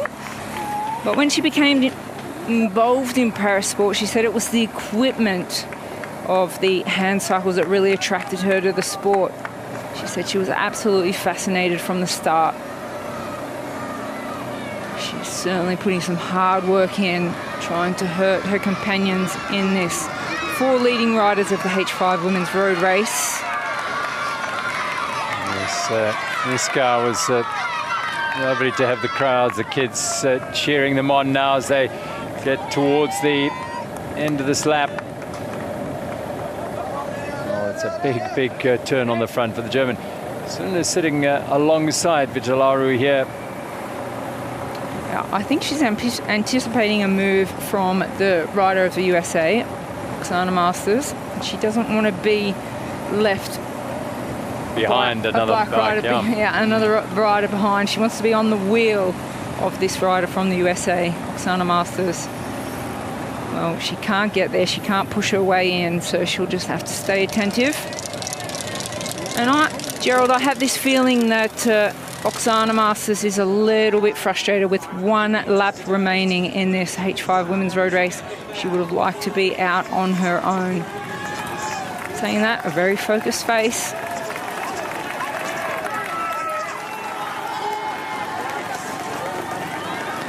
Around the corner, they'll look up and they will see the arch at the start-finish of this women's H5 road race. And they'll know they've got 1 lap to go once they go underneath that arch. 4 riders together in the women's H5 road race at the front of the group.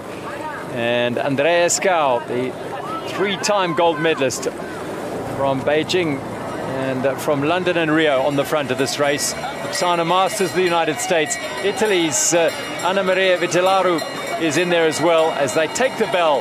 And right at the back of this quartet, Yan Biansun of China. Race on for the final lap now. Who is going to try and crack the Masters code? Well, we can see Biansun. She has now got the wheel of Oksana Masters. That's where she wants to be.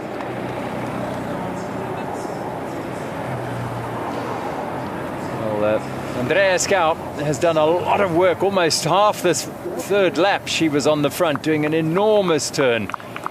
How much will that take out of her? Or is she just feeling so good and so strong she's decided to take it on? Gap between Mitch Verlies and Loic Vernot in the men's H5 road race, 1 minute and 12 seconds. They're very close to the finish of this race, and Mitch Verlies has taken a firm grip on this race. In the 3rd lap he did that, and he's gradually increased that lead, although Vernot has hung on there and just tried to make sure he doesn't lose too much time. Same token, not getting caught from behind. Beautifully through the switchback, the bends, Loic Vernot. It's a superb effort, and he hasn't given up, has he? He hasn't given up the chase. He hasn't given up the silver medal. He is putting everything he's got into this last part of the men's H5 road race. We're getting down to the real business end here, and you can see a bit of cat and mouse playing around. These are the 2 riders racing it out for the bronze medal at this point. Well, you saw 1:12 the gap between Mitch Verlies and Loic Vernot on this final lap, and that means that Verlies has put in time.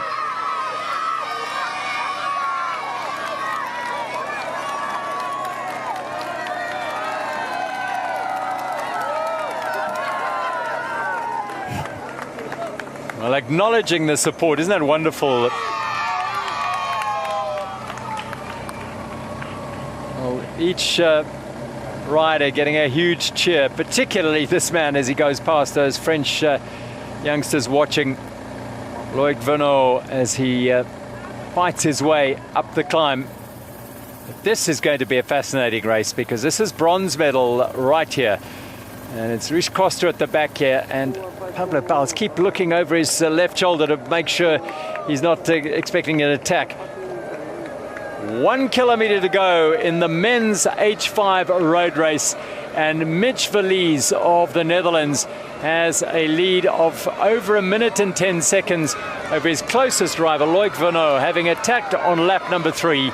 and he is, well, as any leader will do. You never think that chasing rider is any more than about 2 meters behind you. He looks over his shoulder, he doesn't see a rider, so he knows that Loic Vernot is way behind him, and it is going to be Mitch Verlies who will lead this man into the finish, but by some distance, as the Frenchman soaks up the cheers. Well, he has time to wave to the children alongside the road, Mitch Verlies. That's a man full of confidence, full of belief and the power. And hasn't he shown it today in this road race? Absolutely supreme performance by Mitch Verlies. He had the anxiety early on of losing his teammate Tim de Vries to a crash early on, and he had to wait. He waited, he thought he may come back, he didn't come back. He eases up, takes this last corner. There's a rider just ahead of him, and that's the Italian rider Katia Era in the women's age 5. She is a long way back in that race. She's still got a lap to go. But it is Mitch Verlies who takes the flag of the Netherlands, tucks it in. He will wave that as he rides his way to glory. Another supreme performance by Mitch Verlies, the gold medalist in the road race and the individual time trial in Tokyo. He won the individual time trial on the opening day of the Para Road program here, and he is now going to make it a double gold celebration for the Netherlands. It could all go wrong there. He's got to be very careful, and he now will just hold the flag and wait till he gets safely across the line. Mitch Verlies, one last look over his shoulder, is the gold medalist in the men's H5 road race. A top-class performance by a true master of his craft. The victory to the Netherlands for the second year and the second Paralympics in a row.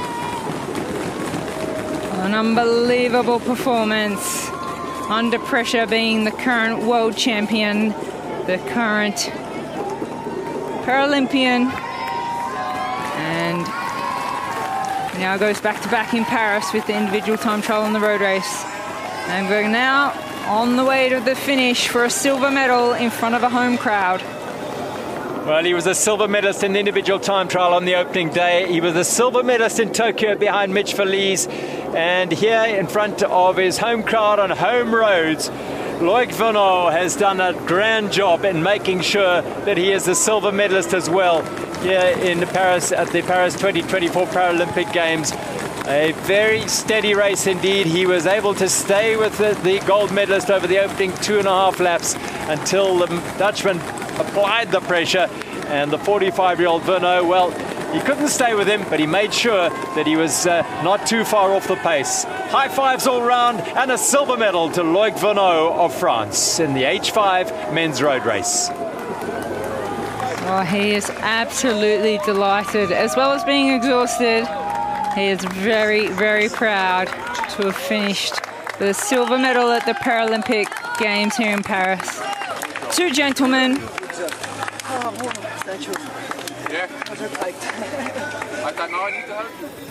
First place in the men's H5 road race, Mitch Verlies of the Netherlands. And following home in the silver medal position, 1 minute and 15 back, Loic Vernot of France. Well, we've seen a big move now from the Ukrainian rider. Well, he is going out, Pavlo Bal, for the bronze medal. Well, interesting, because Costa sat on his wheel for much of this last lap, and Bal was constantly looking over his shoulder, expecting perhaps the Portuguese rider to attack. And it is now Pavlo Bal who goes under the red kite, the 1 kilometer to go mark, and he's still looking over his shoulder because he is not certain yet of that bronze medal. The two were locked together as they went through on the third lap. The women's H5 road race is playing out in dramatic fashion here, because still driving the pace on the front here and applying the pressure, Andrea Eskau of Germany, Oksana Masters of the United States behind her. They are doing plenty of work here. Vitalaru of Italy is in this mix as well. She doesn't want to get dropped if there is an attack right at the back of this group. And sitting third wheel is Bian Biansun of China. Well, this is a dramatic race playing out, Gerald. We would never, ever expect to see these four riders together. Wow! Leans into the final corner. Pavlo Bal of Ukraine. Well, what a performance by this man. Heading towards the bronze medal. Well, he had a race-long battle with Luis Costa of Portugal. And he knows it's not over yet. He's just making sure as he looks over his shoulder and drives it for all he's worth towards the finish here. Pavlo Bal, 7th at the World Championships. And he is putting this one to bed by collecting a bronze medal here. He's a World Championship bronze and silver medalist in para-skiing, but now he's a bronze medalist at the Paralympic Games in the road race in the men's H5. Pavlo Bal of the Ukraine. Bronze medal in the individual time trial. Sadly for Luis Costa, he loses out by a couple of seconds to Pavlo Bal and finishes in 4th place in the men's H5 road race.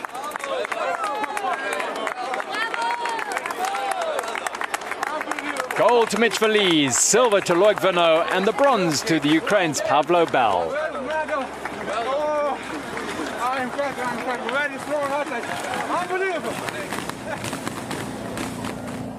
Well, drama in that men's race, and it's not done yet in this women's H5 road race.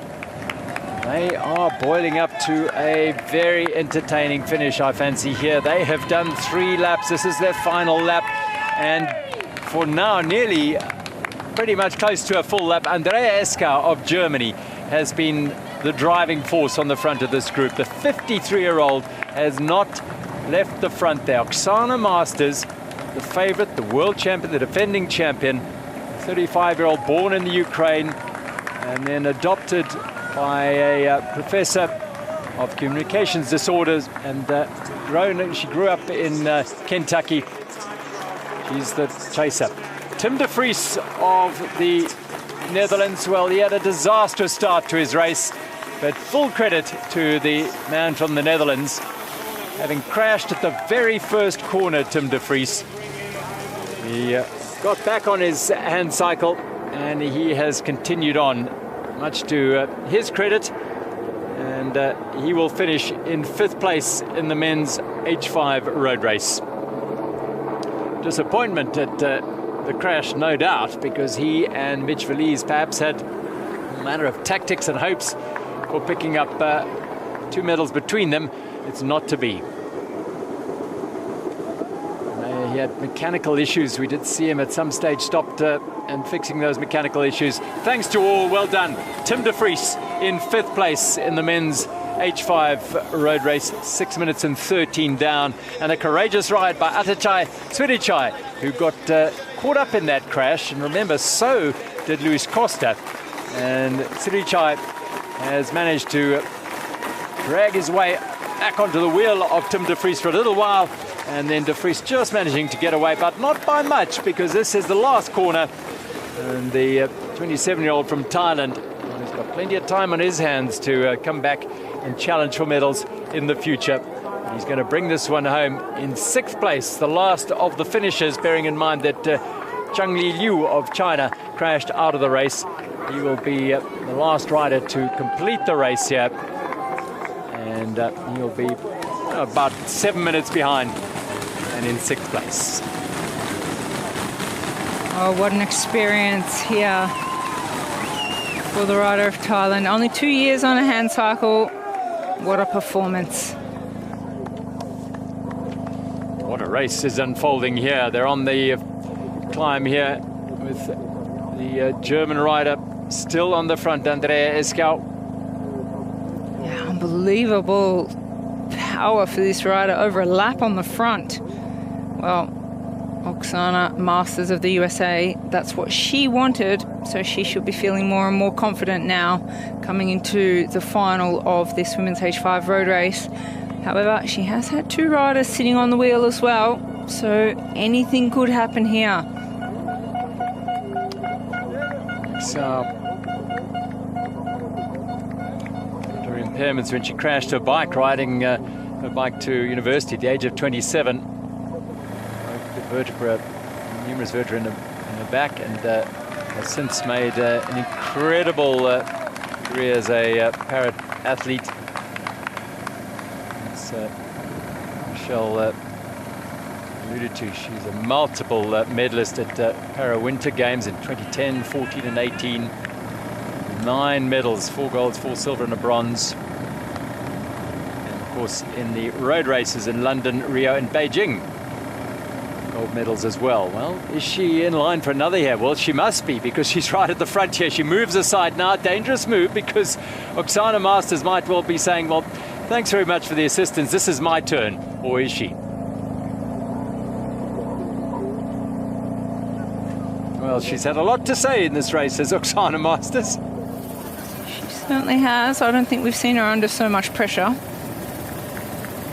Vichy-sur-Bois, the site of the para road cycling events here in Paris 2024.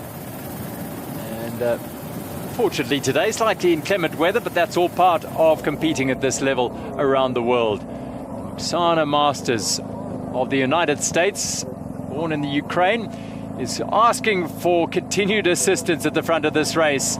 They're on the final lap, and Vitalu, and this is the rider I think they're trying to get to the front, is the rider from China, Sun Bianbian, because she has done absolutely nothing on the front. That's right, Gerald. The two riders, Sun from China and the Italian, Vitalu, she's not done too much work either. And I think that's what the conversation between Oksana and the German rider Andrea were talking about. Let's get some of the other riders, the Chinese and the Italian, to come through and do some work. Yeah, this is the very first time I think we've seen Sun Bianbian on the front of the race. We did see in the first 2 laps Anna Maria Vitilaru on the front for a little bit. But it has certainly been the lion's share of work done by Eskau and Masters. He's been very vocal about trying to get other riders to do some of the work. Road's much drier now, which is bodes well for these races.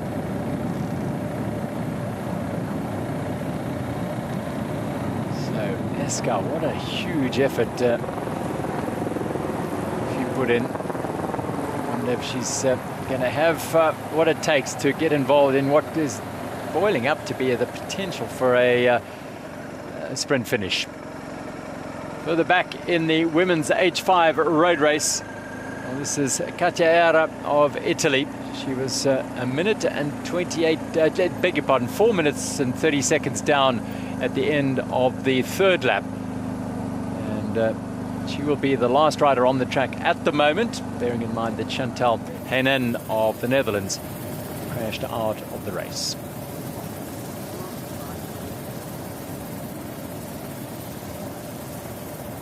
Beautiful conditions around France, in Paris here. A little bit of rain. It has made for some tricky riding.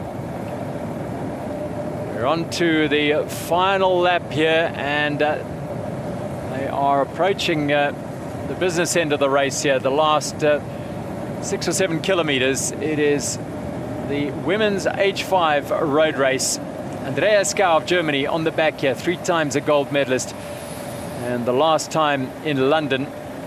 Then Anna Maria Vitilaru of Italy ahead of her.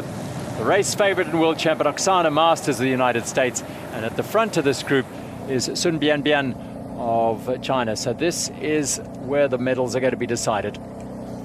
Well, this is a big surprise, isn't it, Gerald, to see 4 riders coming into the business end of the women's H5 road race together. We would have assumed Oksana Masters of the USA would have liked to be out in front by herself with pure power and speed and experience. We have 4 riders now in contention of gold, silver and bronze. They all took part in the individual time trial on the opening day of action in the Para Road program, and Masters won that. One wonders, whether that has taken a toll on her. and she wasn't prepared to go early. You saw early in this race she was sort of almost tempted to go on her own. Well, Bien Bien just pulls over there saying, well, I've done my turn on the front, and asks for more assistance. So from the back, well, she drives to the front. It's Andrea Eskau with around 5 kilometers to go. The German rider, Andrea Eskau, goes to the front for another turn. She did almost a full lap going into this final lap, so she is getting through a lot of work. Yeah, it's surprising. Sorry, it's surprising to see how much work she is doing, because it really is setting herself up for a very difficult finish when they're in the last 5 kilometres. Well, Sun Bian of China, she's certainly looking quite comfortable after spending most of the day in the slipstream. Oksana Masters, for all her protestations and vocal talk around the race, has done a good job here, because she's put herself third wheel, and she's managed to get others to do an enormous amount of work, and so now she can set herself up. She's going to need it, because there are 3 riders here who are going to be fighting. There is the 5 kilometers to go board, so we are getting down to the real business end of this, inside the last, and leading the chase for the medals, Andrea Eskau. Clichy-sous-Bois is where the para road events are taking place at Paris 2024 Paralympic Games, and this is the opening day of road racing after the time trials took place in dramatic fashion. 19 medals handed out on day 1 of the road program. Andrea Eskau of Germany, well, she's certainly done a lot of work in the second half of this race. It's going to make it a very difficult finish for the German. 3 riders just taking deep breaths, looking around, setting themselves up for what we could see as a very dramatic finish. The race for the gold medal is between these 4 riders. And if you're wondering what difference it makes, if you just look at Oksana Masters, for example, sitting third wheel there, every now and again she just misses a pedal stroke, and free wheels are just a fraction. It just, there we go. Whilst on the front, Andrea Eskau is putting in a huge effort, does not miss a stroke. She cannot. No, pushing the wind. For those of you new to cycling, there is nothing like being in the slipstream. The amount of power output compared to the rider on the front is so much less, and you can see the body style, the body composition of Eskau coming into the 4 kilometre to go mark. She is putting in all the work and all the effort, leans forward, all the torso strength is going, shoulder strength, arm strength is going into that bike from the German rider, Andrea Eskau. Oh, this is going to be a thrilling finish here, because you've got 4 riders, 3 medals, and the out-and-out race favourite involved in this mix, and it could go anywhere, because you've got the rider at the back, Vitilaru, who's done very little work over the last 2 laps, and but she is 4th wheel at the moment, and it's a long way around to get to the front, but she has that position. She has the element of surprise. Masters just moves up out of the slip of Bien Bien soon at the moment. Oh, shakes her head. This Masters not happy with Vitilaru, I think. Well, she can feel Vitilaru following her, staying right in the slipstream. Tactics, strategy, and racecraft. It's all going to come down here as Masters starting to range up alongside Andrea Eskau. Is this the time that the queen of this discipline, women's H5, applies a race-winning move? Nope.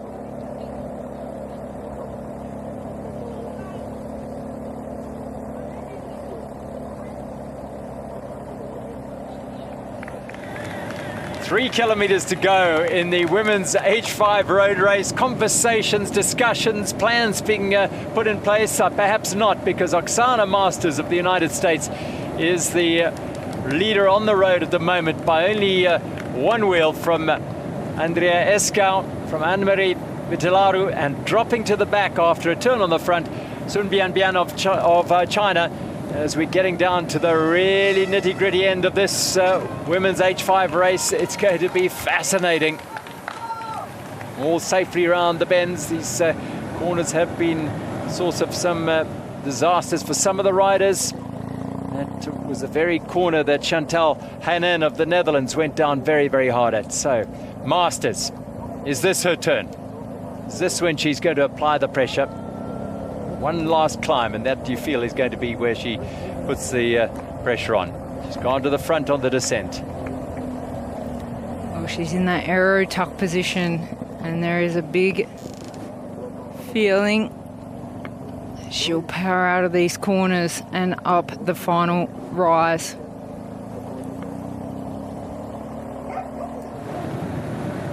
And Bern has got herself in good position into second place on Oksana Masters' wheel.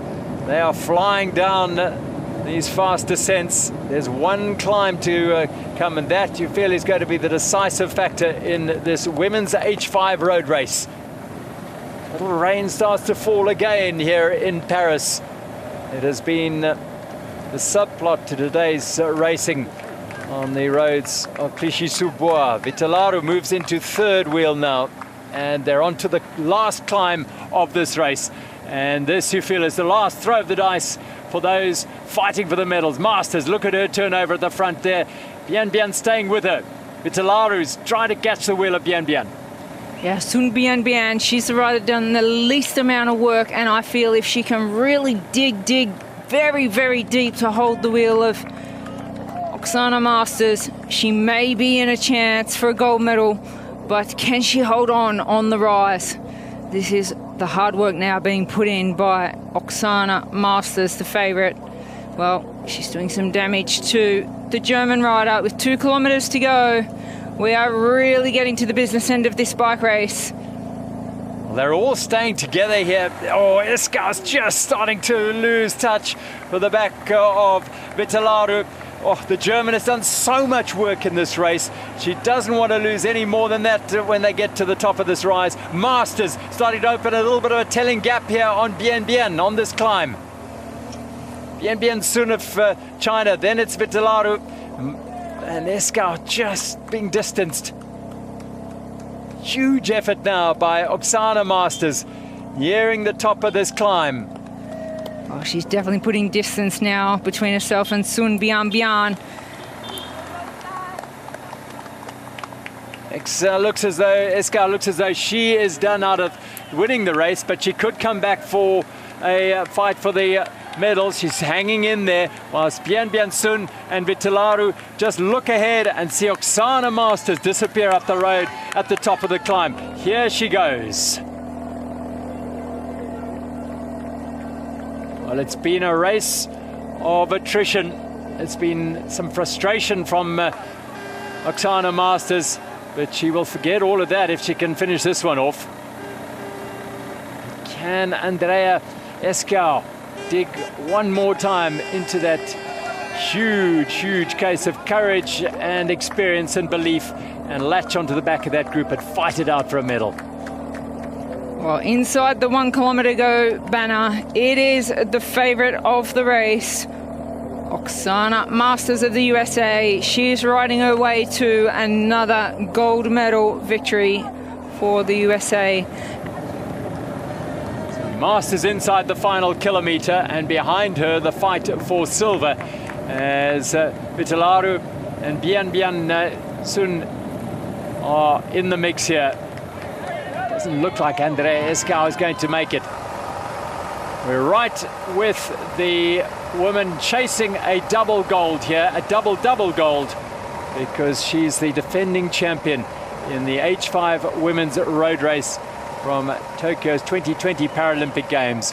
Oksana Masters. on her way to glory again after a race of real attrition.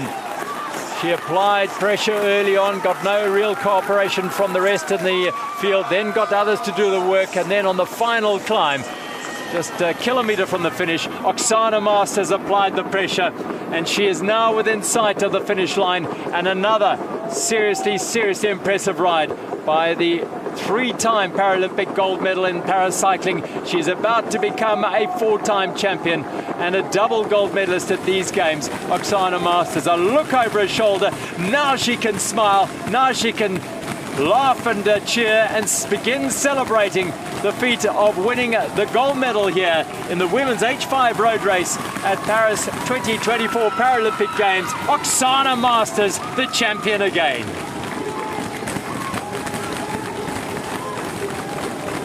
Sun Bianbian of the People's Republic of China will take the silver medal in the women's H5 road race, just a couple of seconds behind her. It'll be Italy's bronze medal through Anna Maria Vitilaru, the top three in an enthralling race, just 13 seconds covering the top three finishers in the women's H5 road race. And what a race by this woman. Absolutely amazing. She'll finish outside the medals, but she was one of the stars of the show. Andrea Eskau, the 53-year-old from Germany, did so much work in this race, but she'll ultimately finish outside the medals, but she'll have a big smile on her face. Well, she did a lot of work for Oksana Masters, who will thank her, because she put herself out there, and that little thank you was, I think, from Masters to say thank you very much for the hard work you did in that race. It certainly helped me. So Oksana Masters, gold medal number 4 at the Paralympic Games.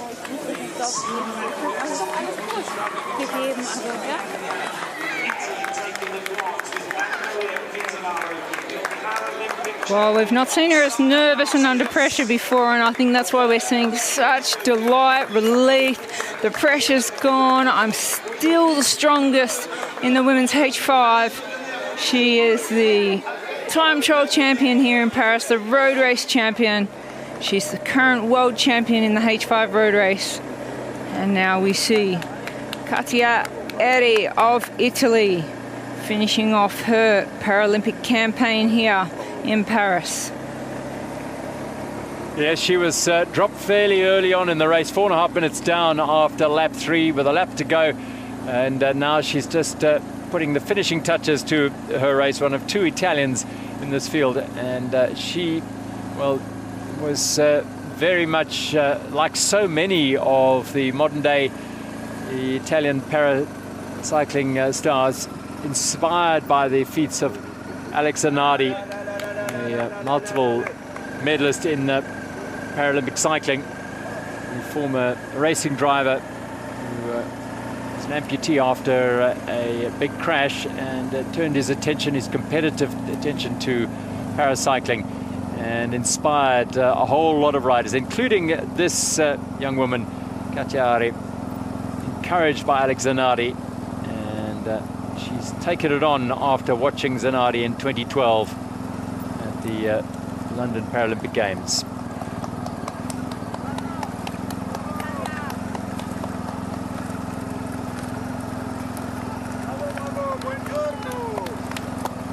And wonderful to have the support all the way around the track. It's been tough conditions for these athletes. It was very slippy, very wet early on. The rain abated, the roads dried up, and now the rain has returned. But, it hasn't stopped Katia Eri from finishing off the women's H5 road race. An honourable 5th place at the Paralympic Games is likely for Katia Eri of Italy. 7th in the individual time trial.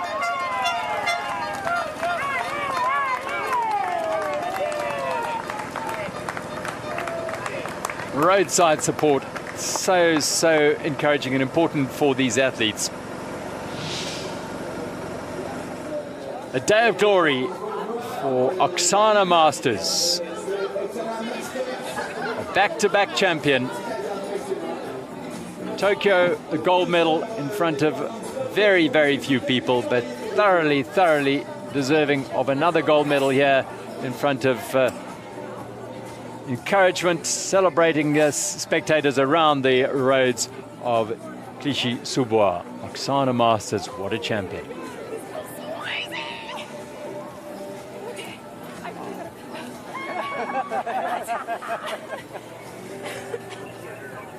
Champions ride by a super athlete. Katja Aere continues to make her way towards the finish here. And earlier they will have some celebration for Italy because Anna Maria Vitilaru has taken the bronze medal, which will be of great relief to her, having not finished the road race in Tokyo. So that'll be something to take home for Vitilaru, whilst Katja Aere will celebrate with her, I'm sure, as she now gets to work to put this all to bed, having made that final climb. It's a nasty little drag up towards the finish line. They do 4 times on this lap to make up the 560 meters of climbing. It's behind her now. And the finish line, 1 kilometer kite, will be just up the road. And then she can roll into the finish and celebrate with the remaining, all these riders in this women's H5 road race. They've provided us with a vintage race. Really has been fantastic to watch. Well, she said after the encouragement from Alex Zanardi that it opened a whole new world. She's found the confirmation that she was looking for. She said it was like a light bulb turned on and everything happens for a reason. Encouraged by Alex Zanardi, it is Katja Aere coming into the finish line for 5th place at the Paralympic Games here in Paris in the women's H5 road race.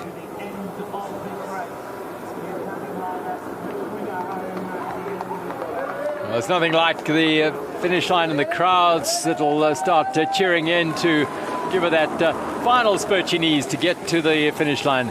Katja Aere of Italy, the last of the finishers, bearing in mind that Chantal Heynan did not unfortunately finish due to a crash, but it is a pat on the head for herself. Katja Aere finishes in 5th place in the women's H5 road race here at Paris 2024 Paralympic Games. And she rolls into the pits area and the finish. Be welcomed with bravos from her Italian fans.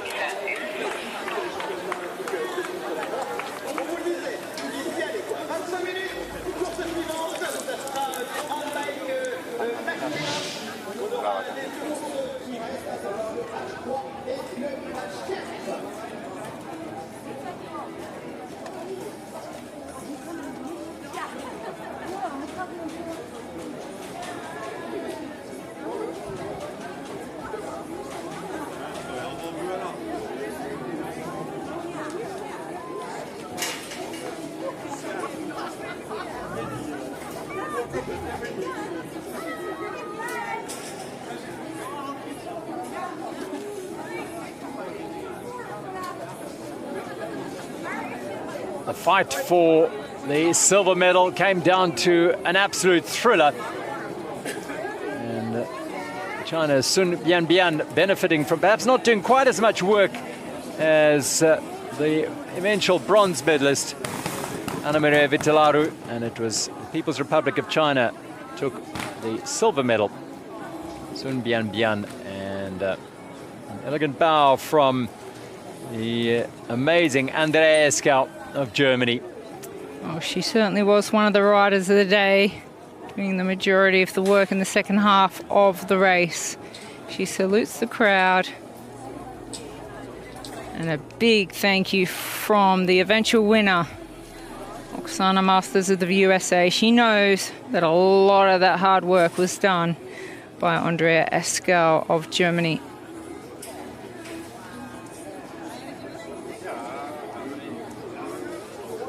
Rolling in to take 5th place, Katja Aere of Italy. She was out of the medal contention fairly early on, but continued to work hard around this tough 14.2 kilometer lap, and eventually finishing 6 minutes and 47 seconds down.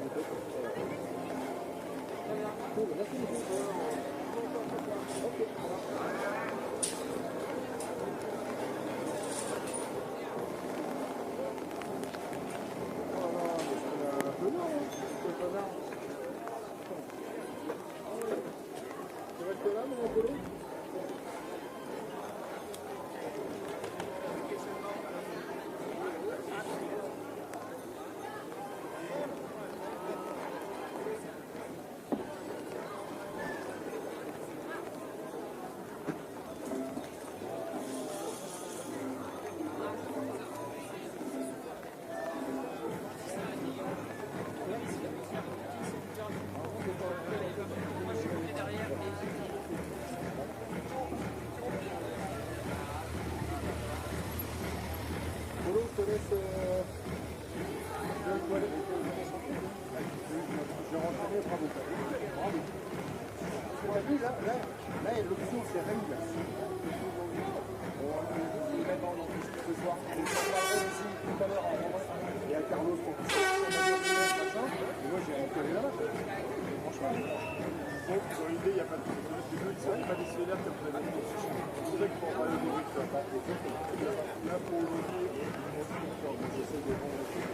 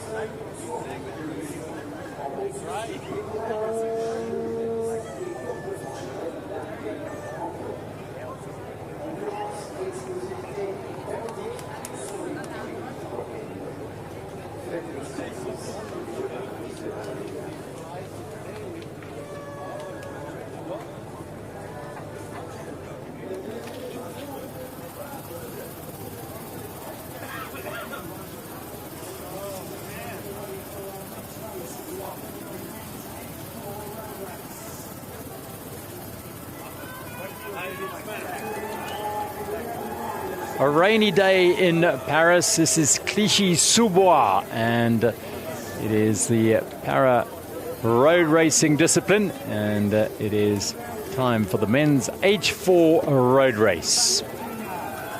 The flags of the nations are waving today. It's breezy, it's wet, and conditions will be tricky for the riders in the races. Two of them remain in the H3 and H4 categories, and they are going to be richly entertaining because we have 11 riders in each, and this is the start list for the men's H4.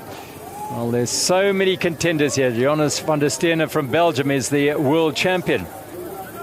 Thomas Frueth is the silver medalist in Tokyo, and there are just a few of the contenders in this race, down to Jetse Platt, who is already a gold medalist in para-triathlon and in the individual time trial. Raphael Wilk was the gold medalist in London in the H3 category. He's subsequently been reclassified, now an H4 racer. And we've got plenty of contenders for medals here. Fabian Recher of Switzerland was the winner of the World Cup in Belgium. So expect a very, very interesting race. The world champion in the men's H4 road race, that is Jonas van der Sterne. This race with 11 athletes will be 4 laps of the 14.2 kilometer course, 56.8 kilometers in total. And a race to savor it surely will be, as they duke it out for the honor to be a Paralympic champion.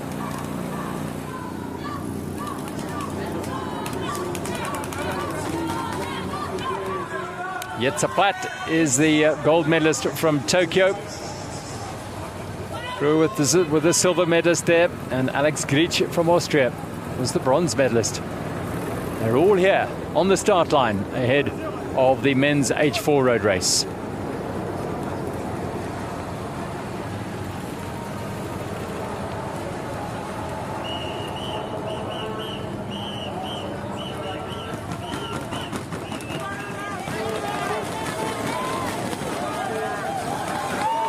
The flag raises for the start of the men's H4 road race at Paris 2024 Paralympic Games on a rainy day in Paris.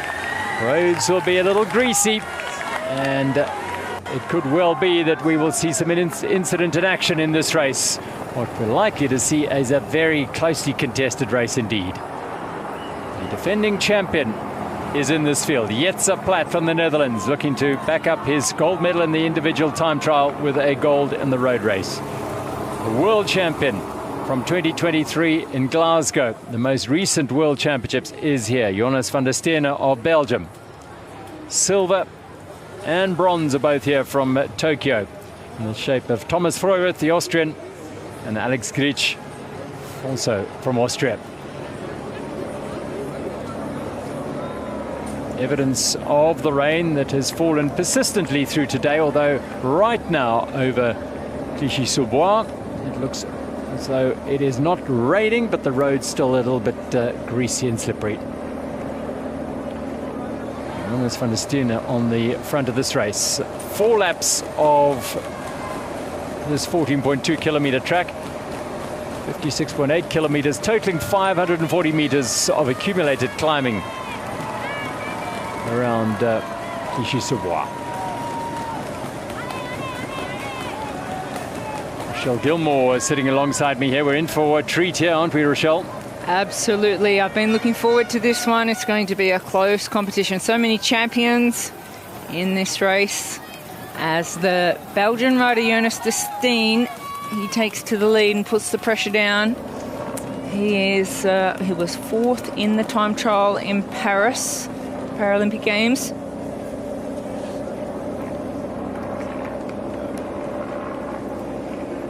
Oh, a cracking pace set early on, and the man feeling the pain at the back is the Brazilian Ulisses Leal Freitas.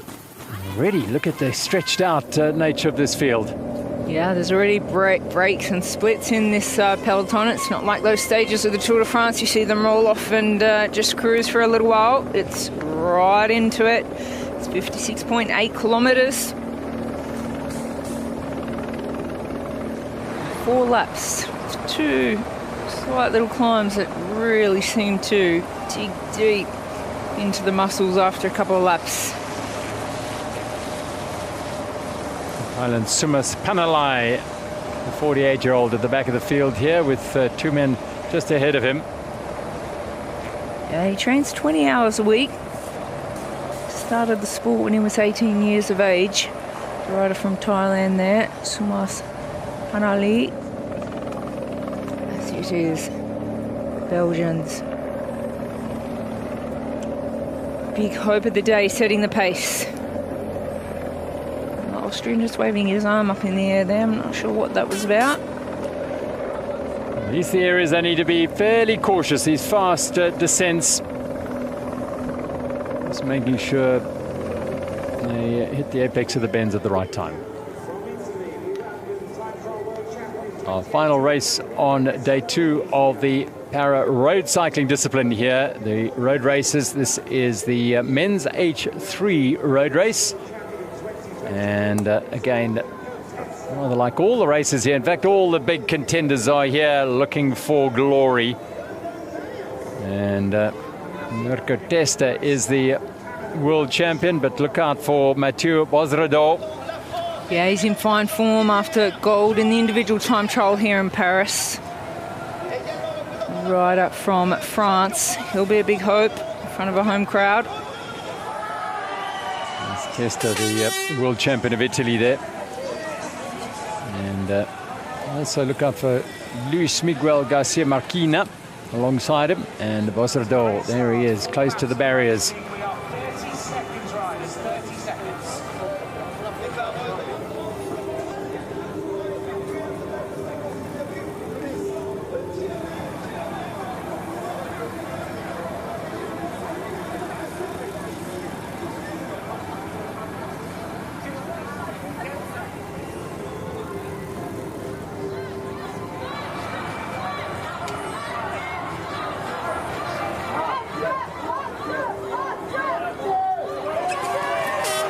The men's H3 road race at Paris's 2024 Paralympic Games is underway. 11 athletes racing over 4 laps of this course in Clichy-sous-Bois for the honor of being called a Paralympic champion. You've had drama in the H4 race already, and this is disaster for France. Joseph Fritsch, well, you don't recover from that. A terrible crash into the barriers. The roads are slippery. Fortunately, the rider looks as though he's escaped injury, but his bike certainly has not. Well, drama already in the men's H4 road race. And disappointment for France's Joseph Fritsch, a crash on the very first lap. We've had a blistering start in the men's H4 road race. It is completely split to bits. This is the H3 men's road race start. Bozrado looks as though he's gone to the front here for France. With Mirko Testa, the world champion, just behind him.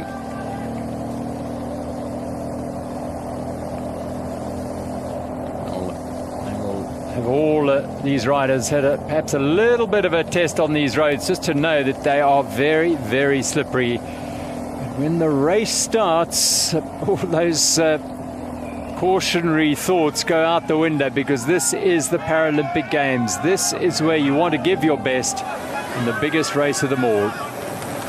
And the adrenaline kicks in. The rational thoughts go out the window. Winning a gold medal at the Paralympics is what fills the mind of these riders. Brandon Lyons at the back here from the United States in the H3 road race. Just just alongside Mark Meckenkamp of the Netherlands.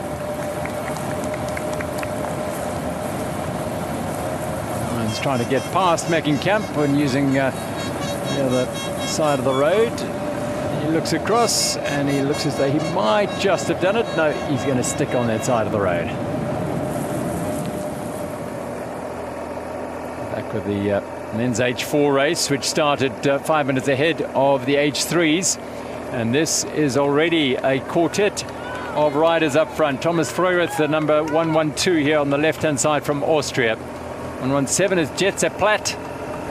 One would feel the pre-race favorite is Platt. And Fabian Recher there from Switzerland, and he is sitting on the wheels of the world champion Jonas van der Steen of Belgium. Already a little breakaway. Well, 4 strong riders out in front for the men's H4 road race already. No. Oh. Well, that's Sumas Panalai getting it wrong at that roundabout. And deep disappointment for him. He does get back on. We just saw shots of him. There he is. So that is good news for the Thai. He's back and riding. Not so good news, though, if you break a wheel or your bike takes serious damage out of those barriers, as we can happen. So a quartet at the front of the H4s. They start the first climb of the race, and it comes as they up going into about the 6 kilometer mark. Van der Steen of Belgium sets the pace at the front. He's got double disc wheel in the back, the deep dish front, the aerodynamic chainring, aerodynamic helmet, skin suit, all the works. Jonas van der Steen, the current world champion from Glasgow 2023. Now we see in the men's H4 road races, unlike the H5, they have to be in that reclined lying down position. So it's only the H5 category, the least impaired, that are allowed in the kneeling position. This is Brazil's Ulisses Leal Freitas in the H4. And he's at the tail of the field just at the moment.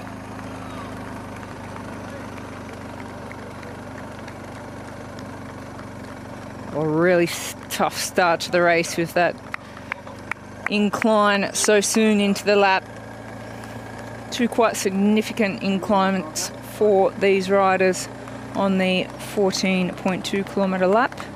They will race 4 laps, a total of 56.8 kilometres. Yeah, 2 distinct climbs, and this, as Rochelle's saying, is the first one coming inside the first 6 kilometres. The second one is inside the last kilometre of the lap.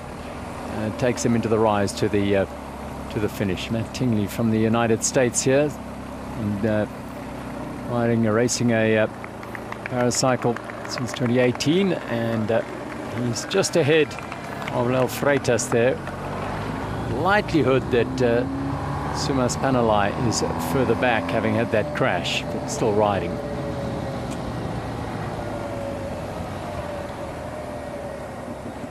And rolling further forward, this looks like the second of the 2 Austrians here. This could be Alexander Grich. It is. And he's the bronze from the road race in Tokyo, both in road race and the individual time trial. And a 2021 world champion. Alex Grich, not to be confused with Joseph Frich, who was the unfortunate French athlete who crashed out early in this men's H4. So it looks like parts of the course there's a bit of rain falling, and inside the forested area a little bit drier. This is the lead group in the men's H4. Highly motivated. Jetse Platt second in this group here already a two-time medalist in two different sports at these Paris 2024 Paralympic Games. Triathlon and the individual time trial on the opening day of the para-road disciplines. Well, certainly a strong quartet that have gone out very, very hard in the first 5 kilometres of the men's H4 road race.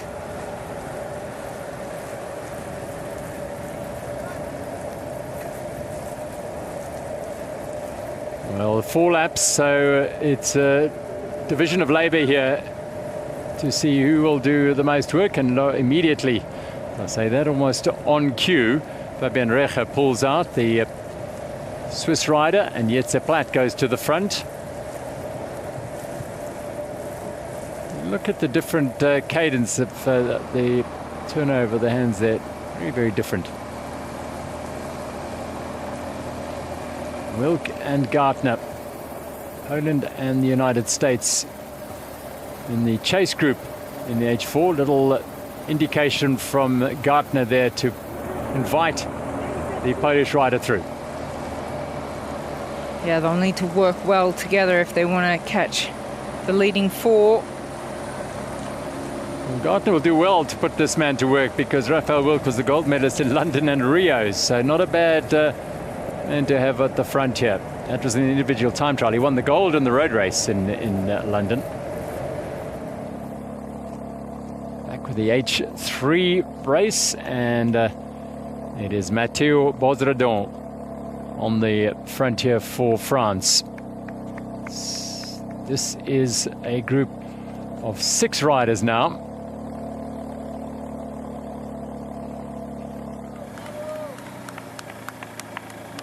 Losing touch here, Mark Mackenkamp from the Netherlands. He was the 2023 world champion in the individual time trial. Out of the medals here in Paris in that discipline. And Brandon Lyons from the United States on the climb.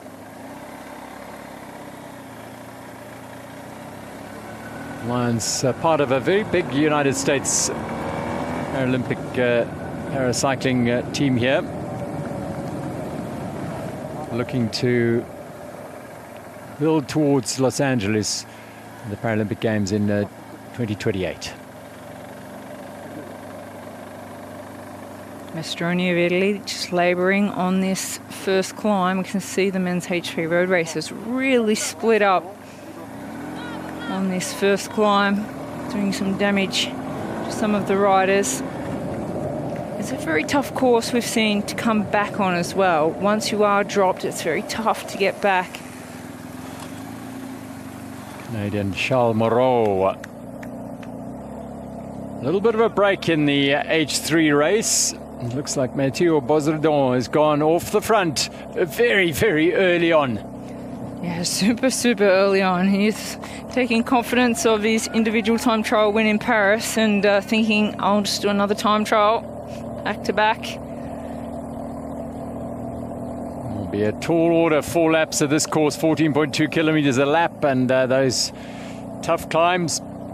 He's conquered the first one once. He's got 3 more to do of that. And of course, a 56.8 kilometer road race, a very, very different race to the individual time trial. Yeah, certainly a lot more endurance involved in this one. This is Moreau of Canada, silver medalist in the World Championships, and he was 3rd at the Parapans in Chile. He's putting some hard work in now to catch this group of riders in front. This will be the main peloton behind the leader, Mathieu Borston of France. So the chase group is doing some good work together here. They'll need to work together. Marvin Audin of Belgium at the back here.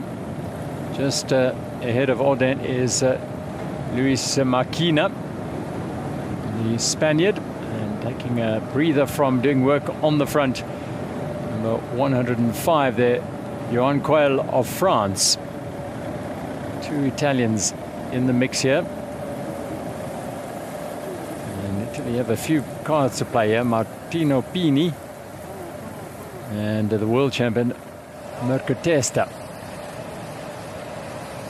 This is the man setting the early pace in the men's H3 individual time trial, Mathieu Bozrodon.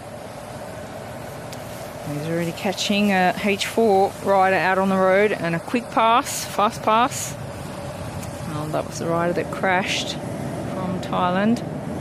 Moreau has made contact with that chase group. It's good news for Canada and good news for the chase group. More power to them, the more riders they've got to get through the work and try and close that gap to Bozrodon.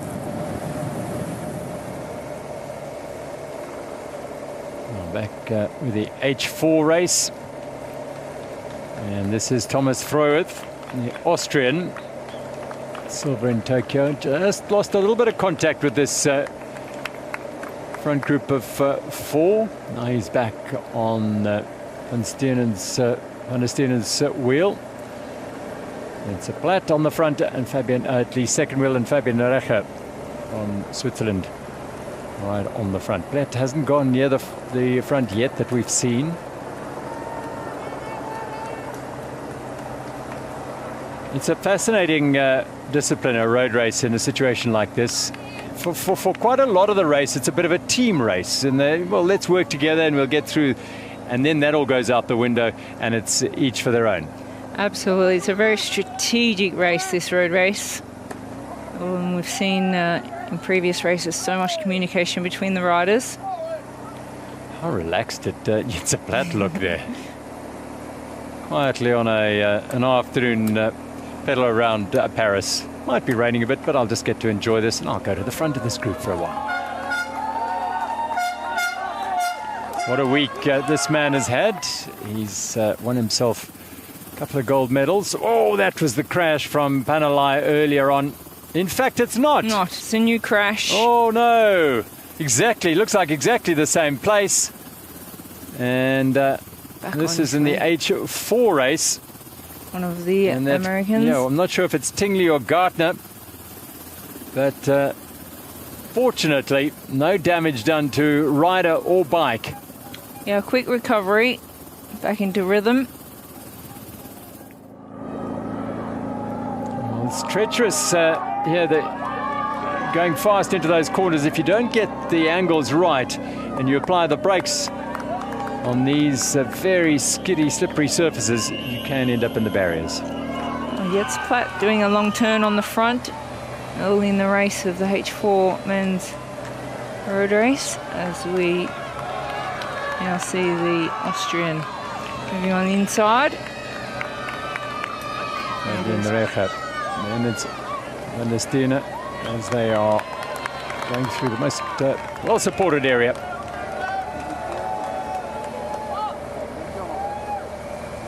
At a cracking pace. This is the H4 race. 11 riders started and they are closing in on the completion of the opening lap here. A quartet of riders at the front of the men's H4 race. Austria, Belgium, Switzerland and the Netherlands right now at the front of the race. Thomas Freuth, serious contender. Setting the pace from Van der Steen. Oh! They were very, very lucky there. Two riders just touching.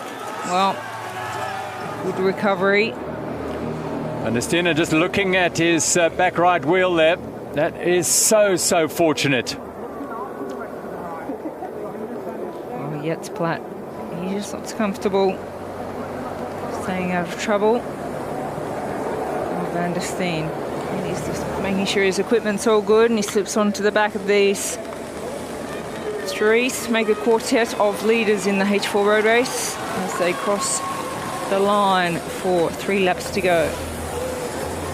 Thomas Freuth, Jitse Platt, Fabian Recher and Jonas van der Steen of Belgium, the world champion. They're all together in this lead group after 1 lap of 4 in the men's H4 road race. And they have got away from the pursuing bunch. with a strong start, giving pursuit of Poland's Rafał Wilk and from the United States, Travis Gardner. So they will be working, they should be working together as much as possible to try and shut down the gap between them and that quartet up front. It may have been Gardner had that little crash he recovered very quickly from. No confirmation of that yet. However, these two are just the line chasing the four out in front. Yeah, 104 down they are, so a little bit of work to do after one lap for Gardner and Rafał Wilk, a former champion. I think it would have been Gardner's teammate Matt Tingley who went into the barrier. Absolutely, because to have made up that much ground would be nearly impossible. So these two work very hard to chase the four strong leaders.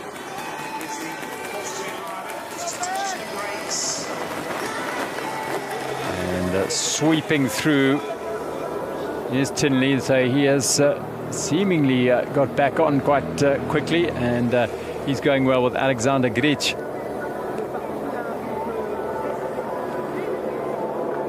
Grich is tapping out a very good rhythm here in the men's H4 as he heads towards the conclusion of the first lap. Just making it very, very hard for Travis of the USA to make contact again, just losing contact. Look at that very different cadence.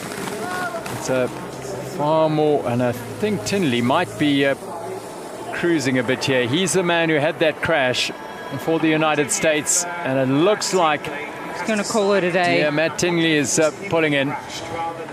That is disappointment for the American. Had that heavy crash into the barrier.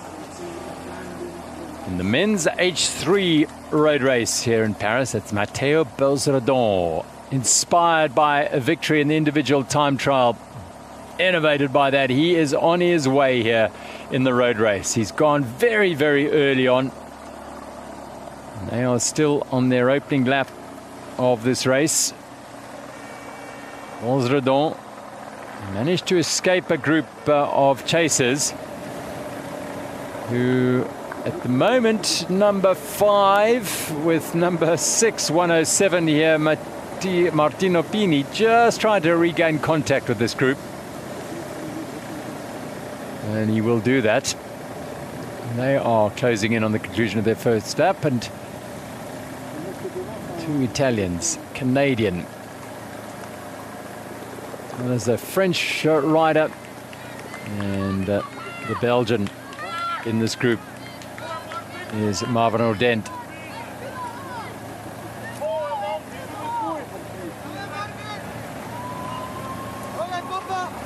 Also in this little bunch is that man, Garcia Maquina, a lawyer from Spain. Doing this sport since 2014, 10 years of paracycling. And surely racing Paralympic Games is the ultimate goal for all para-athletes and paracyclists in this particular case. Chase on, and it is Belzradon who's in the lead. My word, he's gone out fast. Certainly has. Inside his second lap now. First lap, sorry, not completed just yet for the men's H3 road race. He'll be feeding off that crowd. He'll love, you know, that. You'll know what it's about. You've won races, and you develop an affinity and a familiarity with the course, and you get a feel, and it gives you confidence, right, as you go back to events year in and year out. So he'll be feeling that here, having won the time trial. Absolutely. He would have come in with an enormous amount of confidence, knowing that he's the fastest man at the moment in the individual time trial. Will his endurance be enough? He's gone out so early by himself. And we will see when he comes through the finish what gap he has on the 6 chasers.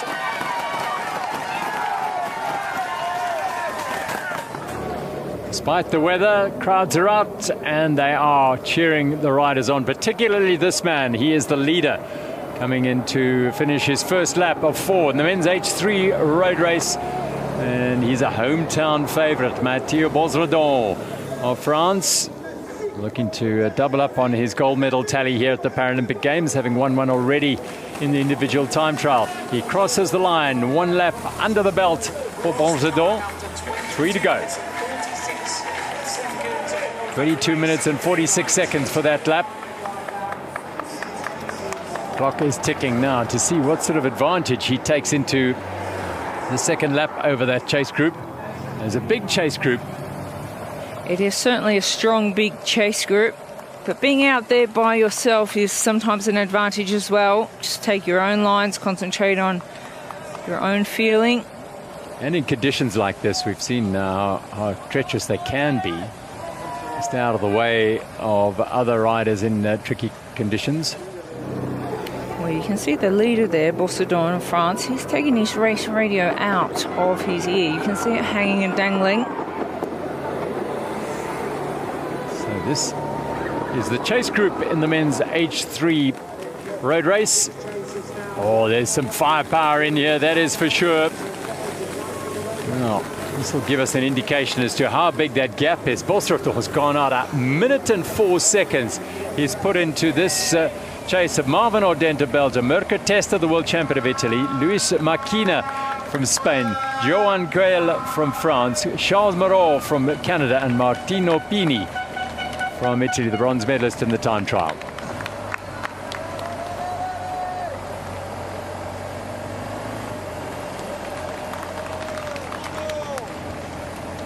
Now, men's H3, beg your pardon, H4 road race.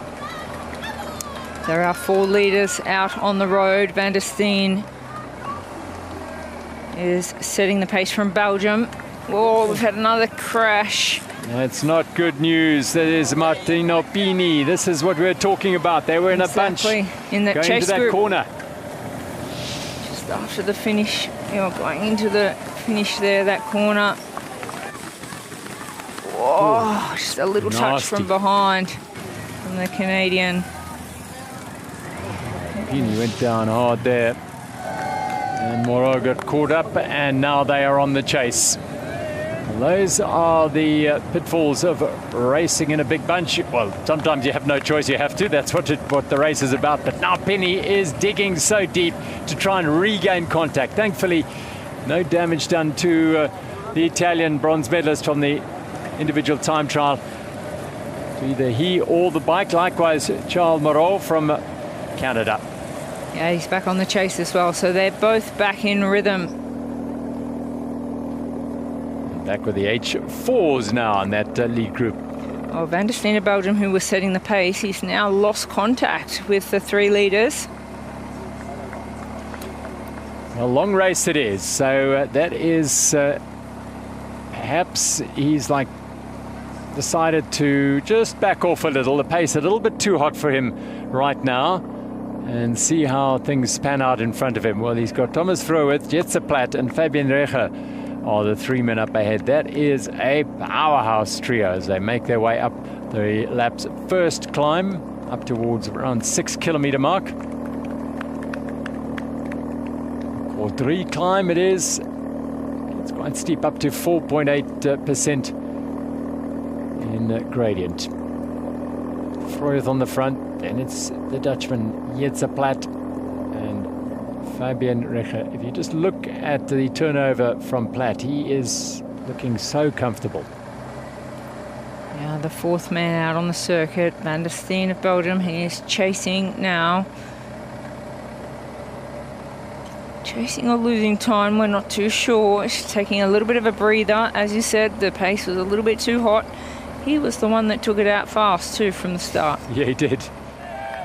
He did indeed. So we are watching the men's H3 race, and this is Mathieu Baudredon, the race leader. Put in 1 minute and 4 seconds into his rivals, which is a very hard start considering he's doing it on his own. But he is a time trialist, and clearly that's the way he likes to race. That's right. He's taking it, very calm and steady, riding to his own pace and data. And as we said, anything can happen when there's a group of 6 behind. We saw 2 of them crash. They had to work hard to chase back on. We don't know if they've made contact just yet, but that's the advantage of being out in front. And that's where we see Mathieu Baudredon right now on his chase for 2 gold medals at the Paralympic Games.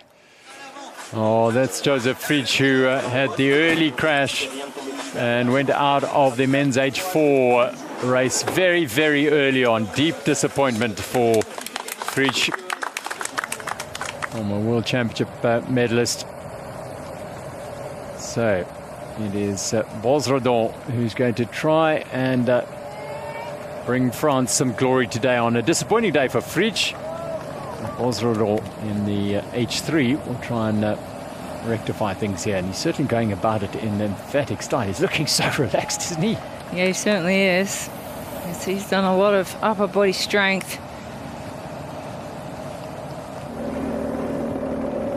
Now we are racing with the H4 race, and that trio of racers up ahead have taken the bull by the horns here. Thomas Freuwith, Jetse Platt and Fabien Reger. Jonas van der Stene is just coming around the corner. I was going to say out of sight, but just in sight. Jonas van der Stene of Belgium. But these 3 look like they're working well together. They're absolutely flying out in front. It'll be very, very difficult for the Belgian Van der Steen to make contact again with these 3. They look strong. There's some real firepower in that. Freuwith and Jetse Platt have a real battle on their hands there. Well, it could be a tactical approach from this Belgian rider, hoping that perhaps at least one of that group might start suffering, and maybe they'll come back to him whilst he just maintains a steady tempo. Don't blow up too early. It's been, well, it's a story of cycle races for generations. Yeah, trying to stay with a group like these 3 riders at a very high pace. Well, you don't want to go into the red and have your race over, so Van der Steen tactfully just backs off a little bit, settles into his own rhythm, because it is the race favourite Platt applying the pressure for the Netherlands at the front of the H4 road race. Close these riders are to each other there. In fact, touching each other. Touching on the back there was Freuwith, the Austrian, on the Swiss. Yeah, they just don't want to do that in the corners. Not too bad in the straights, but maybe just push him a little bit, saying, come on, let's just keep this going, work well together, establish a good break, as we are now back with the leader of the H3 road race, Mathieu Baudredon of France. Well, he's got a big task ahead of him. Big ambitions. Wanting to take the individual time trial and road race at the Paralympic Games. It is Mathieu Baudredon. He's on the climb, is Baudredon. Leading off the allez, allez, allez. Come on, come on, come on from the French fans. Roadside.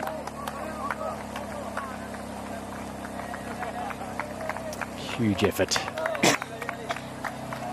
Huge effort from Mathieu Baudredon. Just over half an hour's racing, and he went through the first lap on his own, 1 minute and 4 seconds to the good over a chase group of 6 riders. And a group of 6 working together, if they can, could pull him back. But we did see a crash amongst those 6. Martino Pini and Charles Moreau came together on the first corner of the lap, and that means that they will have to work really hard to regain contact with that chase group. if the chase group will have them, and I'm sure they will. They want as much firepower as they can to try and work together and close the gap to Bosredon. Well, here's the chase group now. Bosredon is out in front, and one rider has made contact again. That's Martino Pini of Italy. So he's done well to make contact again. The men's H3 road race chase group. And working hard here is Johan Coel of France, also medalist in the individual time trial. And it's Belgium's Marvin Odent. For Spain, Luis Marquina. And Pini at the back. Look at the speed of Jetse Platt here, followed by Thomas Froeth. And on his wheel is Fabian Recher in the men's H4 road race. 3 kilometers to go to the completion of their second lap. They are absolutely flying.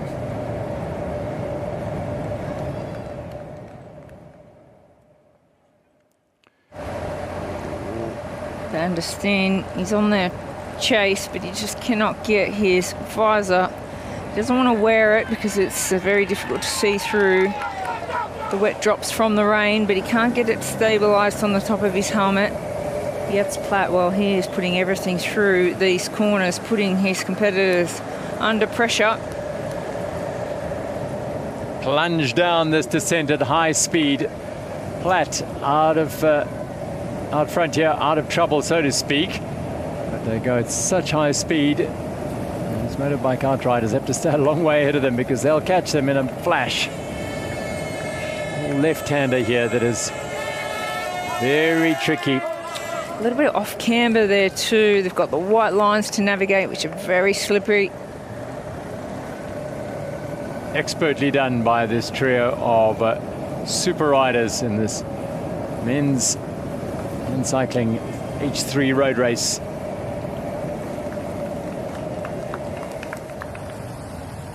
Back with the H4 road race and Mathieu Bosredon.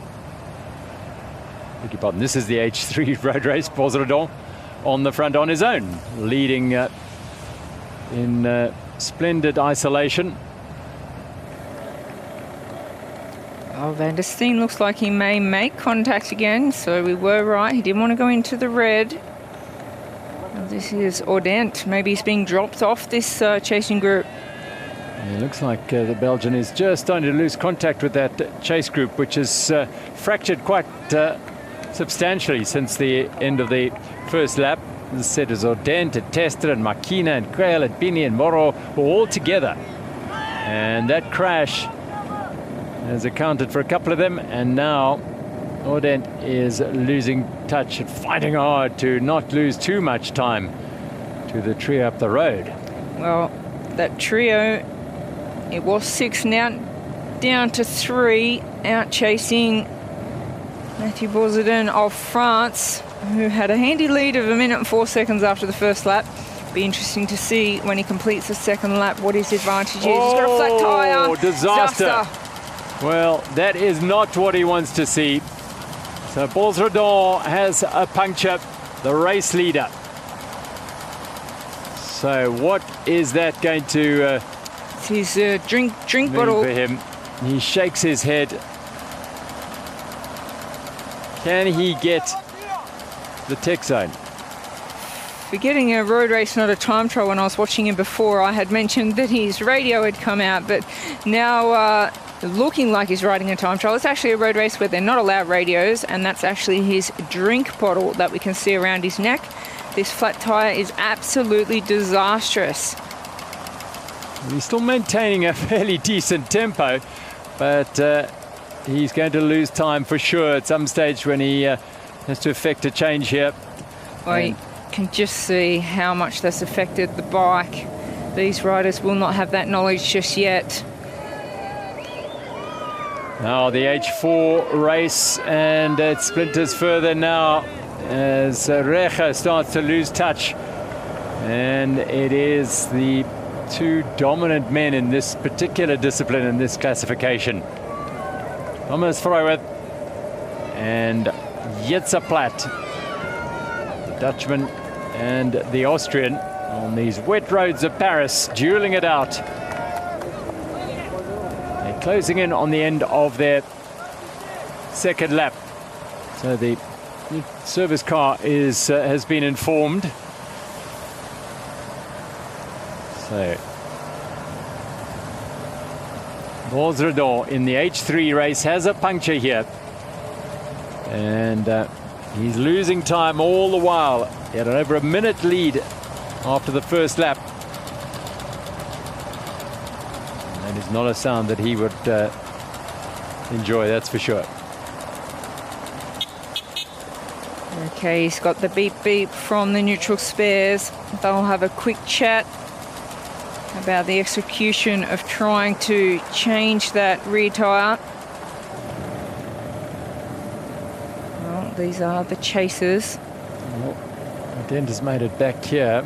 So this is the group. They don't know just yet that the race leader is in distress up front there. This is a very, very formidable group of riders. It includes Luis Marquina, as well as Marvin O'Dent, Johan Quayle, and Mirko Testa.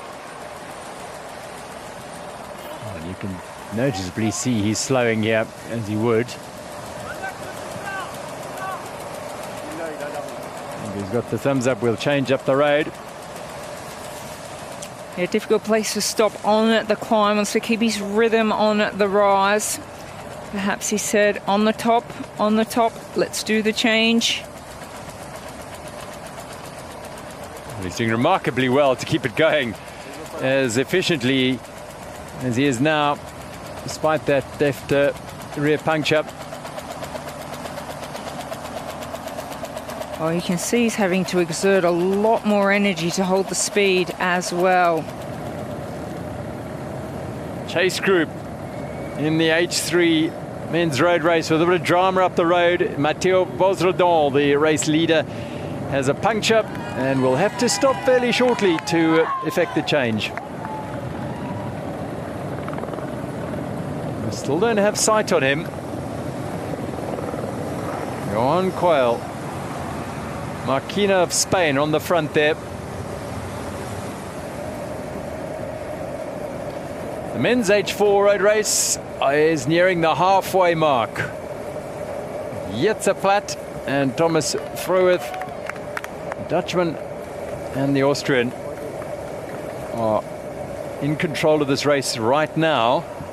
But as we know, anything can happen, punctures and crashes, and we've seen those on these wet roads of Paris, and riders' hopes of glory are dashed.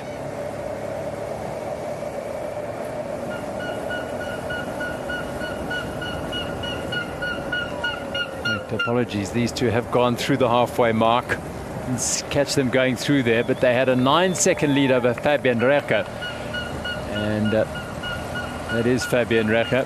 He was with that group until just before the climb. He's now working hard to close the gap.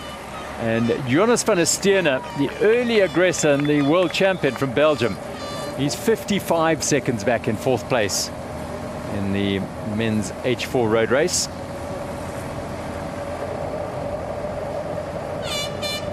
Race situation in the men's H4 road race after 2 laps. Freuweth and Platt lead by 9 seconds over Recher, with Jonas van der Steene of Belgium, the world champion, trailing by 55 seconds.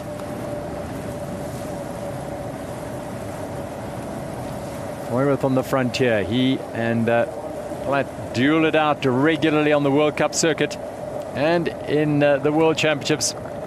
In an individual time trial at the Paris 2024 Paralympic Games, it was Jitse Platt who beat Freuweth. Very tight race.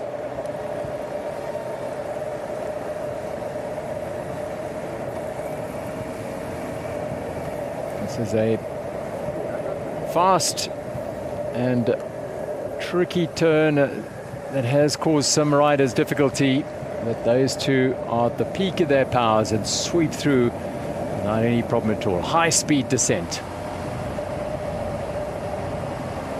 Pareja is not far behind them. And into the lap, 9 seconds adrift. And see them exiting this descent at the bottom there.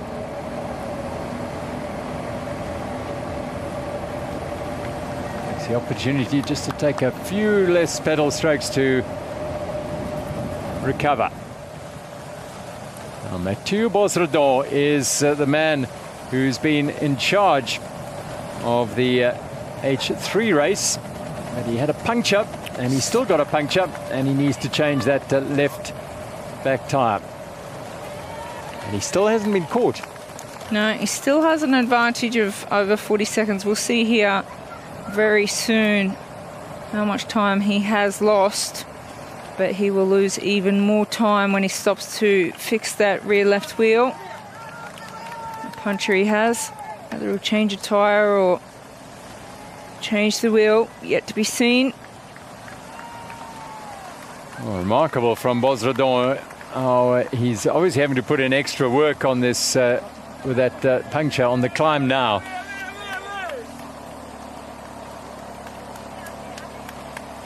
He made an absolutely blistering start. Minute on the first lap in this 14-kilometer circuit. Well, here come the pursuers. In this men's H3 road race, hunting down Mathieu Bosredon, who is like a wounded animal up the road. And these are the hunters looking to take advantage of his misfortune, and that is what racing is all about. Mirko Testa of Italy, the world champion, just moves ahead. With him is Marvin Audent at the back here from Belgium. Then it's Marquina. And for France, Johan Quayle just ahead of the Belgian Marvin Audent. So the climb will come here. They'll go another 1.5 kilometers to the end of the lap. Perhaps there we'll see the wheel change for Bosredon, and then the race will be on.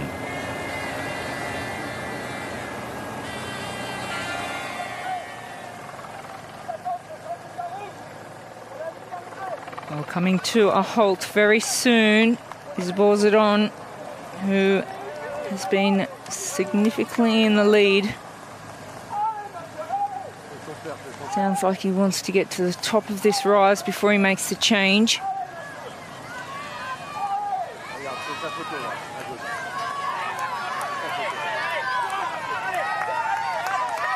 It's been a feature in the Paris 2024 Paralympic Games. French fans with those cardboard cutouts of their race favourites and their stars, and trying to inspire their riders. Well, Mathieu Bosredon needs a little bit more than inspiration here. I'm afraid he needs a new rear left tyre, because he's had a puncture, and he's had that for all of about 5 kilometres, making this last climb with that puncture. And this is the hunting group just behind them, a quartet of riders, Testa, as well as the Spanish rider Marquina. Then it is another Frenchman, Johan Quayle, and Belgium's Marvin Audent.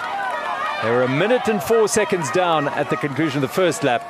That will be sliced probably in half, if not more, by the time they get to the end of this lap, which is halfway mark. He'll pull over now. Bosredon. The wheel change now. The clock will tick. They've got to do it very quickly. Those riders will be coming past them very shortly. So much pressure on these mechanics.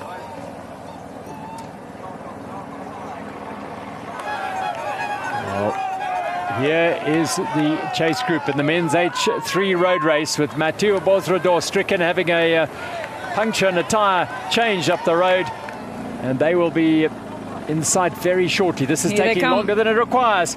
There's a lead change in the men's H3. Bosredon, the early leader, is leaking time to a wheel change. That is fixed in very quick fashion by his mechanics. 1 kilometre to go before the end of the second lap.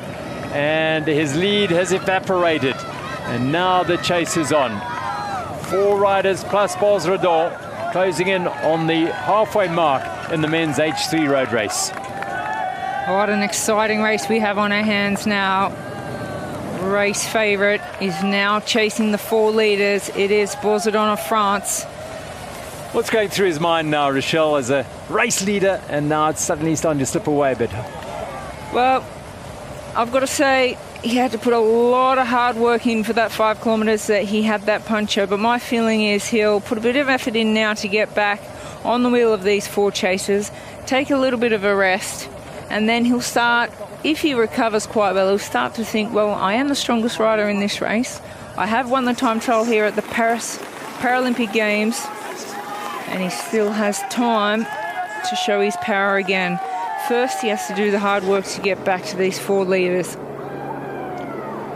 Well, drama plenty here on the roads of Clichy-sous-Bois in the men's H3 road race. A quartet of riders up the road by only about 30 meters, because just behind them is the original race leader, Matteo Bourdon of France, who's closing in on them very quickly, and soon we'll have 5 in this lead group.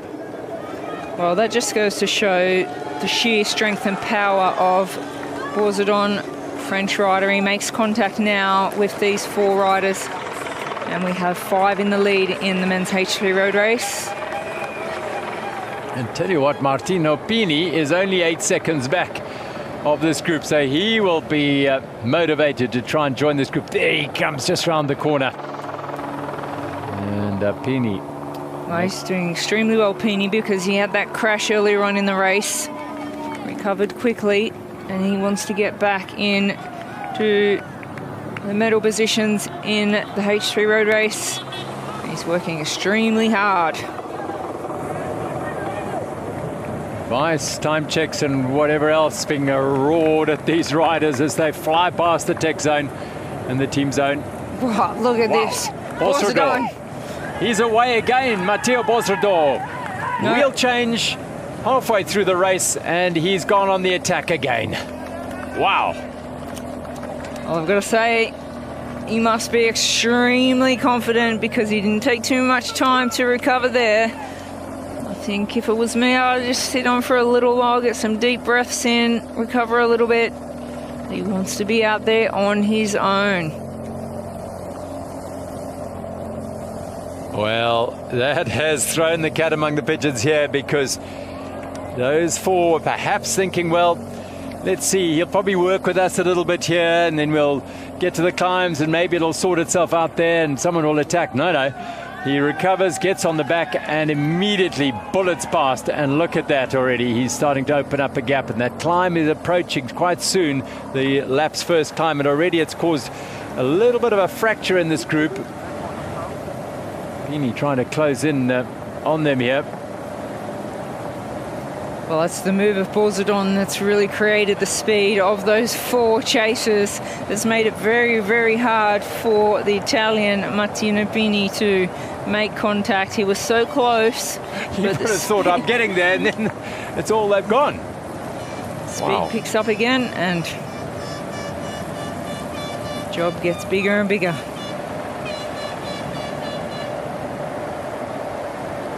Well, it's wonderful racing here, really is, on the roads of Clichy-sous-Bois in the Seine-Saint-Denis department of Paris. Beautiful course through the forest here. So, well, a Frenchman chasing a Frenchman. Very interesting. The Paralympic Games. Oh no, that is the 2 back together. So Bourdon has been caught. Yes. Johan Coyle has closed the gap. Now, they did both stand on the podium in the time trial yesterday on the opening day of the para road discipline. Now they're going to work this as a team carefully around this circle. So in the men's H3, it's Makina, Testa, Coyle, Bourdon, and Auden. Well, they shut down Bourdon's attempted attack fairly swiftly, didn't they?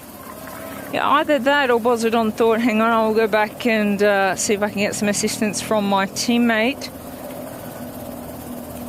as we saw his teammate Quell move to the front just for a little short period of time, and now all split up at the front of the men's H3 road race. Quell on the front now for the French with Bosredon. Maybe this is the tactic. Maybe this is the team plan for France. Yeah, I think they might have had a little chat. Bosredon might have decided, I'll go back and get to my teammate, motivate him a little bit to do a good job, to pull me away from this group. Well, he's certainly doing that now. Johan Quell, the 32-year-old Frenchman with Mathieu Bosredon, just a year older than him. And these three, the Belgian, the Italian, and the Spaniard, Testa from Italy, Makina from Spain, and Audent from Belgium. Well, they'll have to try and work together to break down this French alliance here. Well, they look comfortable out in front there. They don't have too much of a gap, but they do look like they're in control and comfortable.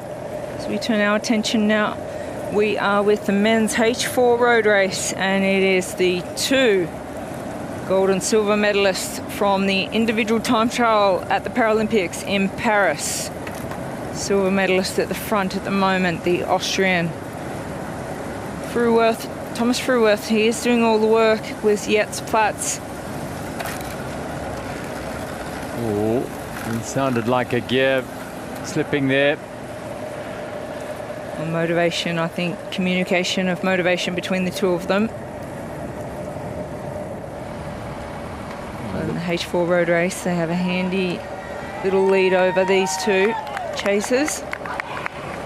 Yeah, Van der Stenen has made his way onto the wheel of Fabien Retter, the Swiss rider. So this is at the moment the chase group, the second group on the road in the men's H4. Quick conversation between the two.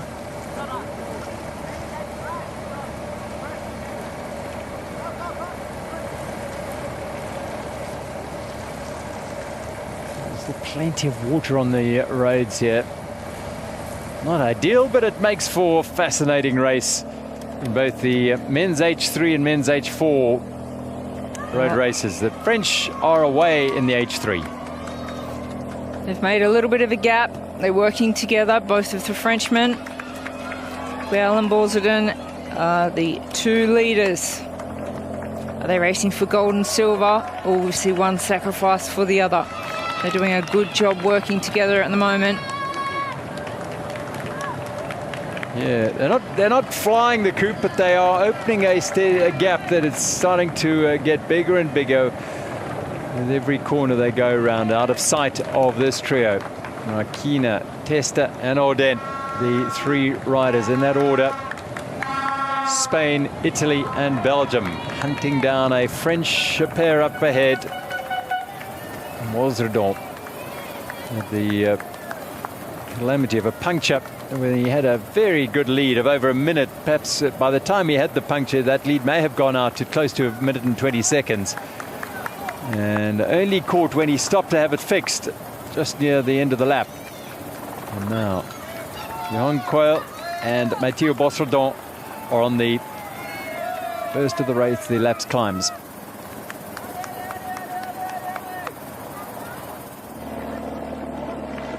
Bosredon on the front. Yeah, he's taking up the work on the climb. Will he try and keep Quell with him? He was saying something there, wasn't he? I think he's giving him motivation. Come on, stay with me, mate. We can do a little bit of more work together. I think the motivation here for France is to try and make it a 1-2, gold and silver in this road race.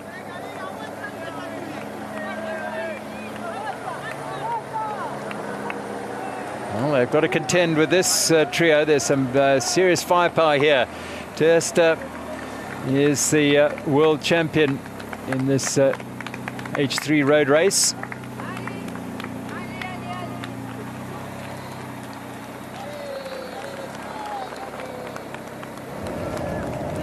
Well, must be playing with their minds as well to see the two Frenchmen move off the front. Oh, and H4, there's been a crash. Terrible, terrible crash, and down goes Fabian Recher. Yeah, this is here it happens. He got caught up. Oh, just a touch from behind. My word. That is such bad news. It's the Belgian Van der Sterne. Yes. And that is terrible news for Jonas Van der Sterne. With Fabian Recher getting right. It almost looked as though he got caught in his back wheel. And Van der Sterne had nowhere to go except into the barriers. Very, very disappointing. In the men's H4 race, as there's drama in the hunt for the bronze medal, up front there's a move. It is Jetse Platt of the Netherlands, who, as steady as you like, he looks in such supreme form, is now into the lead, and he's opening up a gap to Thomas Freuwert. I say he looks comfortable. Look how much effort he's putting in there. Yeah, when he decides to go, he's got to put that initial effort in to make the break, especially from a strong rider like Thomas Freuwert of Austria. The men's H3, Johan Quayle. Well, once Bosredor regained contact with the group, Quayle went with him, but now on the first climb of the lap, in this third lap, it is Bosredor who's showed his power again and is off the front. Quayle just hanging on. Yeah, Bosredor, he's decided I can't really afford to wait for Quayle. I'm going to just push on here. Try and make my dreams come true of double gold in Paris, the individual time trial, and now trying to win the road race in H4 as we see now what is all happening out on the road in the H3 road race. Peeny's regained contact with this group. Ordent and also Testa and Makina. They're the chase group. Bosredor and Quayle up ahead. And will they catch Quayle? Bosredor moved on. He's gone out in the lead again. Well, I think today the power is coming from the pedaling hand bikes on a day like today. And they are putting it down in huge, impressive fashion. Two Italians, a Spaniard and a Belgian in the chase group of the men's H3 road race. They're chasing down two very strong Frenchmen who are in good form. They've done all the hard work coming into their home Paralympic Games.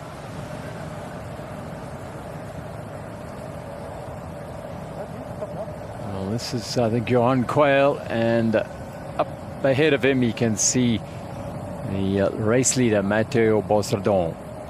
Quayle did his bit in a way to try and help Bosredor get away. Yeah, establish that lead, and then we saw Bosredor just encouraging him a little bit. Will he be able to stay away for the silver medal? He's got that motivation of his teammate just ahead. Well, they're back together again in the men's H4 road race. Jetse Platt and Thomas Freuwert. This is the leading group in the men's H4 road races. They take the left-hand corner. What a race we have on our hands here in the H4 road race. It is Platt from Netherlands, and from Austria, Freuwert. They are the two leaders of the H4 road race.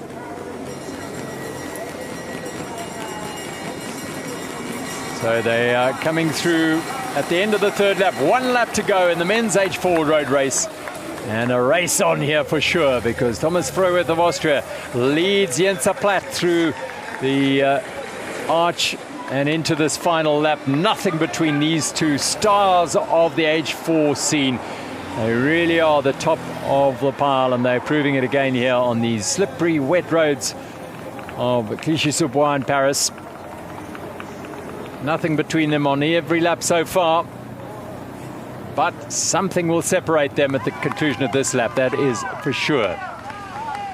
Well, there's been drama in the H4 race, because this is Fabian Reche who got involved in the crash with the unfortunate Jonas van der Sterne of Belgium.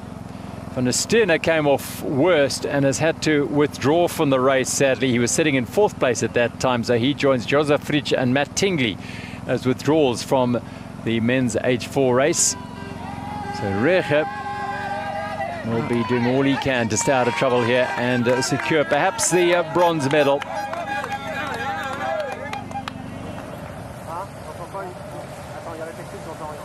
Five kilometers to go on lap 3 for the men's H3 race, and Mathieu Bosredon has re-established his advantage at the front of the race here, having had a minute's lead at the conclusion of the first lap. He lost all of it due to a puncture on the 2nd lap. And having had a wheel change, he has now regained the lead as he takes a quick drink from his bladder. That's why he let go of the pedal on the left-hand side there, just to put that nozzle in his mouth, take a drink, and he's on his way. And doesn't he look comfortable for a man who's had a puncture? He's had to ride it for 5 kilometres up a significant little rise. Came back to the 4 riders that passed him while he was changing his wheel. Had a slight rest of about 30 seconds before he attacked again. Yeah, and he made use of his teammate Johan Quayle, who's down in 2nd place on the chase, down in the forests there.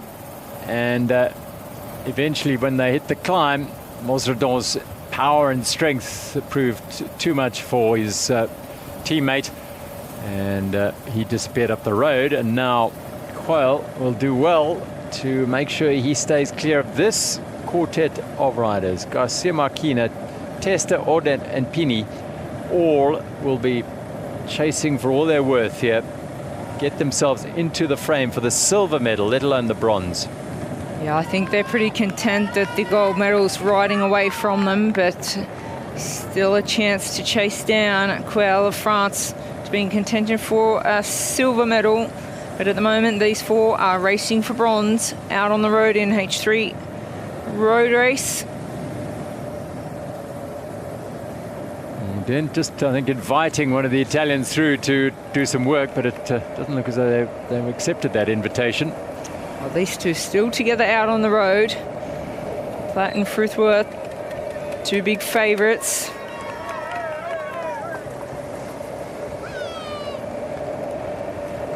Nothing to choose between these 2, Thomas Fruithworth and Jitse Platt. 10 years between them in age, with Fruithworth at 43 and Platt at 33. Platt has had a particularly busy Paralympic Games here in Paris. He has already won a gold medal in the para-triathlon. He's won the individual time trial on the road, and he'll be doing the marathon on the final day of the Games. Fabian Reche in 3rd place, and he is now a long way behind Platt and Fruithworth, having had that coming together with Jonas van der Sterne, which resulted in the Belgian having to withdraw from the race. It is Reche in the bronze medal position at the moment. The Swiss rider, as he takes across the line, he is 4 minutes and 17 seconds down on Jitse Platt and Thomas Fruithworth.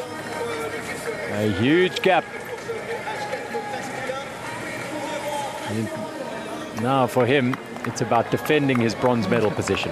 Yeah, most certainly. He'll want to hold off the riders behind him to ensure a bronze medal with a lap to go. Those remaining in the men's H4 race: Travis Gartner, Rafael Wilk, Alexander Grich, Ulysses Del Freitas, and still going is Sumas Panalai, despite his crash he had early in the race. Well, here we go. We're going to see a wheel change here as well, though. But that explains perhaps why the Swiss rider was not at full speed and has lost so much time. He's also got a puncture, or some issue that he's had fixed. Well, looks like Platt's making a move here, putting the pressure on. Men's H4, well, he never looks like he's moving any faster, but he's got such a wonderfully smooth pedal stroke. Gets a Platt up front there, and so much power working those gear ratios beautifully, and he is now putting a little bit of pressure on Thomas Fruith. Yeah, you can see Platt, he's pedaling a harder gear, slower revolutions, a lot of work coming from Fruithworth with a high cadence, just trying to bring Platt back. As we now see Recker after his wheel change, big job to do. Yeah, we were talking about him defending that bronze medal position. That's going to become a lot tougher now because he's lost time to that wheel change. Men's H3 road race, and Matteo Bosredon of France has the lead, but Johan Coyle, his teammate, has closed up a lot to him in the last couple of kilometers on the climb as they are coming towards the end of their third lap. Yeah, we may well see a gold and silver to France in the H3 road race for the men. It's very likely at this point. We're talking now about the H4 road race, and this is Raphael Wilk, who's 4 minutes and 56 down on the leaders, and just behind them Travis Gartner. That's Gartner, beg your pardon, and Wilk. And they are chasing Fabian Recher, who is about half a minute up the road. This is Raphael Wilk from Poland, former world champion, former Paralympic champion. And he has a glint in his eye because he senses he could catch Recher. He would have got news of Recher's issues from the tech zone. He certainly would have. He'll know that, well, here we go. This could be Recher just in front, no? No, I think as they went through the end of the lap, Travis Gartner was ahead. I think they've changed now, and I think Gartner's gone, at least Recher was ahead. I think Gartner's gone to the head now. In the men's H3 race, it is still Matteo Bosredon on the front, and this quartet of riders battling away to try and shut down the gap to Johan Coyle, who has nearly made contact with the leader, his teammate Mathieu Bosredon. So these four riders have a big job ahead of them at the moment, racing for bronze. Yeah, that is a race that is going to be very, very interesting as they go to their last lap and try and fight out between four of them for one medal, and the bronze medal at that. Huge difference between finishing third and finishing seventh or eighth, and you know that they will not want to be on the wrong end of that little equation. Johan Coyle in second place, silver medal position at the moment in the men's H3 race, with a kilometre to go to the end of the third of 4 laps. A 56.8 kilometre road race, shortened today due to the very heavy rains that fell over Paris in the mid-morning, creating in some areas of this road a little bit of a flooded section. So they waited till the rain abated, got the racing underway a little bit later, and as a result reduced all the races on today's program by 1 lap.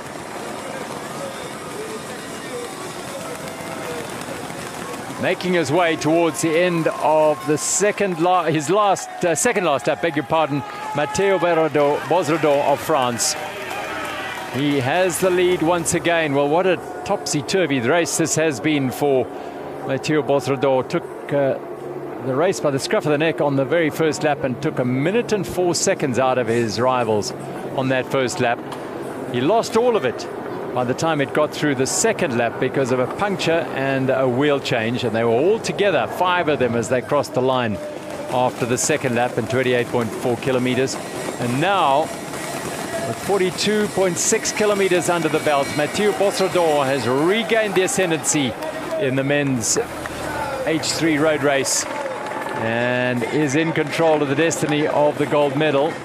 His teammate Johan Coyle is in second place and will cross that line behind him with a deficit of 18 seconds right now.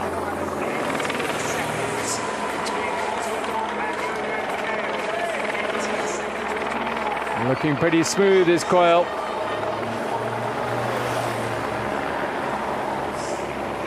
The H3 road race is throwing up all sorts of fascinating scenarios.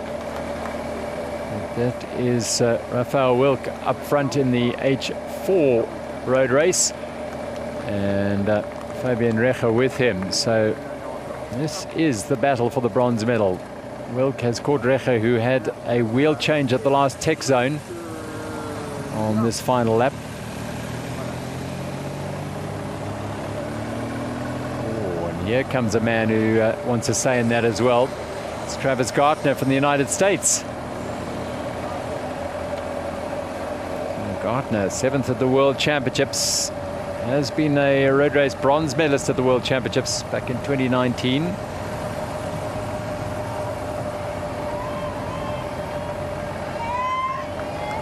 We could have a really exciting race here for the bronze medal in the H4 race, as we have Platt and Fruithworth out in front. 3 chasers now. Yeah, the battle for gold will be interesting as well, because those two, Platt and Fruithworth, were very close together, although Platt was starting to show signs that he was going to make a move, the Dutch powerhouse. And last we saw on this final lap, he may use the launch pad as that last climb as the launch pad.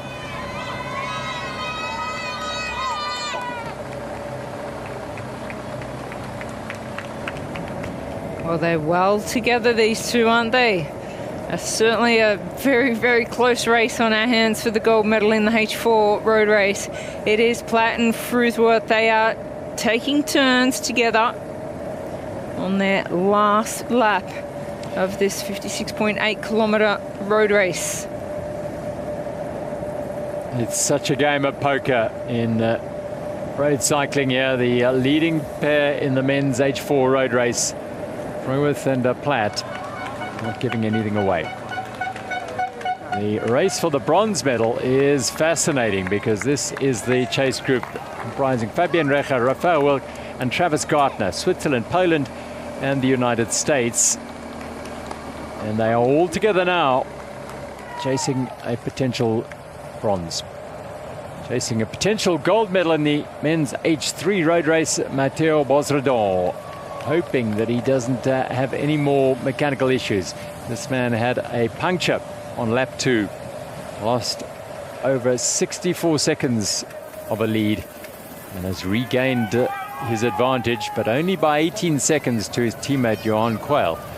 However, the battle for bronze is 2 minutes and 11 seconds back, so it looks for all money, if these two have a trouble-free final lap, that the gold and the silver will be between these two, Quayle and Bosredon, and then an almighty battle between 4 riders for the bronze medal. Here they are.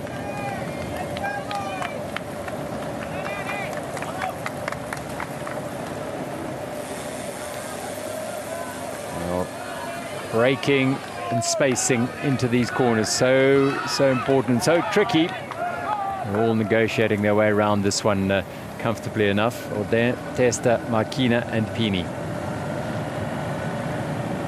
2 Italians, a Belgian and a Spaniard. It'll be interesting to see if the 2 Italians work together to secure a bronze medal if they come into the finish in this position. It's the Paralympic Games. Everyone's worked equally as hard. Number coming loose there for Audent of Belgium. There was a chalkboard or a whiteboard on the side of the road there, just giving them the time split. Mathieu Bosredon sweeping his way in towards glory here over this little short section of cobbles. The cheers from the hometown fans for the Frenchman. He is in hugely impressive form. Really has been dominant in this race, despite the puncture that he had. And that is going to be Quayle in pursuit in the silver medal position at the moment. The men's H3 road race.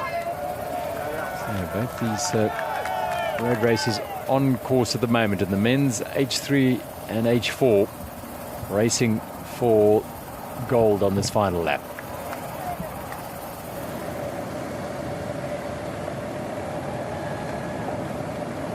the chase in that men's H3 for bronze. Well, up the road by about 18 seconds. Just a hand up there from the Spaniard indicating he might be braking and just going left as he gives the man behind him, Pini, a little bit of space. Or Pini gives him space. A lot of respect between the riders, just letting each other know that there is a roundabout coming up. Brakes are going to be touched. These are our 2 leaders in the H4 road race.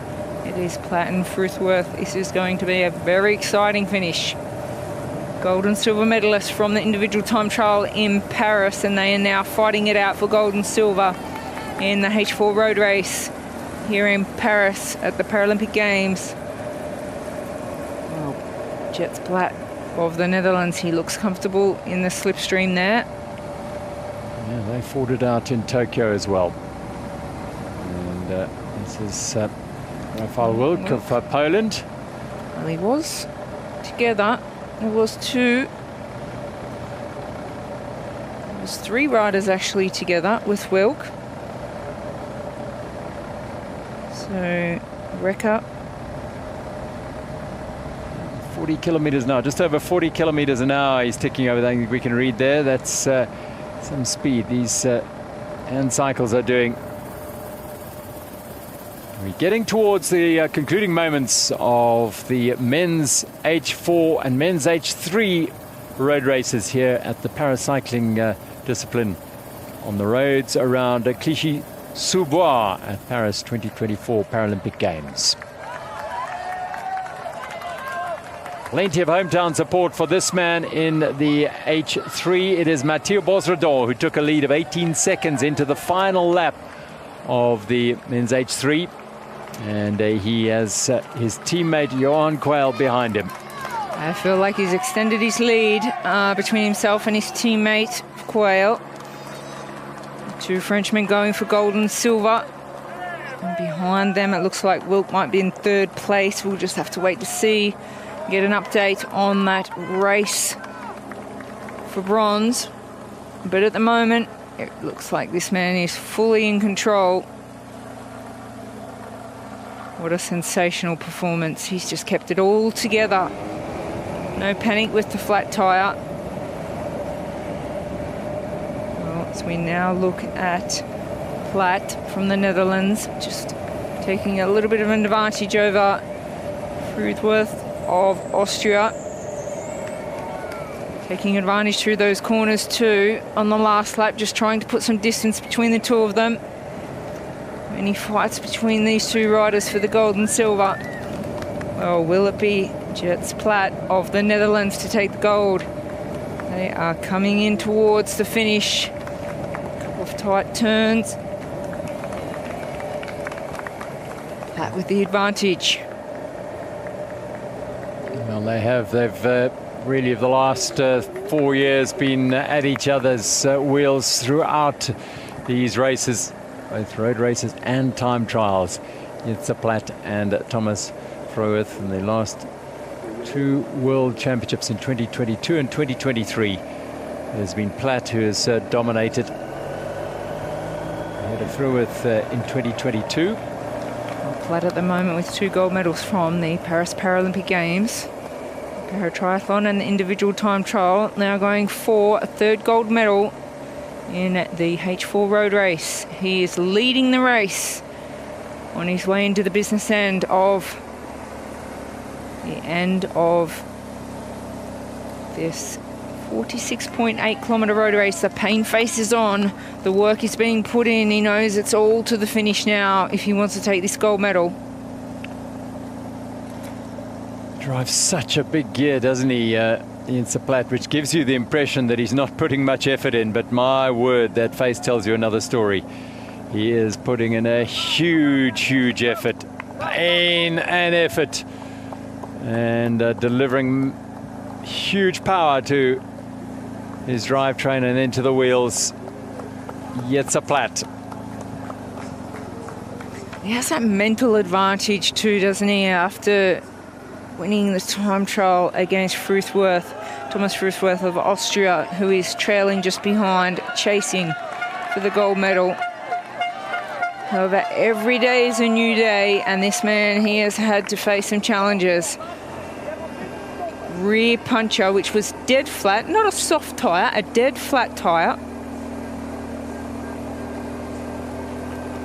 For 5 kilometres he had to ride that.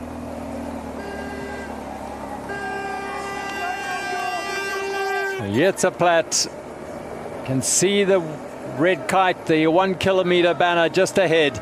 The Dutchman is in complete control of this race as he powers towards the finish of this men's H4 road race, and he is absolutely dominant. A double gold medalist in this Paralympic Games already, Jetse Platt, and he is heading towards a 3rd gold medal here. Not even the pigeon will get in the way of the powerhouse Dutchman as he is surging away from Thomas Freuwirth, the Austrian. Well, they've had certainly a strong battle, haven't they, the two of them? And Platt having the advantage coming into the finish. He knows he's being chased down by the Austrian, but he is a man in control, as we cannot see in the background. Thomas Freuwirth, the Austrian. Well, he'll make one final turn here. Eyes focused now. Exhaustion etched over his face, but he knows now he'll be able to smile and celebrate in a short while. He is already.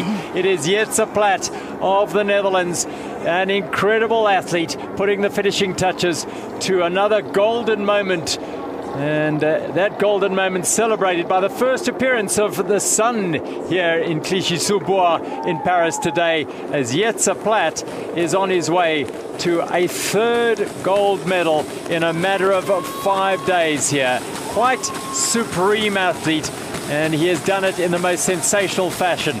The gold medalist in the men's H4, Jetse Platt of the Netherlands. 3 gold medals since the triathlon, then the time trial, and now the road race. What an athlete. How amazing that he put so much time into the Austrian in those final few kilometres of the men's H4 road race. Jetse Platt of Netherlands takes gold. And a celebration for Thomas Freuwirth. He is delighted. The Austrian will take silver for the 2nd Paralympic Games in a row. And Thomas Freuwirth finishing not that far behind his fierce rival, just over half a minute, 31 seconds, a broad smile on his face. The Austrian is the silver medalist. Thank you, man. It's an honor. Thanks very much. Thanks very much. Thank you very much. Perfect. That was fucking great. It was fun. Reactions of the gold and silver medalist in the men's H4 road race. And we now, with 2 kilometers to go, ride with Rafał Wilk of Poland. And he is now on his way at this stage towards the bronze medal in the men's H4 road race. And he's a long way adrift of the gold and silver medalists, Jetse Platt and Thomas Freuwirth. Now to the H3 road race, and this is Matteo Bosredon, the Frenchman. Well, he's the man that has been absolutely phenomenal today, hasn't he? Just been right on his game. Nothing fazed him with that puncher he had for 5 kilometres. What an inspirational ride. Well, he has been remarkable. That puncture after he'd opened a yawning gap to his rivals, then picked up the puncture. A little bit of help from his teammate here, Johan Quayle. He managed to re-establish his dominance on the race. Quayle now sits in 2nd place in the chase group. He went through the 3rd lap, 18 seconds adrift of his teammate. Well, I think he might be a little bit further back than that now, but I suggest that he would be safe in silver medal, because the group behind him of Orden, Testa, Marquina and Pini chasing the bronze medal well, they haven't made up that 2-minute deficit that they were down after 3 laps. 5 kilometers to go in the men's H3 road race. And Johan Quayle is in the silver medal position behind his teammate Mathieu Bosredon. Sweeps through that tricky and dangerous roundabout without any issues at all. Well, he was the silver medalist in the individual time trial, Quayle, and he is on his way to another here in the road race.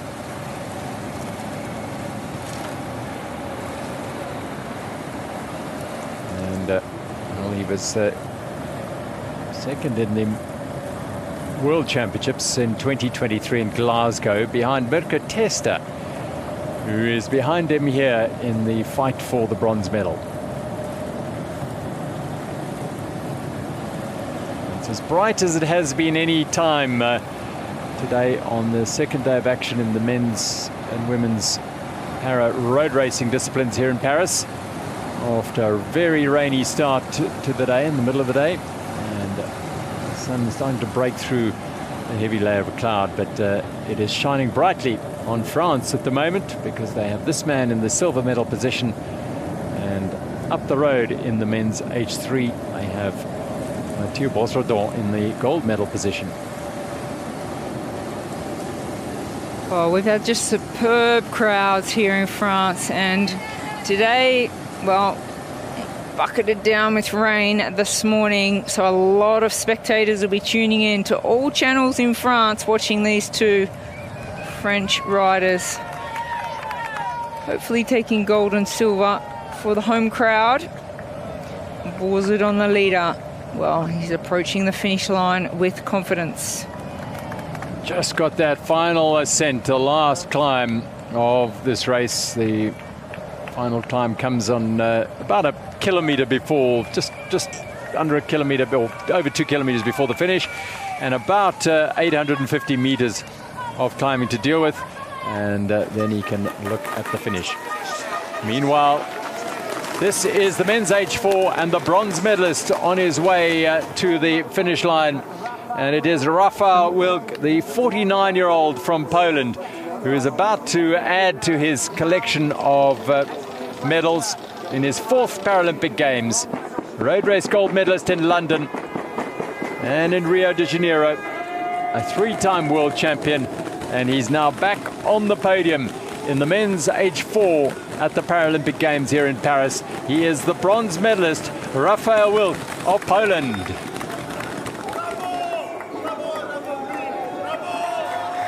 What a fantastic job Wilk has done to win that bronze medal. He was amongst a very strong group of riders with half a lap to go, and he put the hammer down to bring it home for a bronze medal for Poland. The leader in the men's H3 race, and the undoubted class act in this field, as befits his position at the front of the race, Mathieu Bosredon. He's done a fantastic job. Travis Gartner of the United States will finish in 4th place in the men's H4 race. And Gartner really did a great job, because he finished less than a minute behind the bronze medal Rafał Wilk.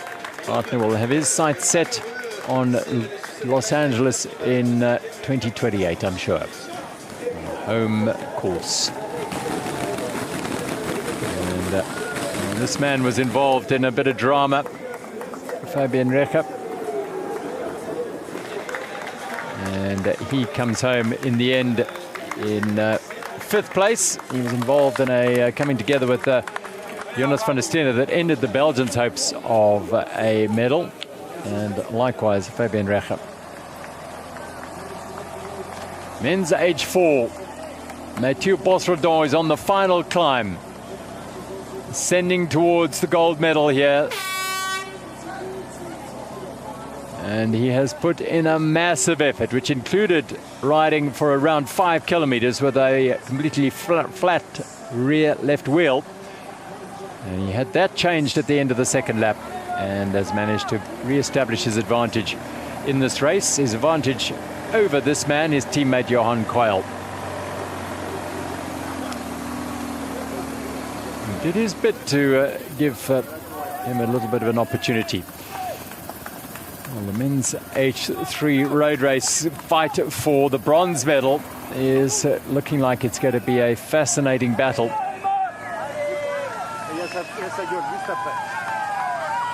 Encouragement from the roadside for Mathieu Bossredon.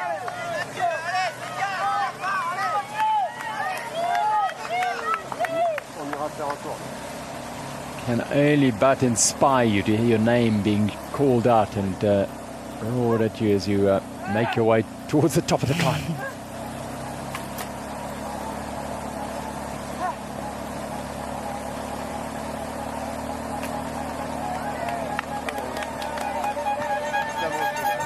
Mathieu Bossredon is emptying the tank on this final climb, and he'll see the 1 kilometre kite just at the top of this climb. That'll give him some relief. But wow, has he worked hard during this race. 1 kilometre to go in the men's H3 road race. And it is Mathieu Bossredon of France who is riding his way to a sensational victory. There are wins and there are wins. This has been quite extraordinary. He has endured the delight of opening up a big lead, and that's seeing that evaporate.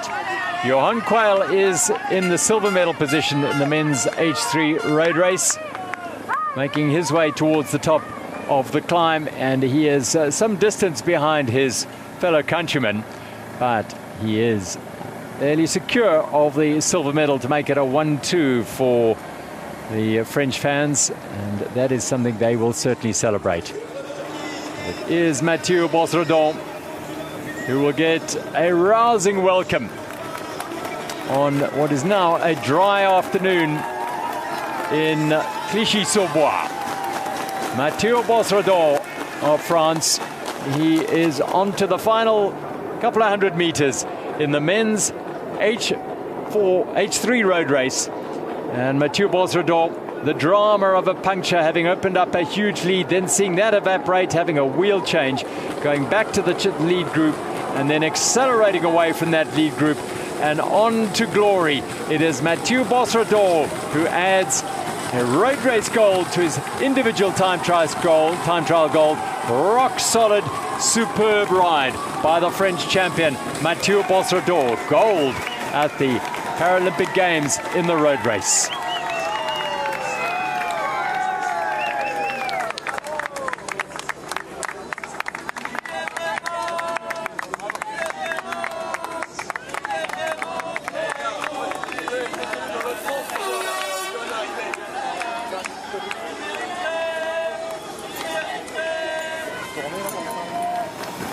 France will make it a 1-2.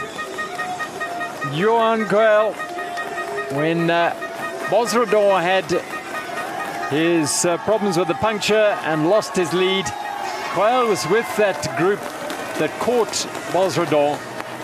Bossredon regained contact with that group, and then in company with Johan Quayle, they accelerated away from the rest of them, and it is Quayle who will now cross the line as the silver medalist. A 1-2 for France in Clichy-sous-Bois in the men's H3 road race. They have been quite supreme, this pair, and they're putting it to bed here. It'll be a rich night of celebration for France. Gold to Bossredon, silver to Johan Quayle in the men's H3 road race in Paris.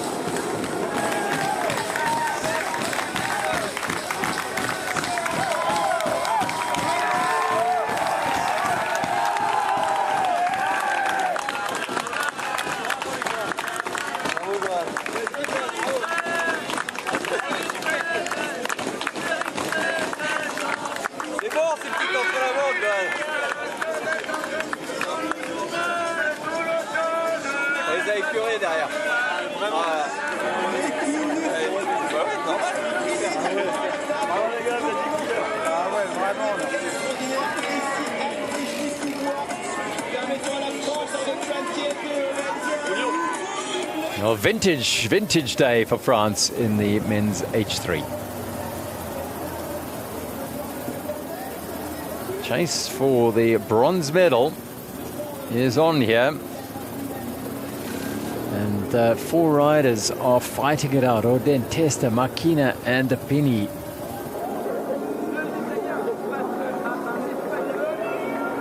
Back to the men's H4 road race, and rolling in is Alexander Grich of Austria. And it's an excellent ride by the 42-year-old. Grich will finish in 6th place. Gold to Jetsa Platt, silver to Thomas Freuwirth of Austria, and Rafael Wilke-Pollard taking the bronze. And another Austrian inside the top 6, Alexander Grich, improving on his 7th place at the halfway mark. He managed to make up a place, and he finishes in 6th place.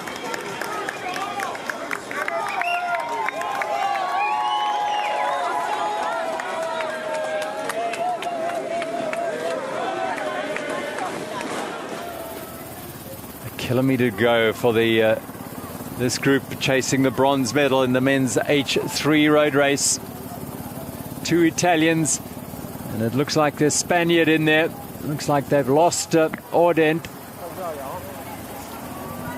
Looks like Pini and Testa, and they've got Luis Miguel Garcia Marquina in the middle there.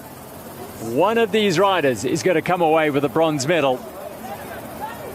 And you feel with 2 Italians that they hold all the aces. Certainly going to be a very exciting race for the bronze medal in the men's H3 road race. As we see 2 Frenchmen have come in for gold and silver. Now the race for bronze. 2 Italians versus 1 Spanish. Testa, the world champion, on the front. And behind him is Marquina of Spain. And then it is the other Italian, Martino Pini, bronze medalist in the individual time trial. This is going to be enthralling. It's going to be thrilling. The last corner is taken. Testa has gone away. Can the Spaniard Marquina respond here? Testa puts in the effort. Marquina is doing all he can to pull back that gap. It looks like Pini's going to let it go, but it is Mirko Testa, who's going to come away with the bronze medal. It appears here. He's shouting. He thinks he's got it, and he certainly has. With a few meters to go, Mirko Testa, the world champion, is the bronze medalist at the Paralympic Games here in Paris by the narrowest of margins. Luis Miguel Marquina in 4th, and Martino Pini takes 5th place. That's what racing is all about.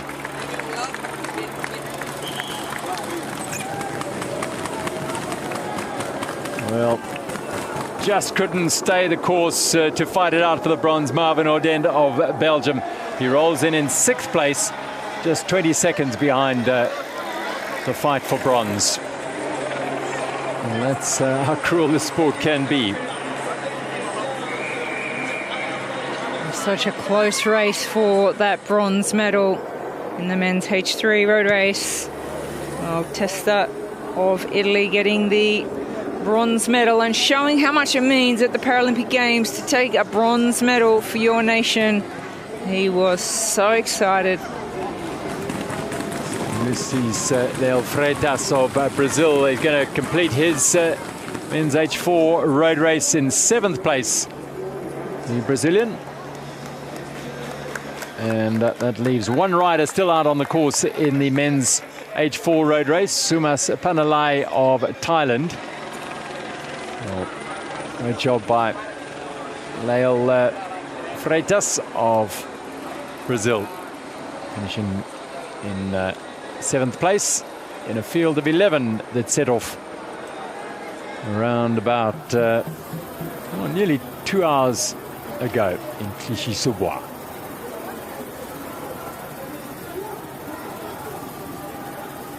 Small suburb in the Saint-Denis department of Paris. This is Clichy-sous-Bois, and the venue for all the para road racing disciplines, time trial, road race, and a team relay, which will conclude the entire program, which is going to be enthralling on the final day. But so far, we've seen dramatic racing on the second day of action at Clichy-sous-Bois. Made as much by the conditions they had to ride in today. Rochelle, this rain and slippery roads did play havoc with the riders. They had to be very careful. Some, I'm afraid, got it a little bit wrong and fell foul of the weather. Yeah, at the start of the race, the roads were particularly wet. The speeds were so high as the race was establishing in itself. We saw a lot of riders crash during those first couple of laps of the race. There's so much drama with punctures. What excitement have we seen here in both the men's H3 and H4 road races. They have been super, super exciting. We've been on the edge of our seats, Gerald, watching such exciting road races. Yeah, it's been fascinating to see it all unfold on these roads of Clichy-sous-Bois. Yep. We've seen unfortunate crashes to Fritsch, Tingley and Van der Stene. But this is Sumas Panalai, the 48-year-old from Thailand, who is coming to the finish of the men's H4 road race. And, well, he has survived a crash. He went into a barrier quite heavily early on in the first lap of the race. And here he is, bringing it home. What a ride by Sumas Panalai, overcoming that misfortune and staying strong and staying true to his drive to finish the road race at the Paris 2024 Paralympic Games. Sumas Panalai will finish as rider in 8th position in the men's H4 road race, which will complete the field with Jonas van der Stene, Matt Tingley and Josef Fritsch, all unfortunately not able to finish due to those accidents. Not so Panalai. He finishes now in 8th place. Congratulations. Well, at this level, at the Paralympics, is where we see the real champions who crash and have to overcome obstacles. If they are able to finish, they will. Brandon Lyons comes home for the United States in the men's H3 road race. Lyons at 34 will feel there's plenty more, and he's got an opportunity in 4 years' time.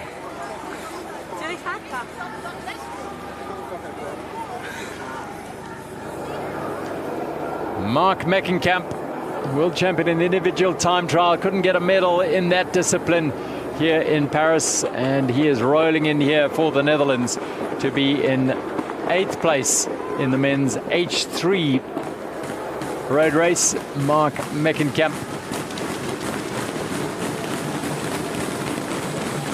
being welcomed to the finish line, the 51-year-old from the Netherlands. He will finish in 8th place in the men's H3 road race.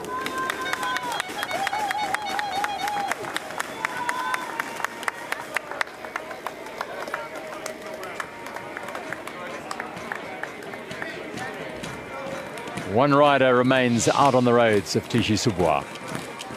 Glory for Mathieu Bosredon of France in the men's H3 road race as he takes a sensational victory. Losing a 1-minute lead, regaining it, and then winning in the end by 1 minute and 21 seconds from his teammate Johan Coel.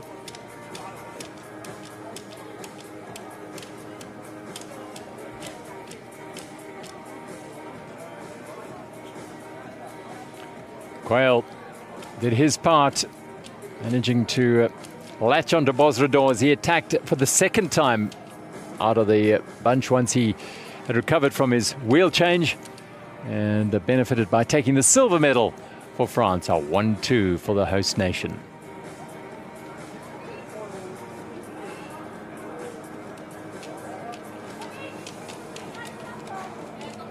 There was an intense battle for the bronze medal, with 4 riders, then 3, and then finally it came down to just 1. The world champion Mirko Testa got away from his closest rivals, Luis Marchina and Martino Pini, his fellow Italian, to take the bronze medal to add to his world championship gold medal.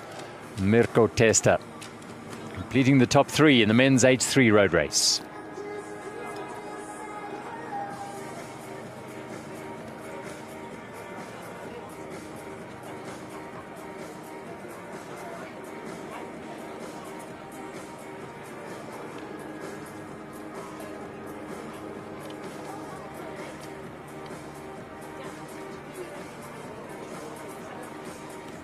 Well, that's the emotions. There's always a team around a team, and the support that you get from your partner, it's so, so special.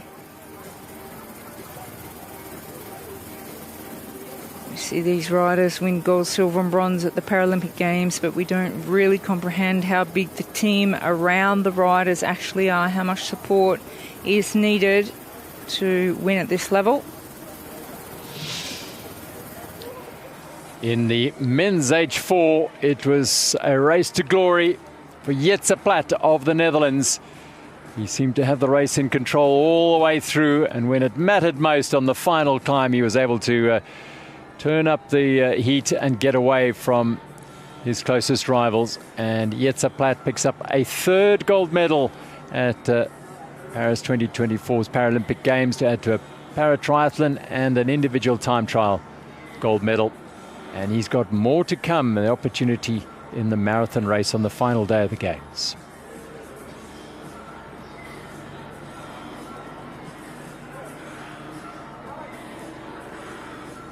He's always involved in a major battle, and very often it's this man who's on the other side of it, Thomas Freuwirth. And he was the silver medalist in Tokyo behind Platt, and again, the Austrian in silver medal position, but delighted to finish 31 seconds behind Jetse Platt to collect the silver medal. The pair were the dominant riders throughout this race, leading by over a minute after one lap, 3 minutes after two lap, 5 minutes after three laps, and by the end it was 5.5 minutes. Well, you can see what it means for these riders that train 25 to 30 hours a week on the bike. And that doesn't include all the recovery stretching, the cold baths, the protein powders, the core strength stability, the gym work they have to do. There is so much work. It is an absolute full-time job, 24/7 for these athletes at this level. Day two of action in the paracycling road discipline concluded with medals decided in the men's H3 and men's H4 road races. And to follow will be the victory ceremonies to celebrate the achievements of those Paralympian medalists.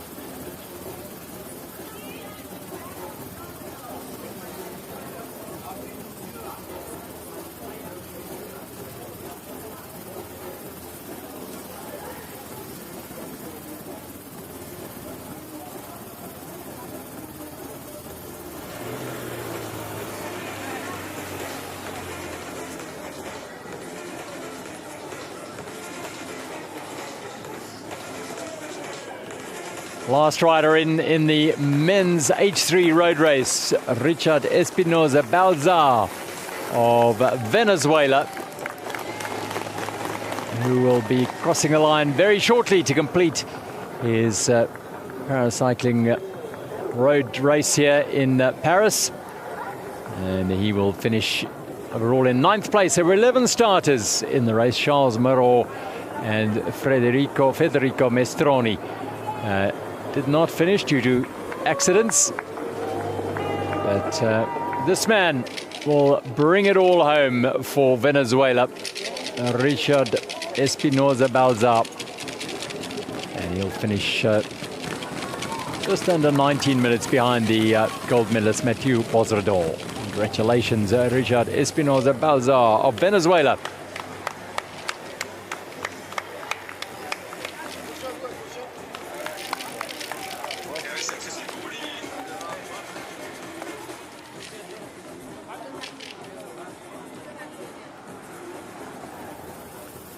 Here at Clichy-sous-Bois, the victory ceremonies of the races here at the Para road racing, the men's H5, the women's H5, the men's H4 and the men's H3 victory ceremonies will take place very shortly.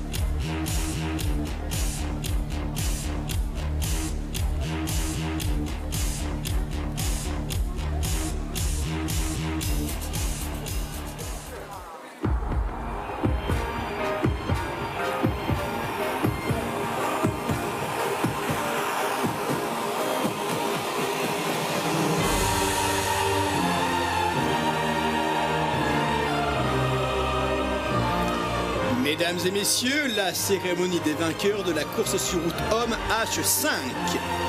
Ladies and gentlemen, the victory ceremony for the men's H5 road race. Veuillez accueillir les médaillés. Please welcome the medalists.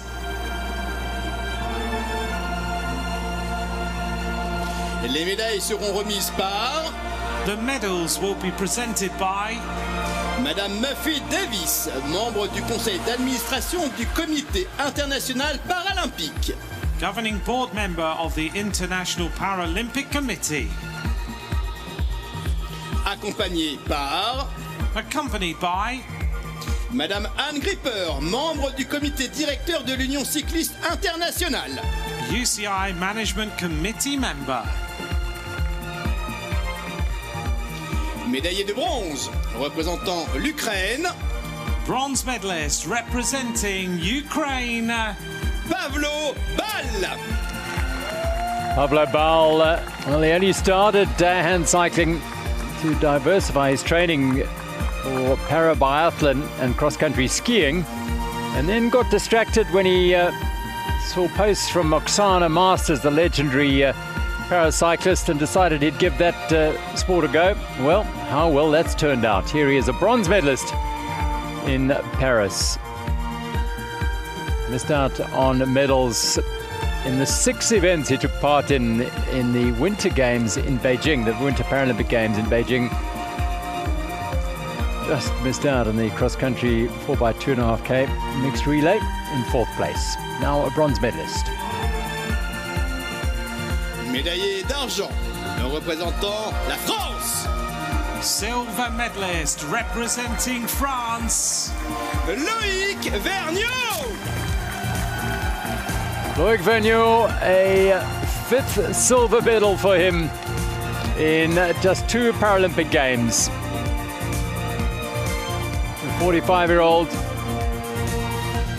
second in the road race, the individual time trial, and the team relay with the French team in Tokyo in the Tokyo 2020 Paralympic Games. Second in the individual time trial here in Paris, and now again the runners-up position. But I'm sure he's delighted with that.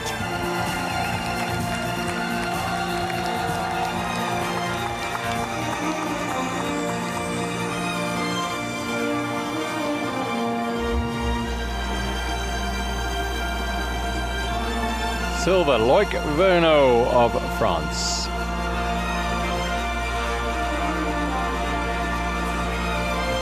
Médaillé d'or et champion paralympique représentant les Pays-Bas. Gold medalist and Paralympic champion representing Netherlands. Mitch Valizé. Well, glory for the Netherlands once again in the para-road discipline.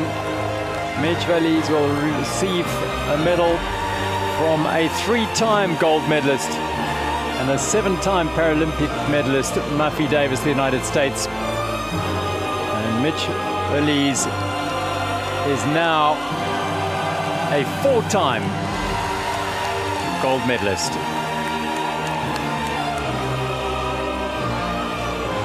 The double at Tokyo 2020's Paralympic Games, and Mitch Valizé has done it again here. Back-to-back individual time trial, and now the road race gold for the 29-year-old.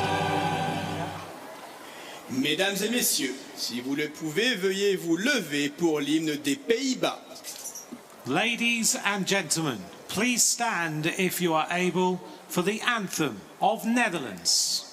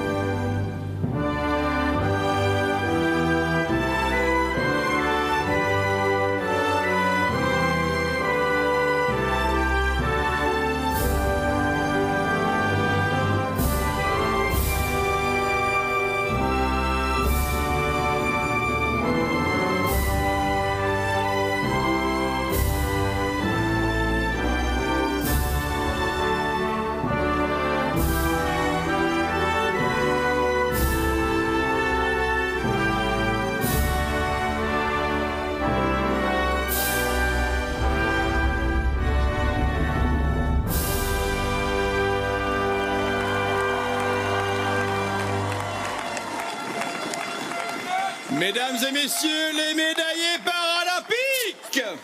Ladies and gentlemen, the Paralympic medalists. Well, this is such a special moment, isn't it? Mitch Valise, flanked by silver medalist Lloyd Vernigo and Pavlo Bal of the Ukraine, the bronze medalist in the men's H5 road race victory ceremony.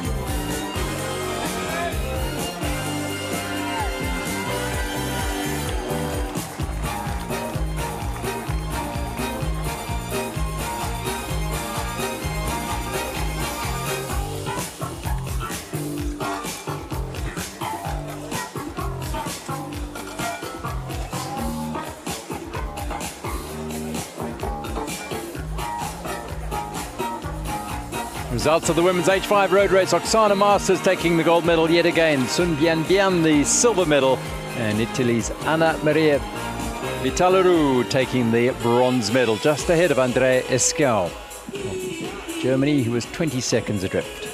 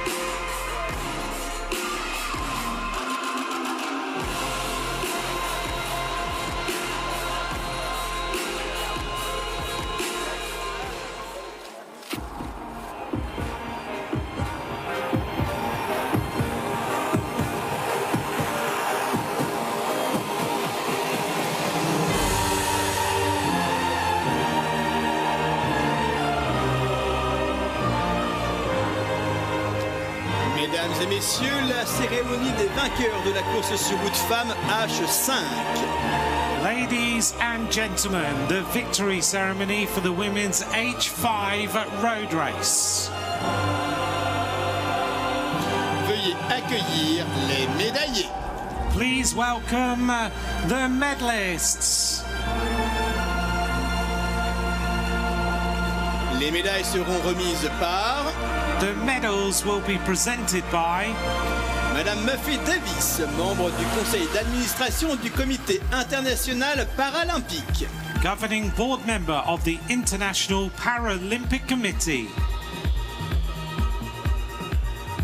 Accompanied by Madame Anne Gripper, membre du comité directeur de l'Union cycliste internationale. UCI Management Committee member. Médaillé de bronze, représentant l'Italie. Bronze medalist, representing Italy, Anna Maria Vitillaru. Well, 41-year-old Anna Maria Vitillaru has played wheelchair basketball for Italy, and in fact, she was on a tournament in Liguria in 2013 when she saw hand cycles, and she got onto a hand cycle, and she said she knew then that she would never want to get off. Born in Romania, has lived in Italy since she was 17. And at her second Paralympic Games, she is a bronze medalist. Médaillé d'argent, représentant la République populaire de Chine. Silver medalist, representing People's Republic of China, Sun Bian.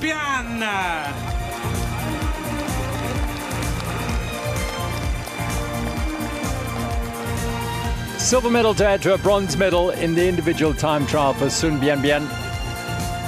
And a second silver in this discipline after picking up the same medal at the Tokyo 2020 Paralympic Games. She also got the individual time trial silver there. So it's been very good 2 Paralympic Games for Sun Bian, the 36-year-old from the People's Republic of China.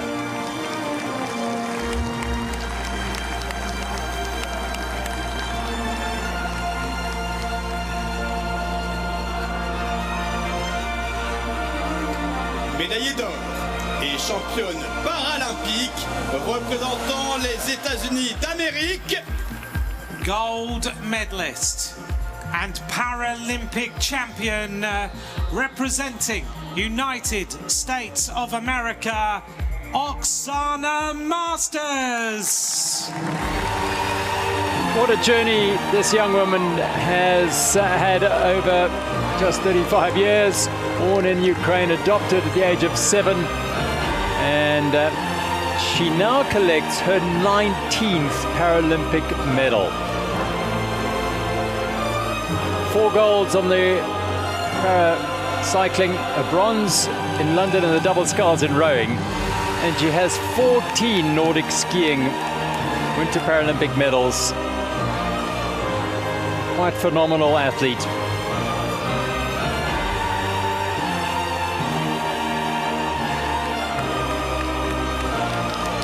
9th gold medal for Oksana Masters.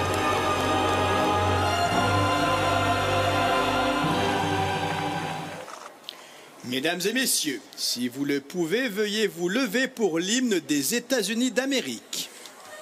Ladies and gentlemen, please stand if you are able for the anthem of United States of America.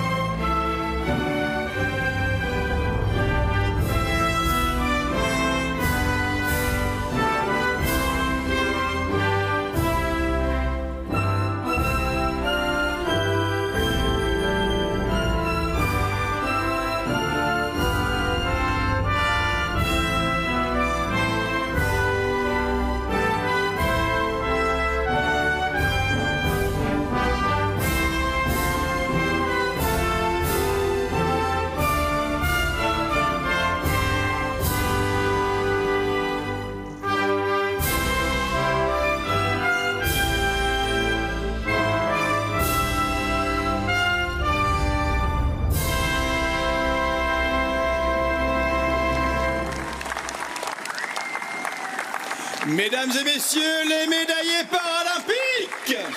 Ladies and gentlemen, the Paralympic medalists. Well, I'm sure that Oksana Masters never tires from hearing the anthem of the United States of America.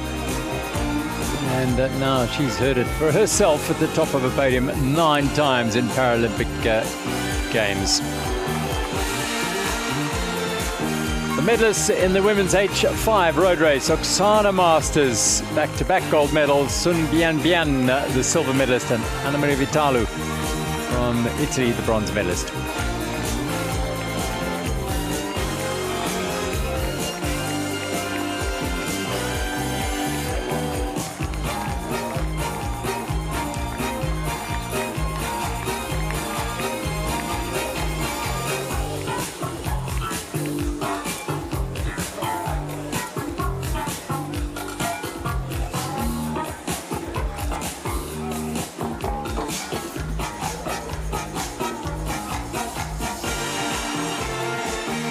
Jets Platt made it a 3rd gold medal at Paris 2024, winning the men's H4 road race by just over half a minute from his fierce rival Thomas Freuwirth of Austria.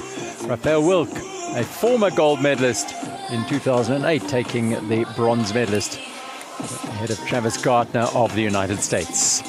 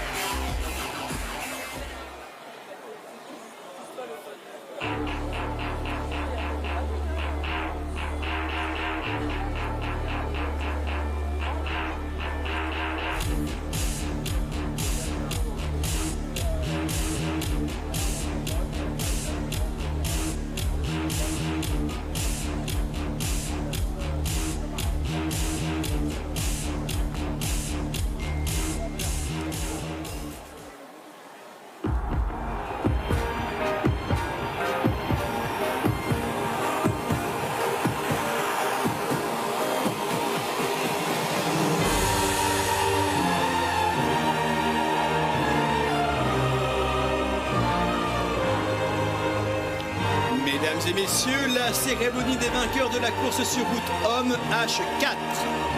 Ladies and gentlemen, the victory ceremony for the men's H4 road race. accueillir les médaillés. Please welcome the medalists. Les médailles seront remises par... The medals will be presented by... Madame Anne Gripper, membre du comité directeur de l'Union cycliste internationale. UCI Management Committee member. Accompagnée par... Accompanied by... Madame Marinella Yerso, conseillère municipale de Tunis en charge du handicap. Municipal Councillor of Duni in charge of people with disabilities. Médaillé de bronze, représentant la Pologne. Bronze medalist, representing Poland, Rafał Wilk. Well, it was in Rio de Janeiro where he won his last medals of 4 when he won the time trial there and took the silver in the road race, having won both those events in London in 2012. In Tokyo, he missed out on the medals, 4th and 6th place. But Rafał Wilk, the 49-year-old from Poland, is back on the podium.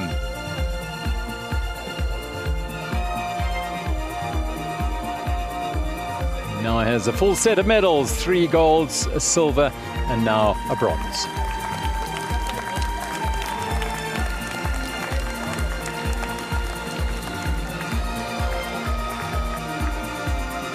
Médaillé d'argent, représentant l'Autriche. Silver medalist, representing Austria, Thomas Frueth.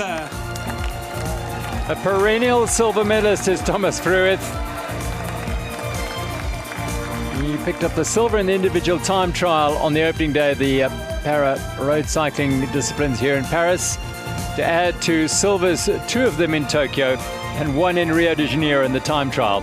And now he has another 2, making it 5 silver medals. And in all his world championships, he has picked up 4 silvers and 4 bronze medals, never once a gold medalist.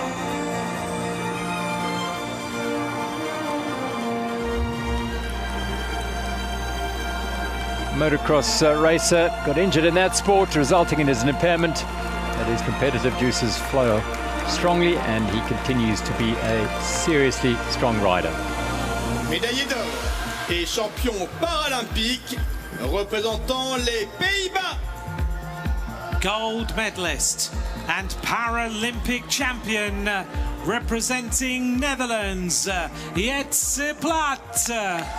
The main reason for Thomas Frueth always finishing second is this man, Jetse Plaat. Double gold in Tokyo and a gold in Rio de Janeiro in the triathlon, and again in Tokyo and again here.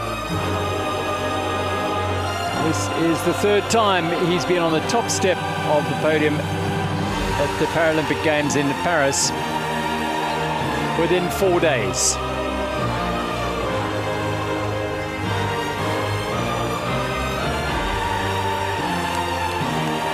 Triathlon, individual time trial and road race golds. Marathon awaits for Jetse Plaat. Mesdames et messieurs, si vous le pouvez, veuillez vous lever pour l'hymne des Pays-Bas. Ladies and gentlemen, please stand if you are able for the anthem of Netherlands.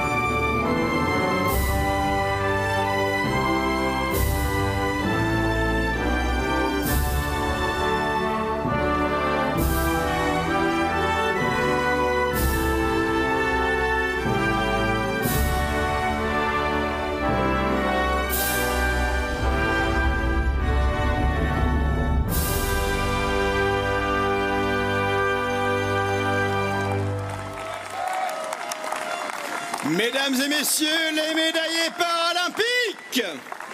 Ladies and gentlemen, the Paralympic medalists. In a game littered with multi-medalists across different sports, Jetse Platt is a phenomenon. 3 gold medals already here in Paris.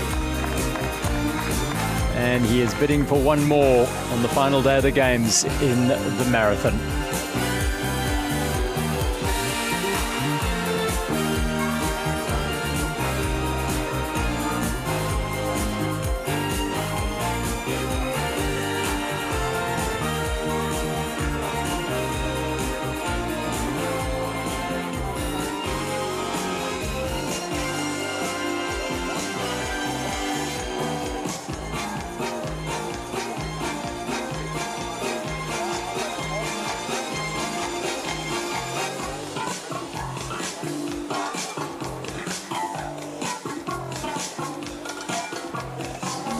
Hugh Bosredon took gold in the men's H3 road race. After a dramatic race, it saw him have to stop and change a tyre at the halfway mark due to a puncture. He lost all of his 1-minute lead, fought back and regained the advantage and escaped to take the win by 1 minute and 21 seconds.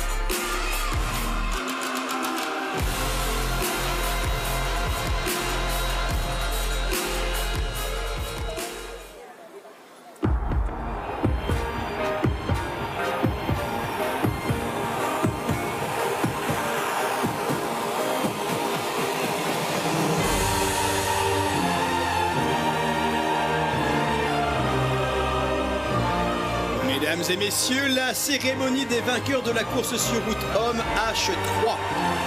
Ladies and gentlemen, the victory ceremony for the men's H3 road race.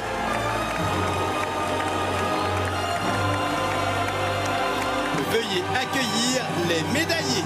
Please welcome the medalists.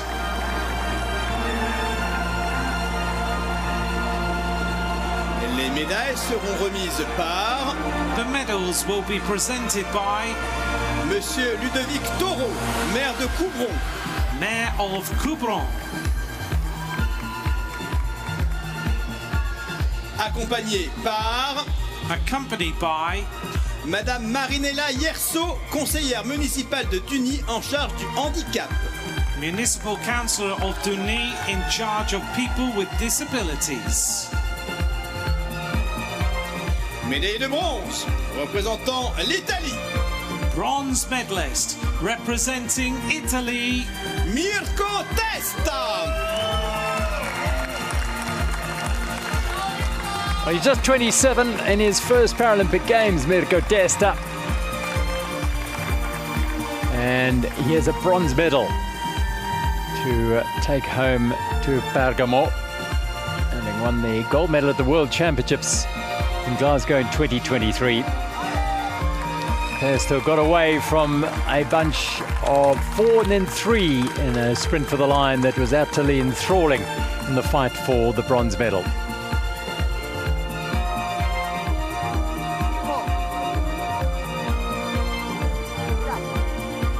Bronze medalist Mirko Testa of Italy.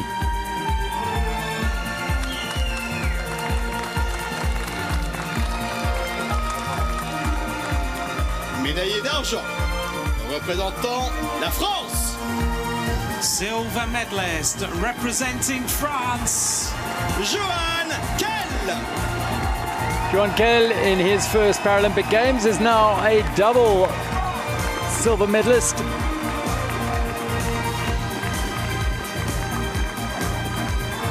Adding a road race silver to his time trial silver medal.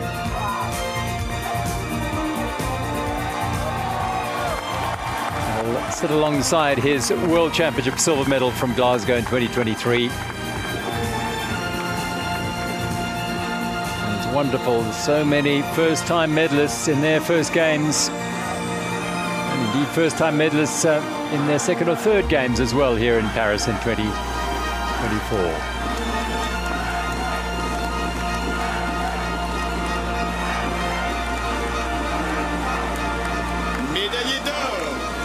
Champion paralympique représentant la France. Gold medalist and Paralympic champion representing France, Mathieu Boisredon. Mathieu Boisredon is a double gold medalist in his home Paralympic Games. It surely cannot get any better for this 33-year-old from Brive-la-Gaillarde.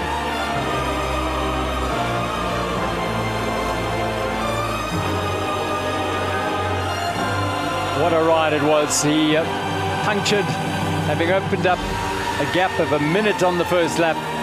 Midway through the second lap, he picked up a puncture. Rode on for 5 kilometers, had a change, regained the lead, and took the win by just over a minute. Mathieu Boisredon, the gold medalist, for the second time in the Games, this time in the men's H3 road race. Mesdames et messieurs, si vous le pouvez, veuillez vous lever pour l'hymne de la France. Ladies and gentlemen, please stand if you are able for the anthem of France.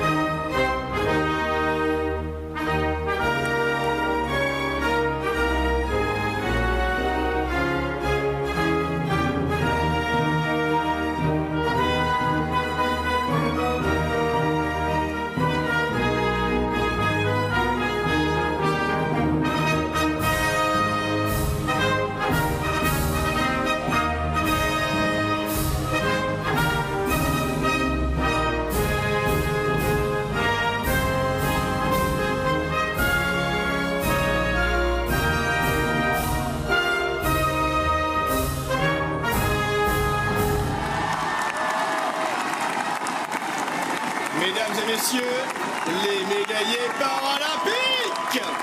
Ladies and gentlemen, the Paralympic medalists.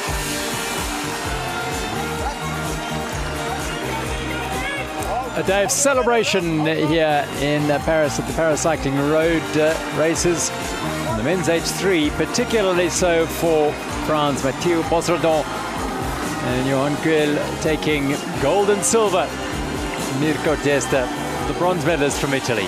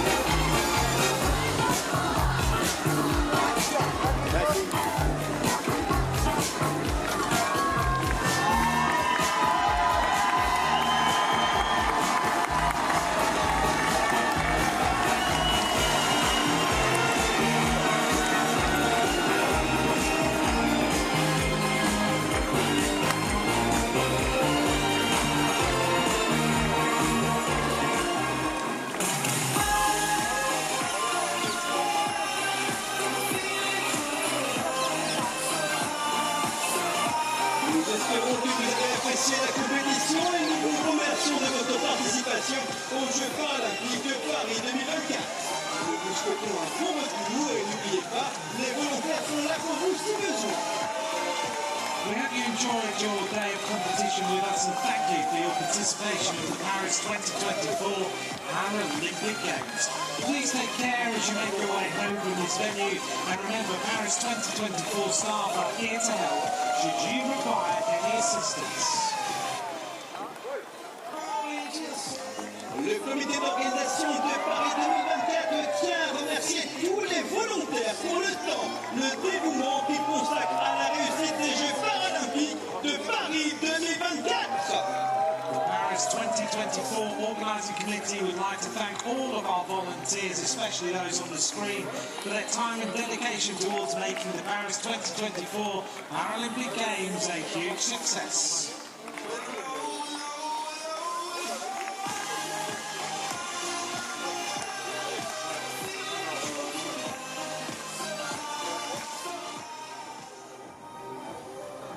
Day 8 at the Paris 2024 Paralympic Games, and it is day 2 of the Paris cycling road disciplines at Clichy-sous-Bois.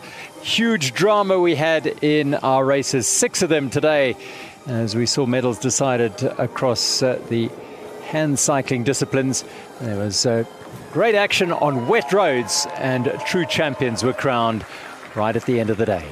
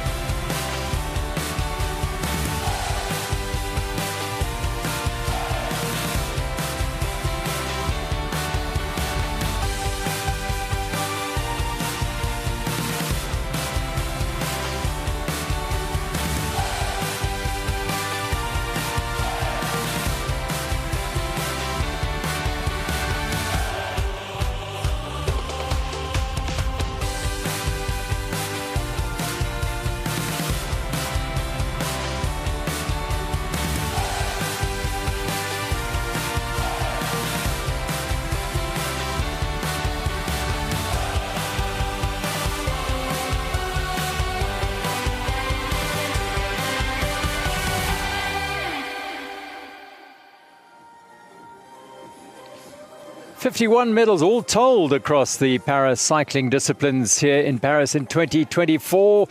And here on the road, 34 to be decided. We've had 25 and there's still 9 to come, and they are mouth-watering races to look forward to over the remaining 2 days of competition in the Paris cycling road disciplines.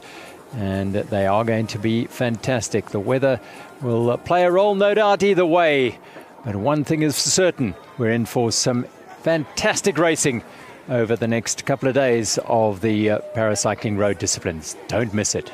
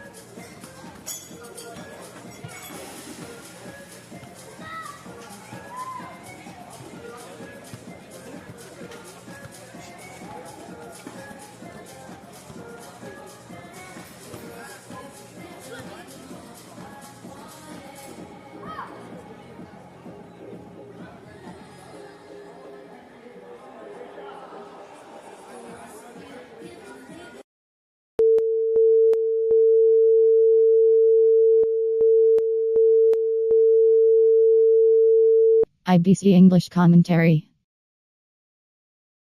Stereo mix left, stereo mix right.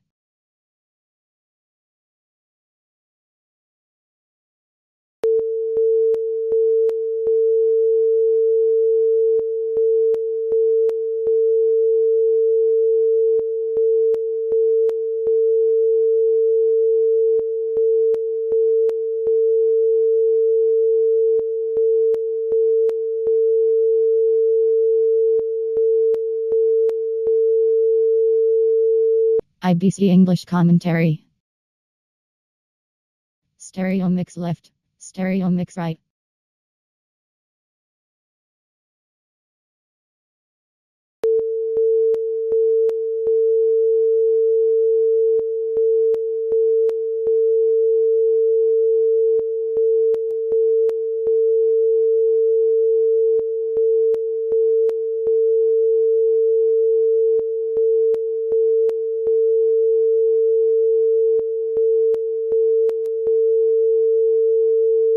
IBC English commentary.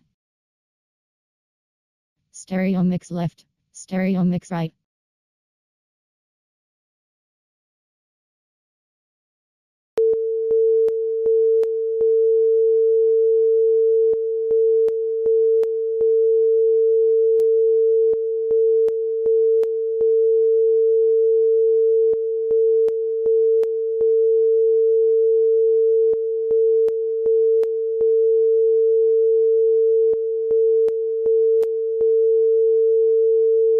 IBC English commentary.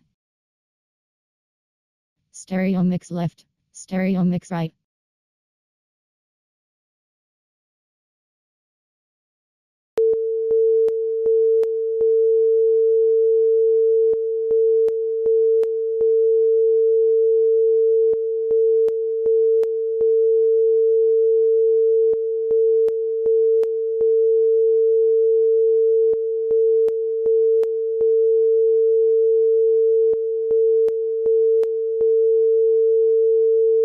IBC English commentary. Stereo mix left, stereo mix right.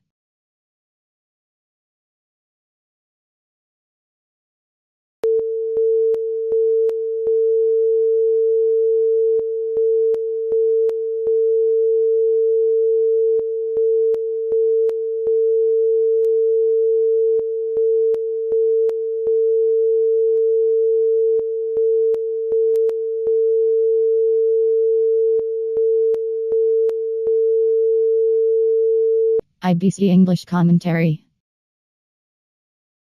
Stereo mix left, stereo mix right.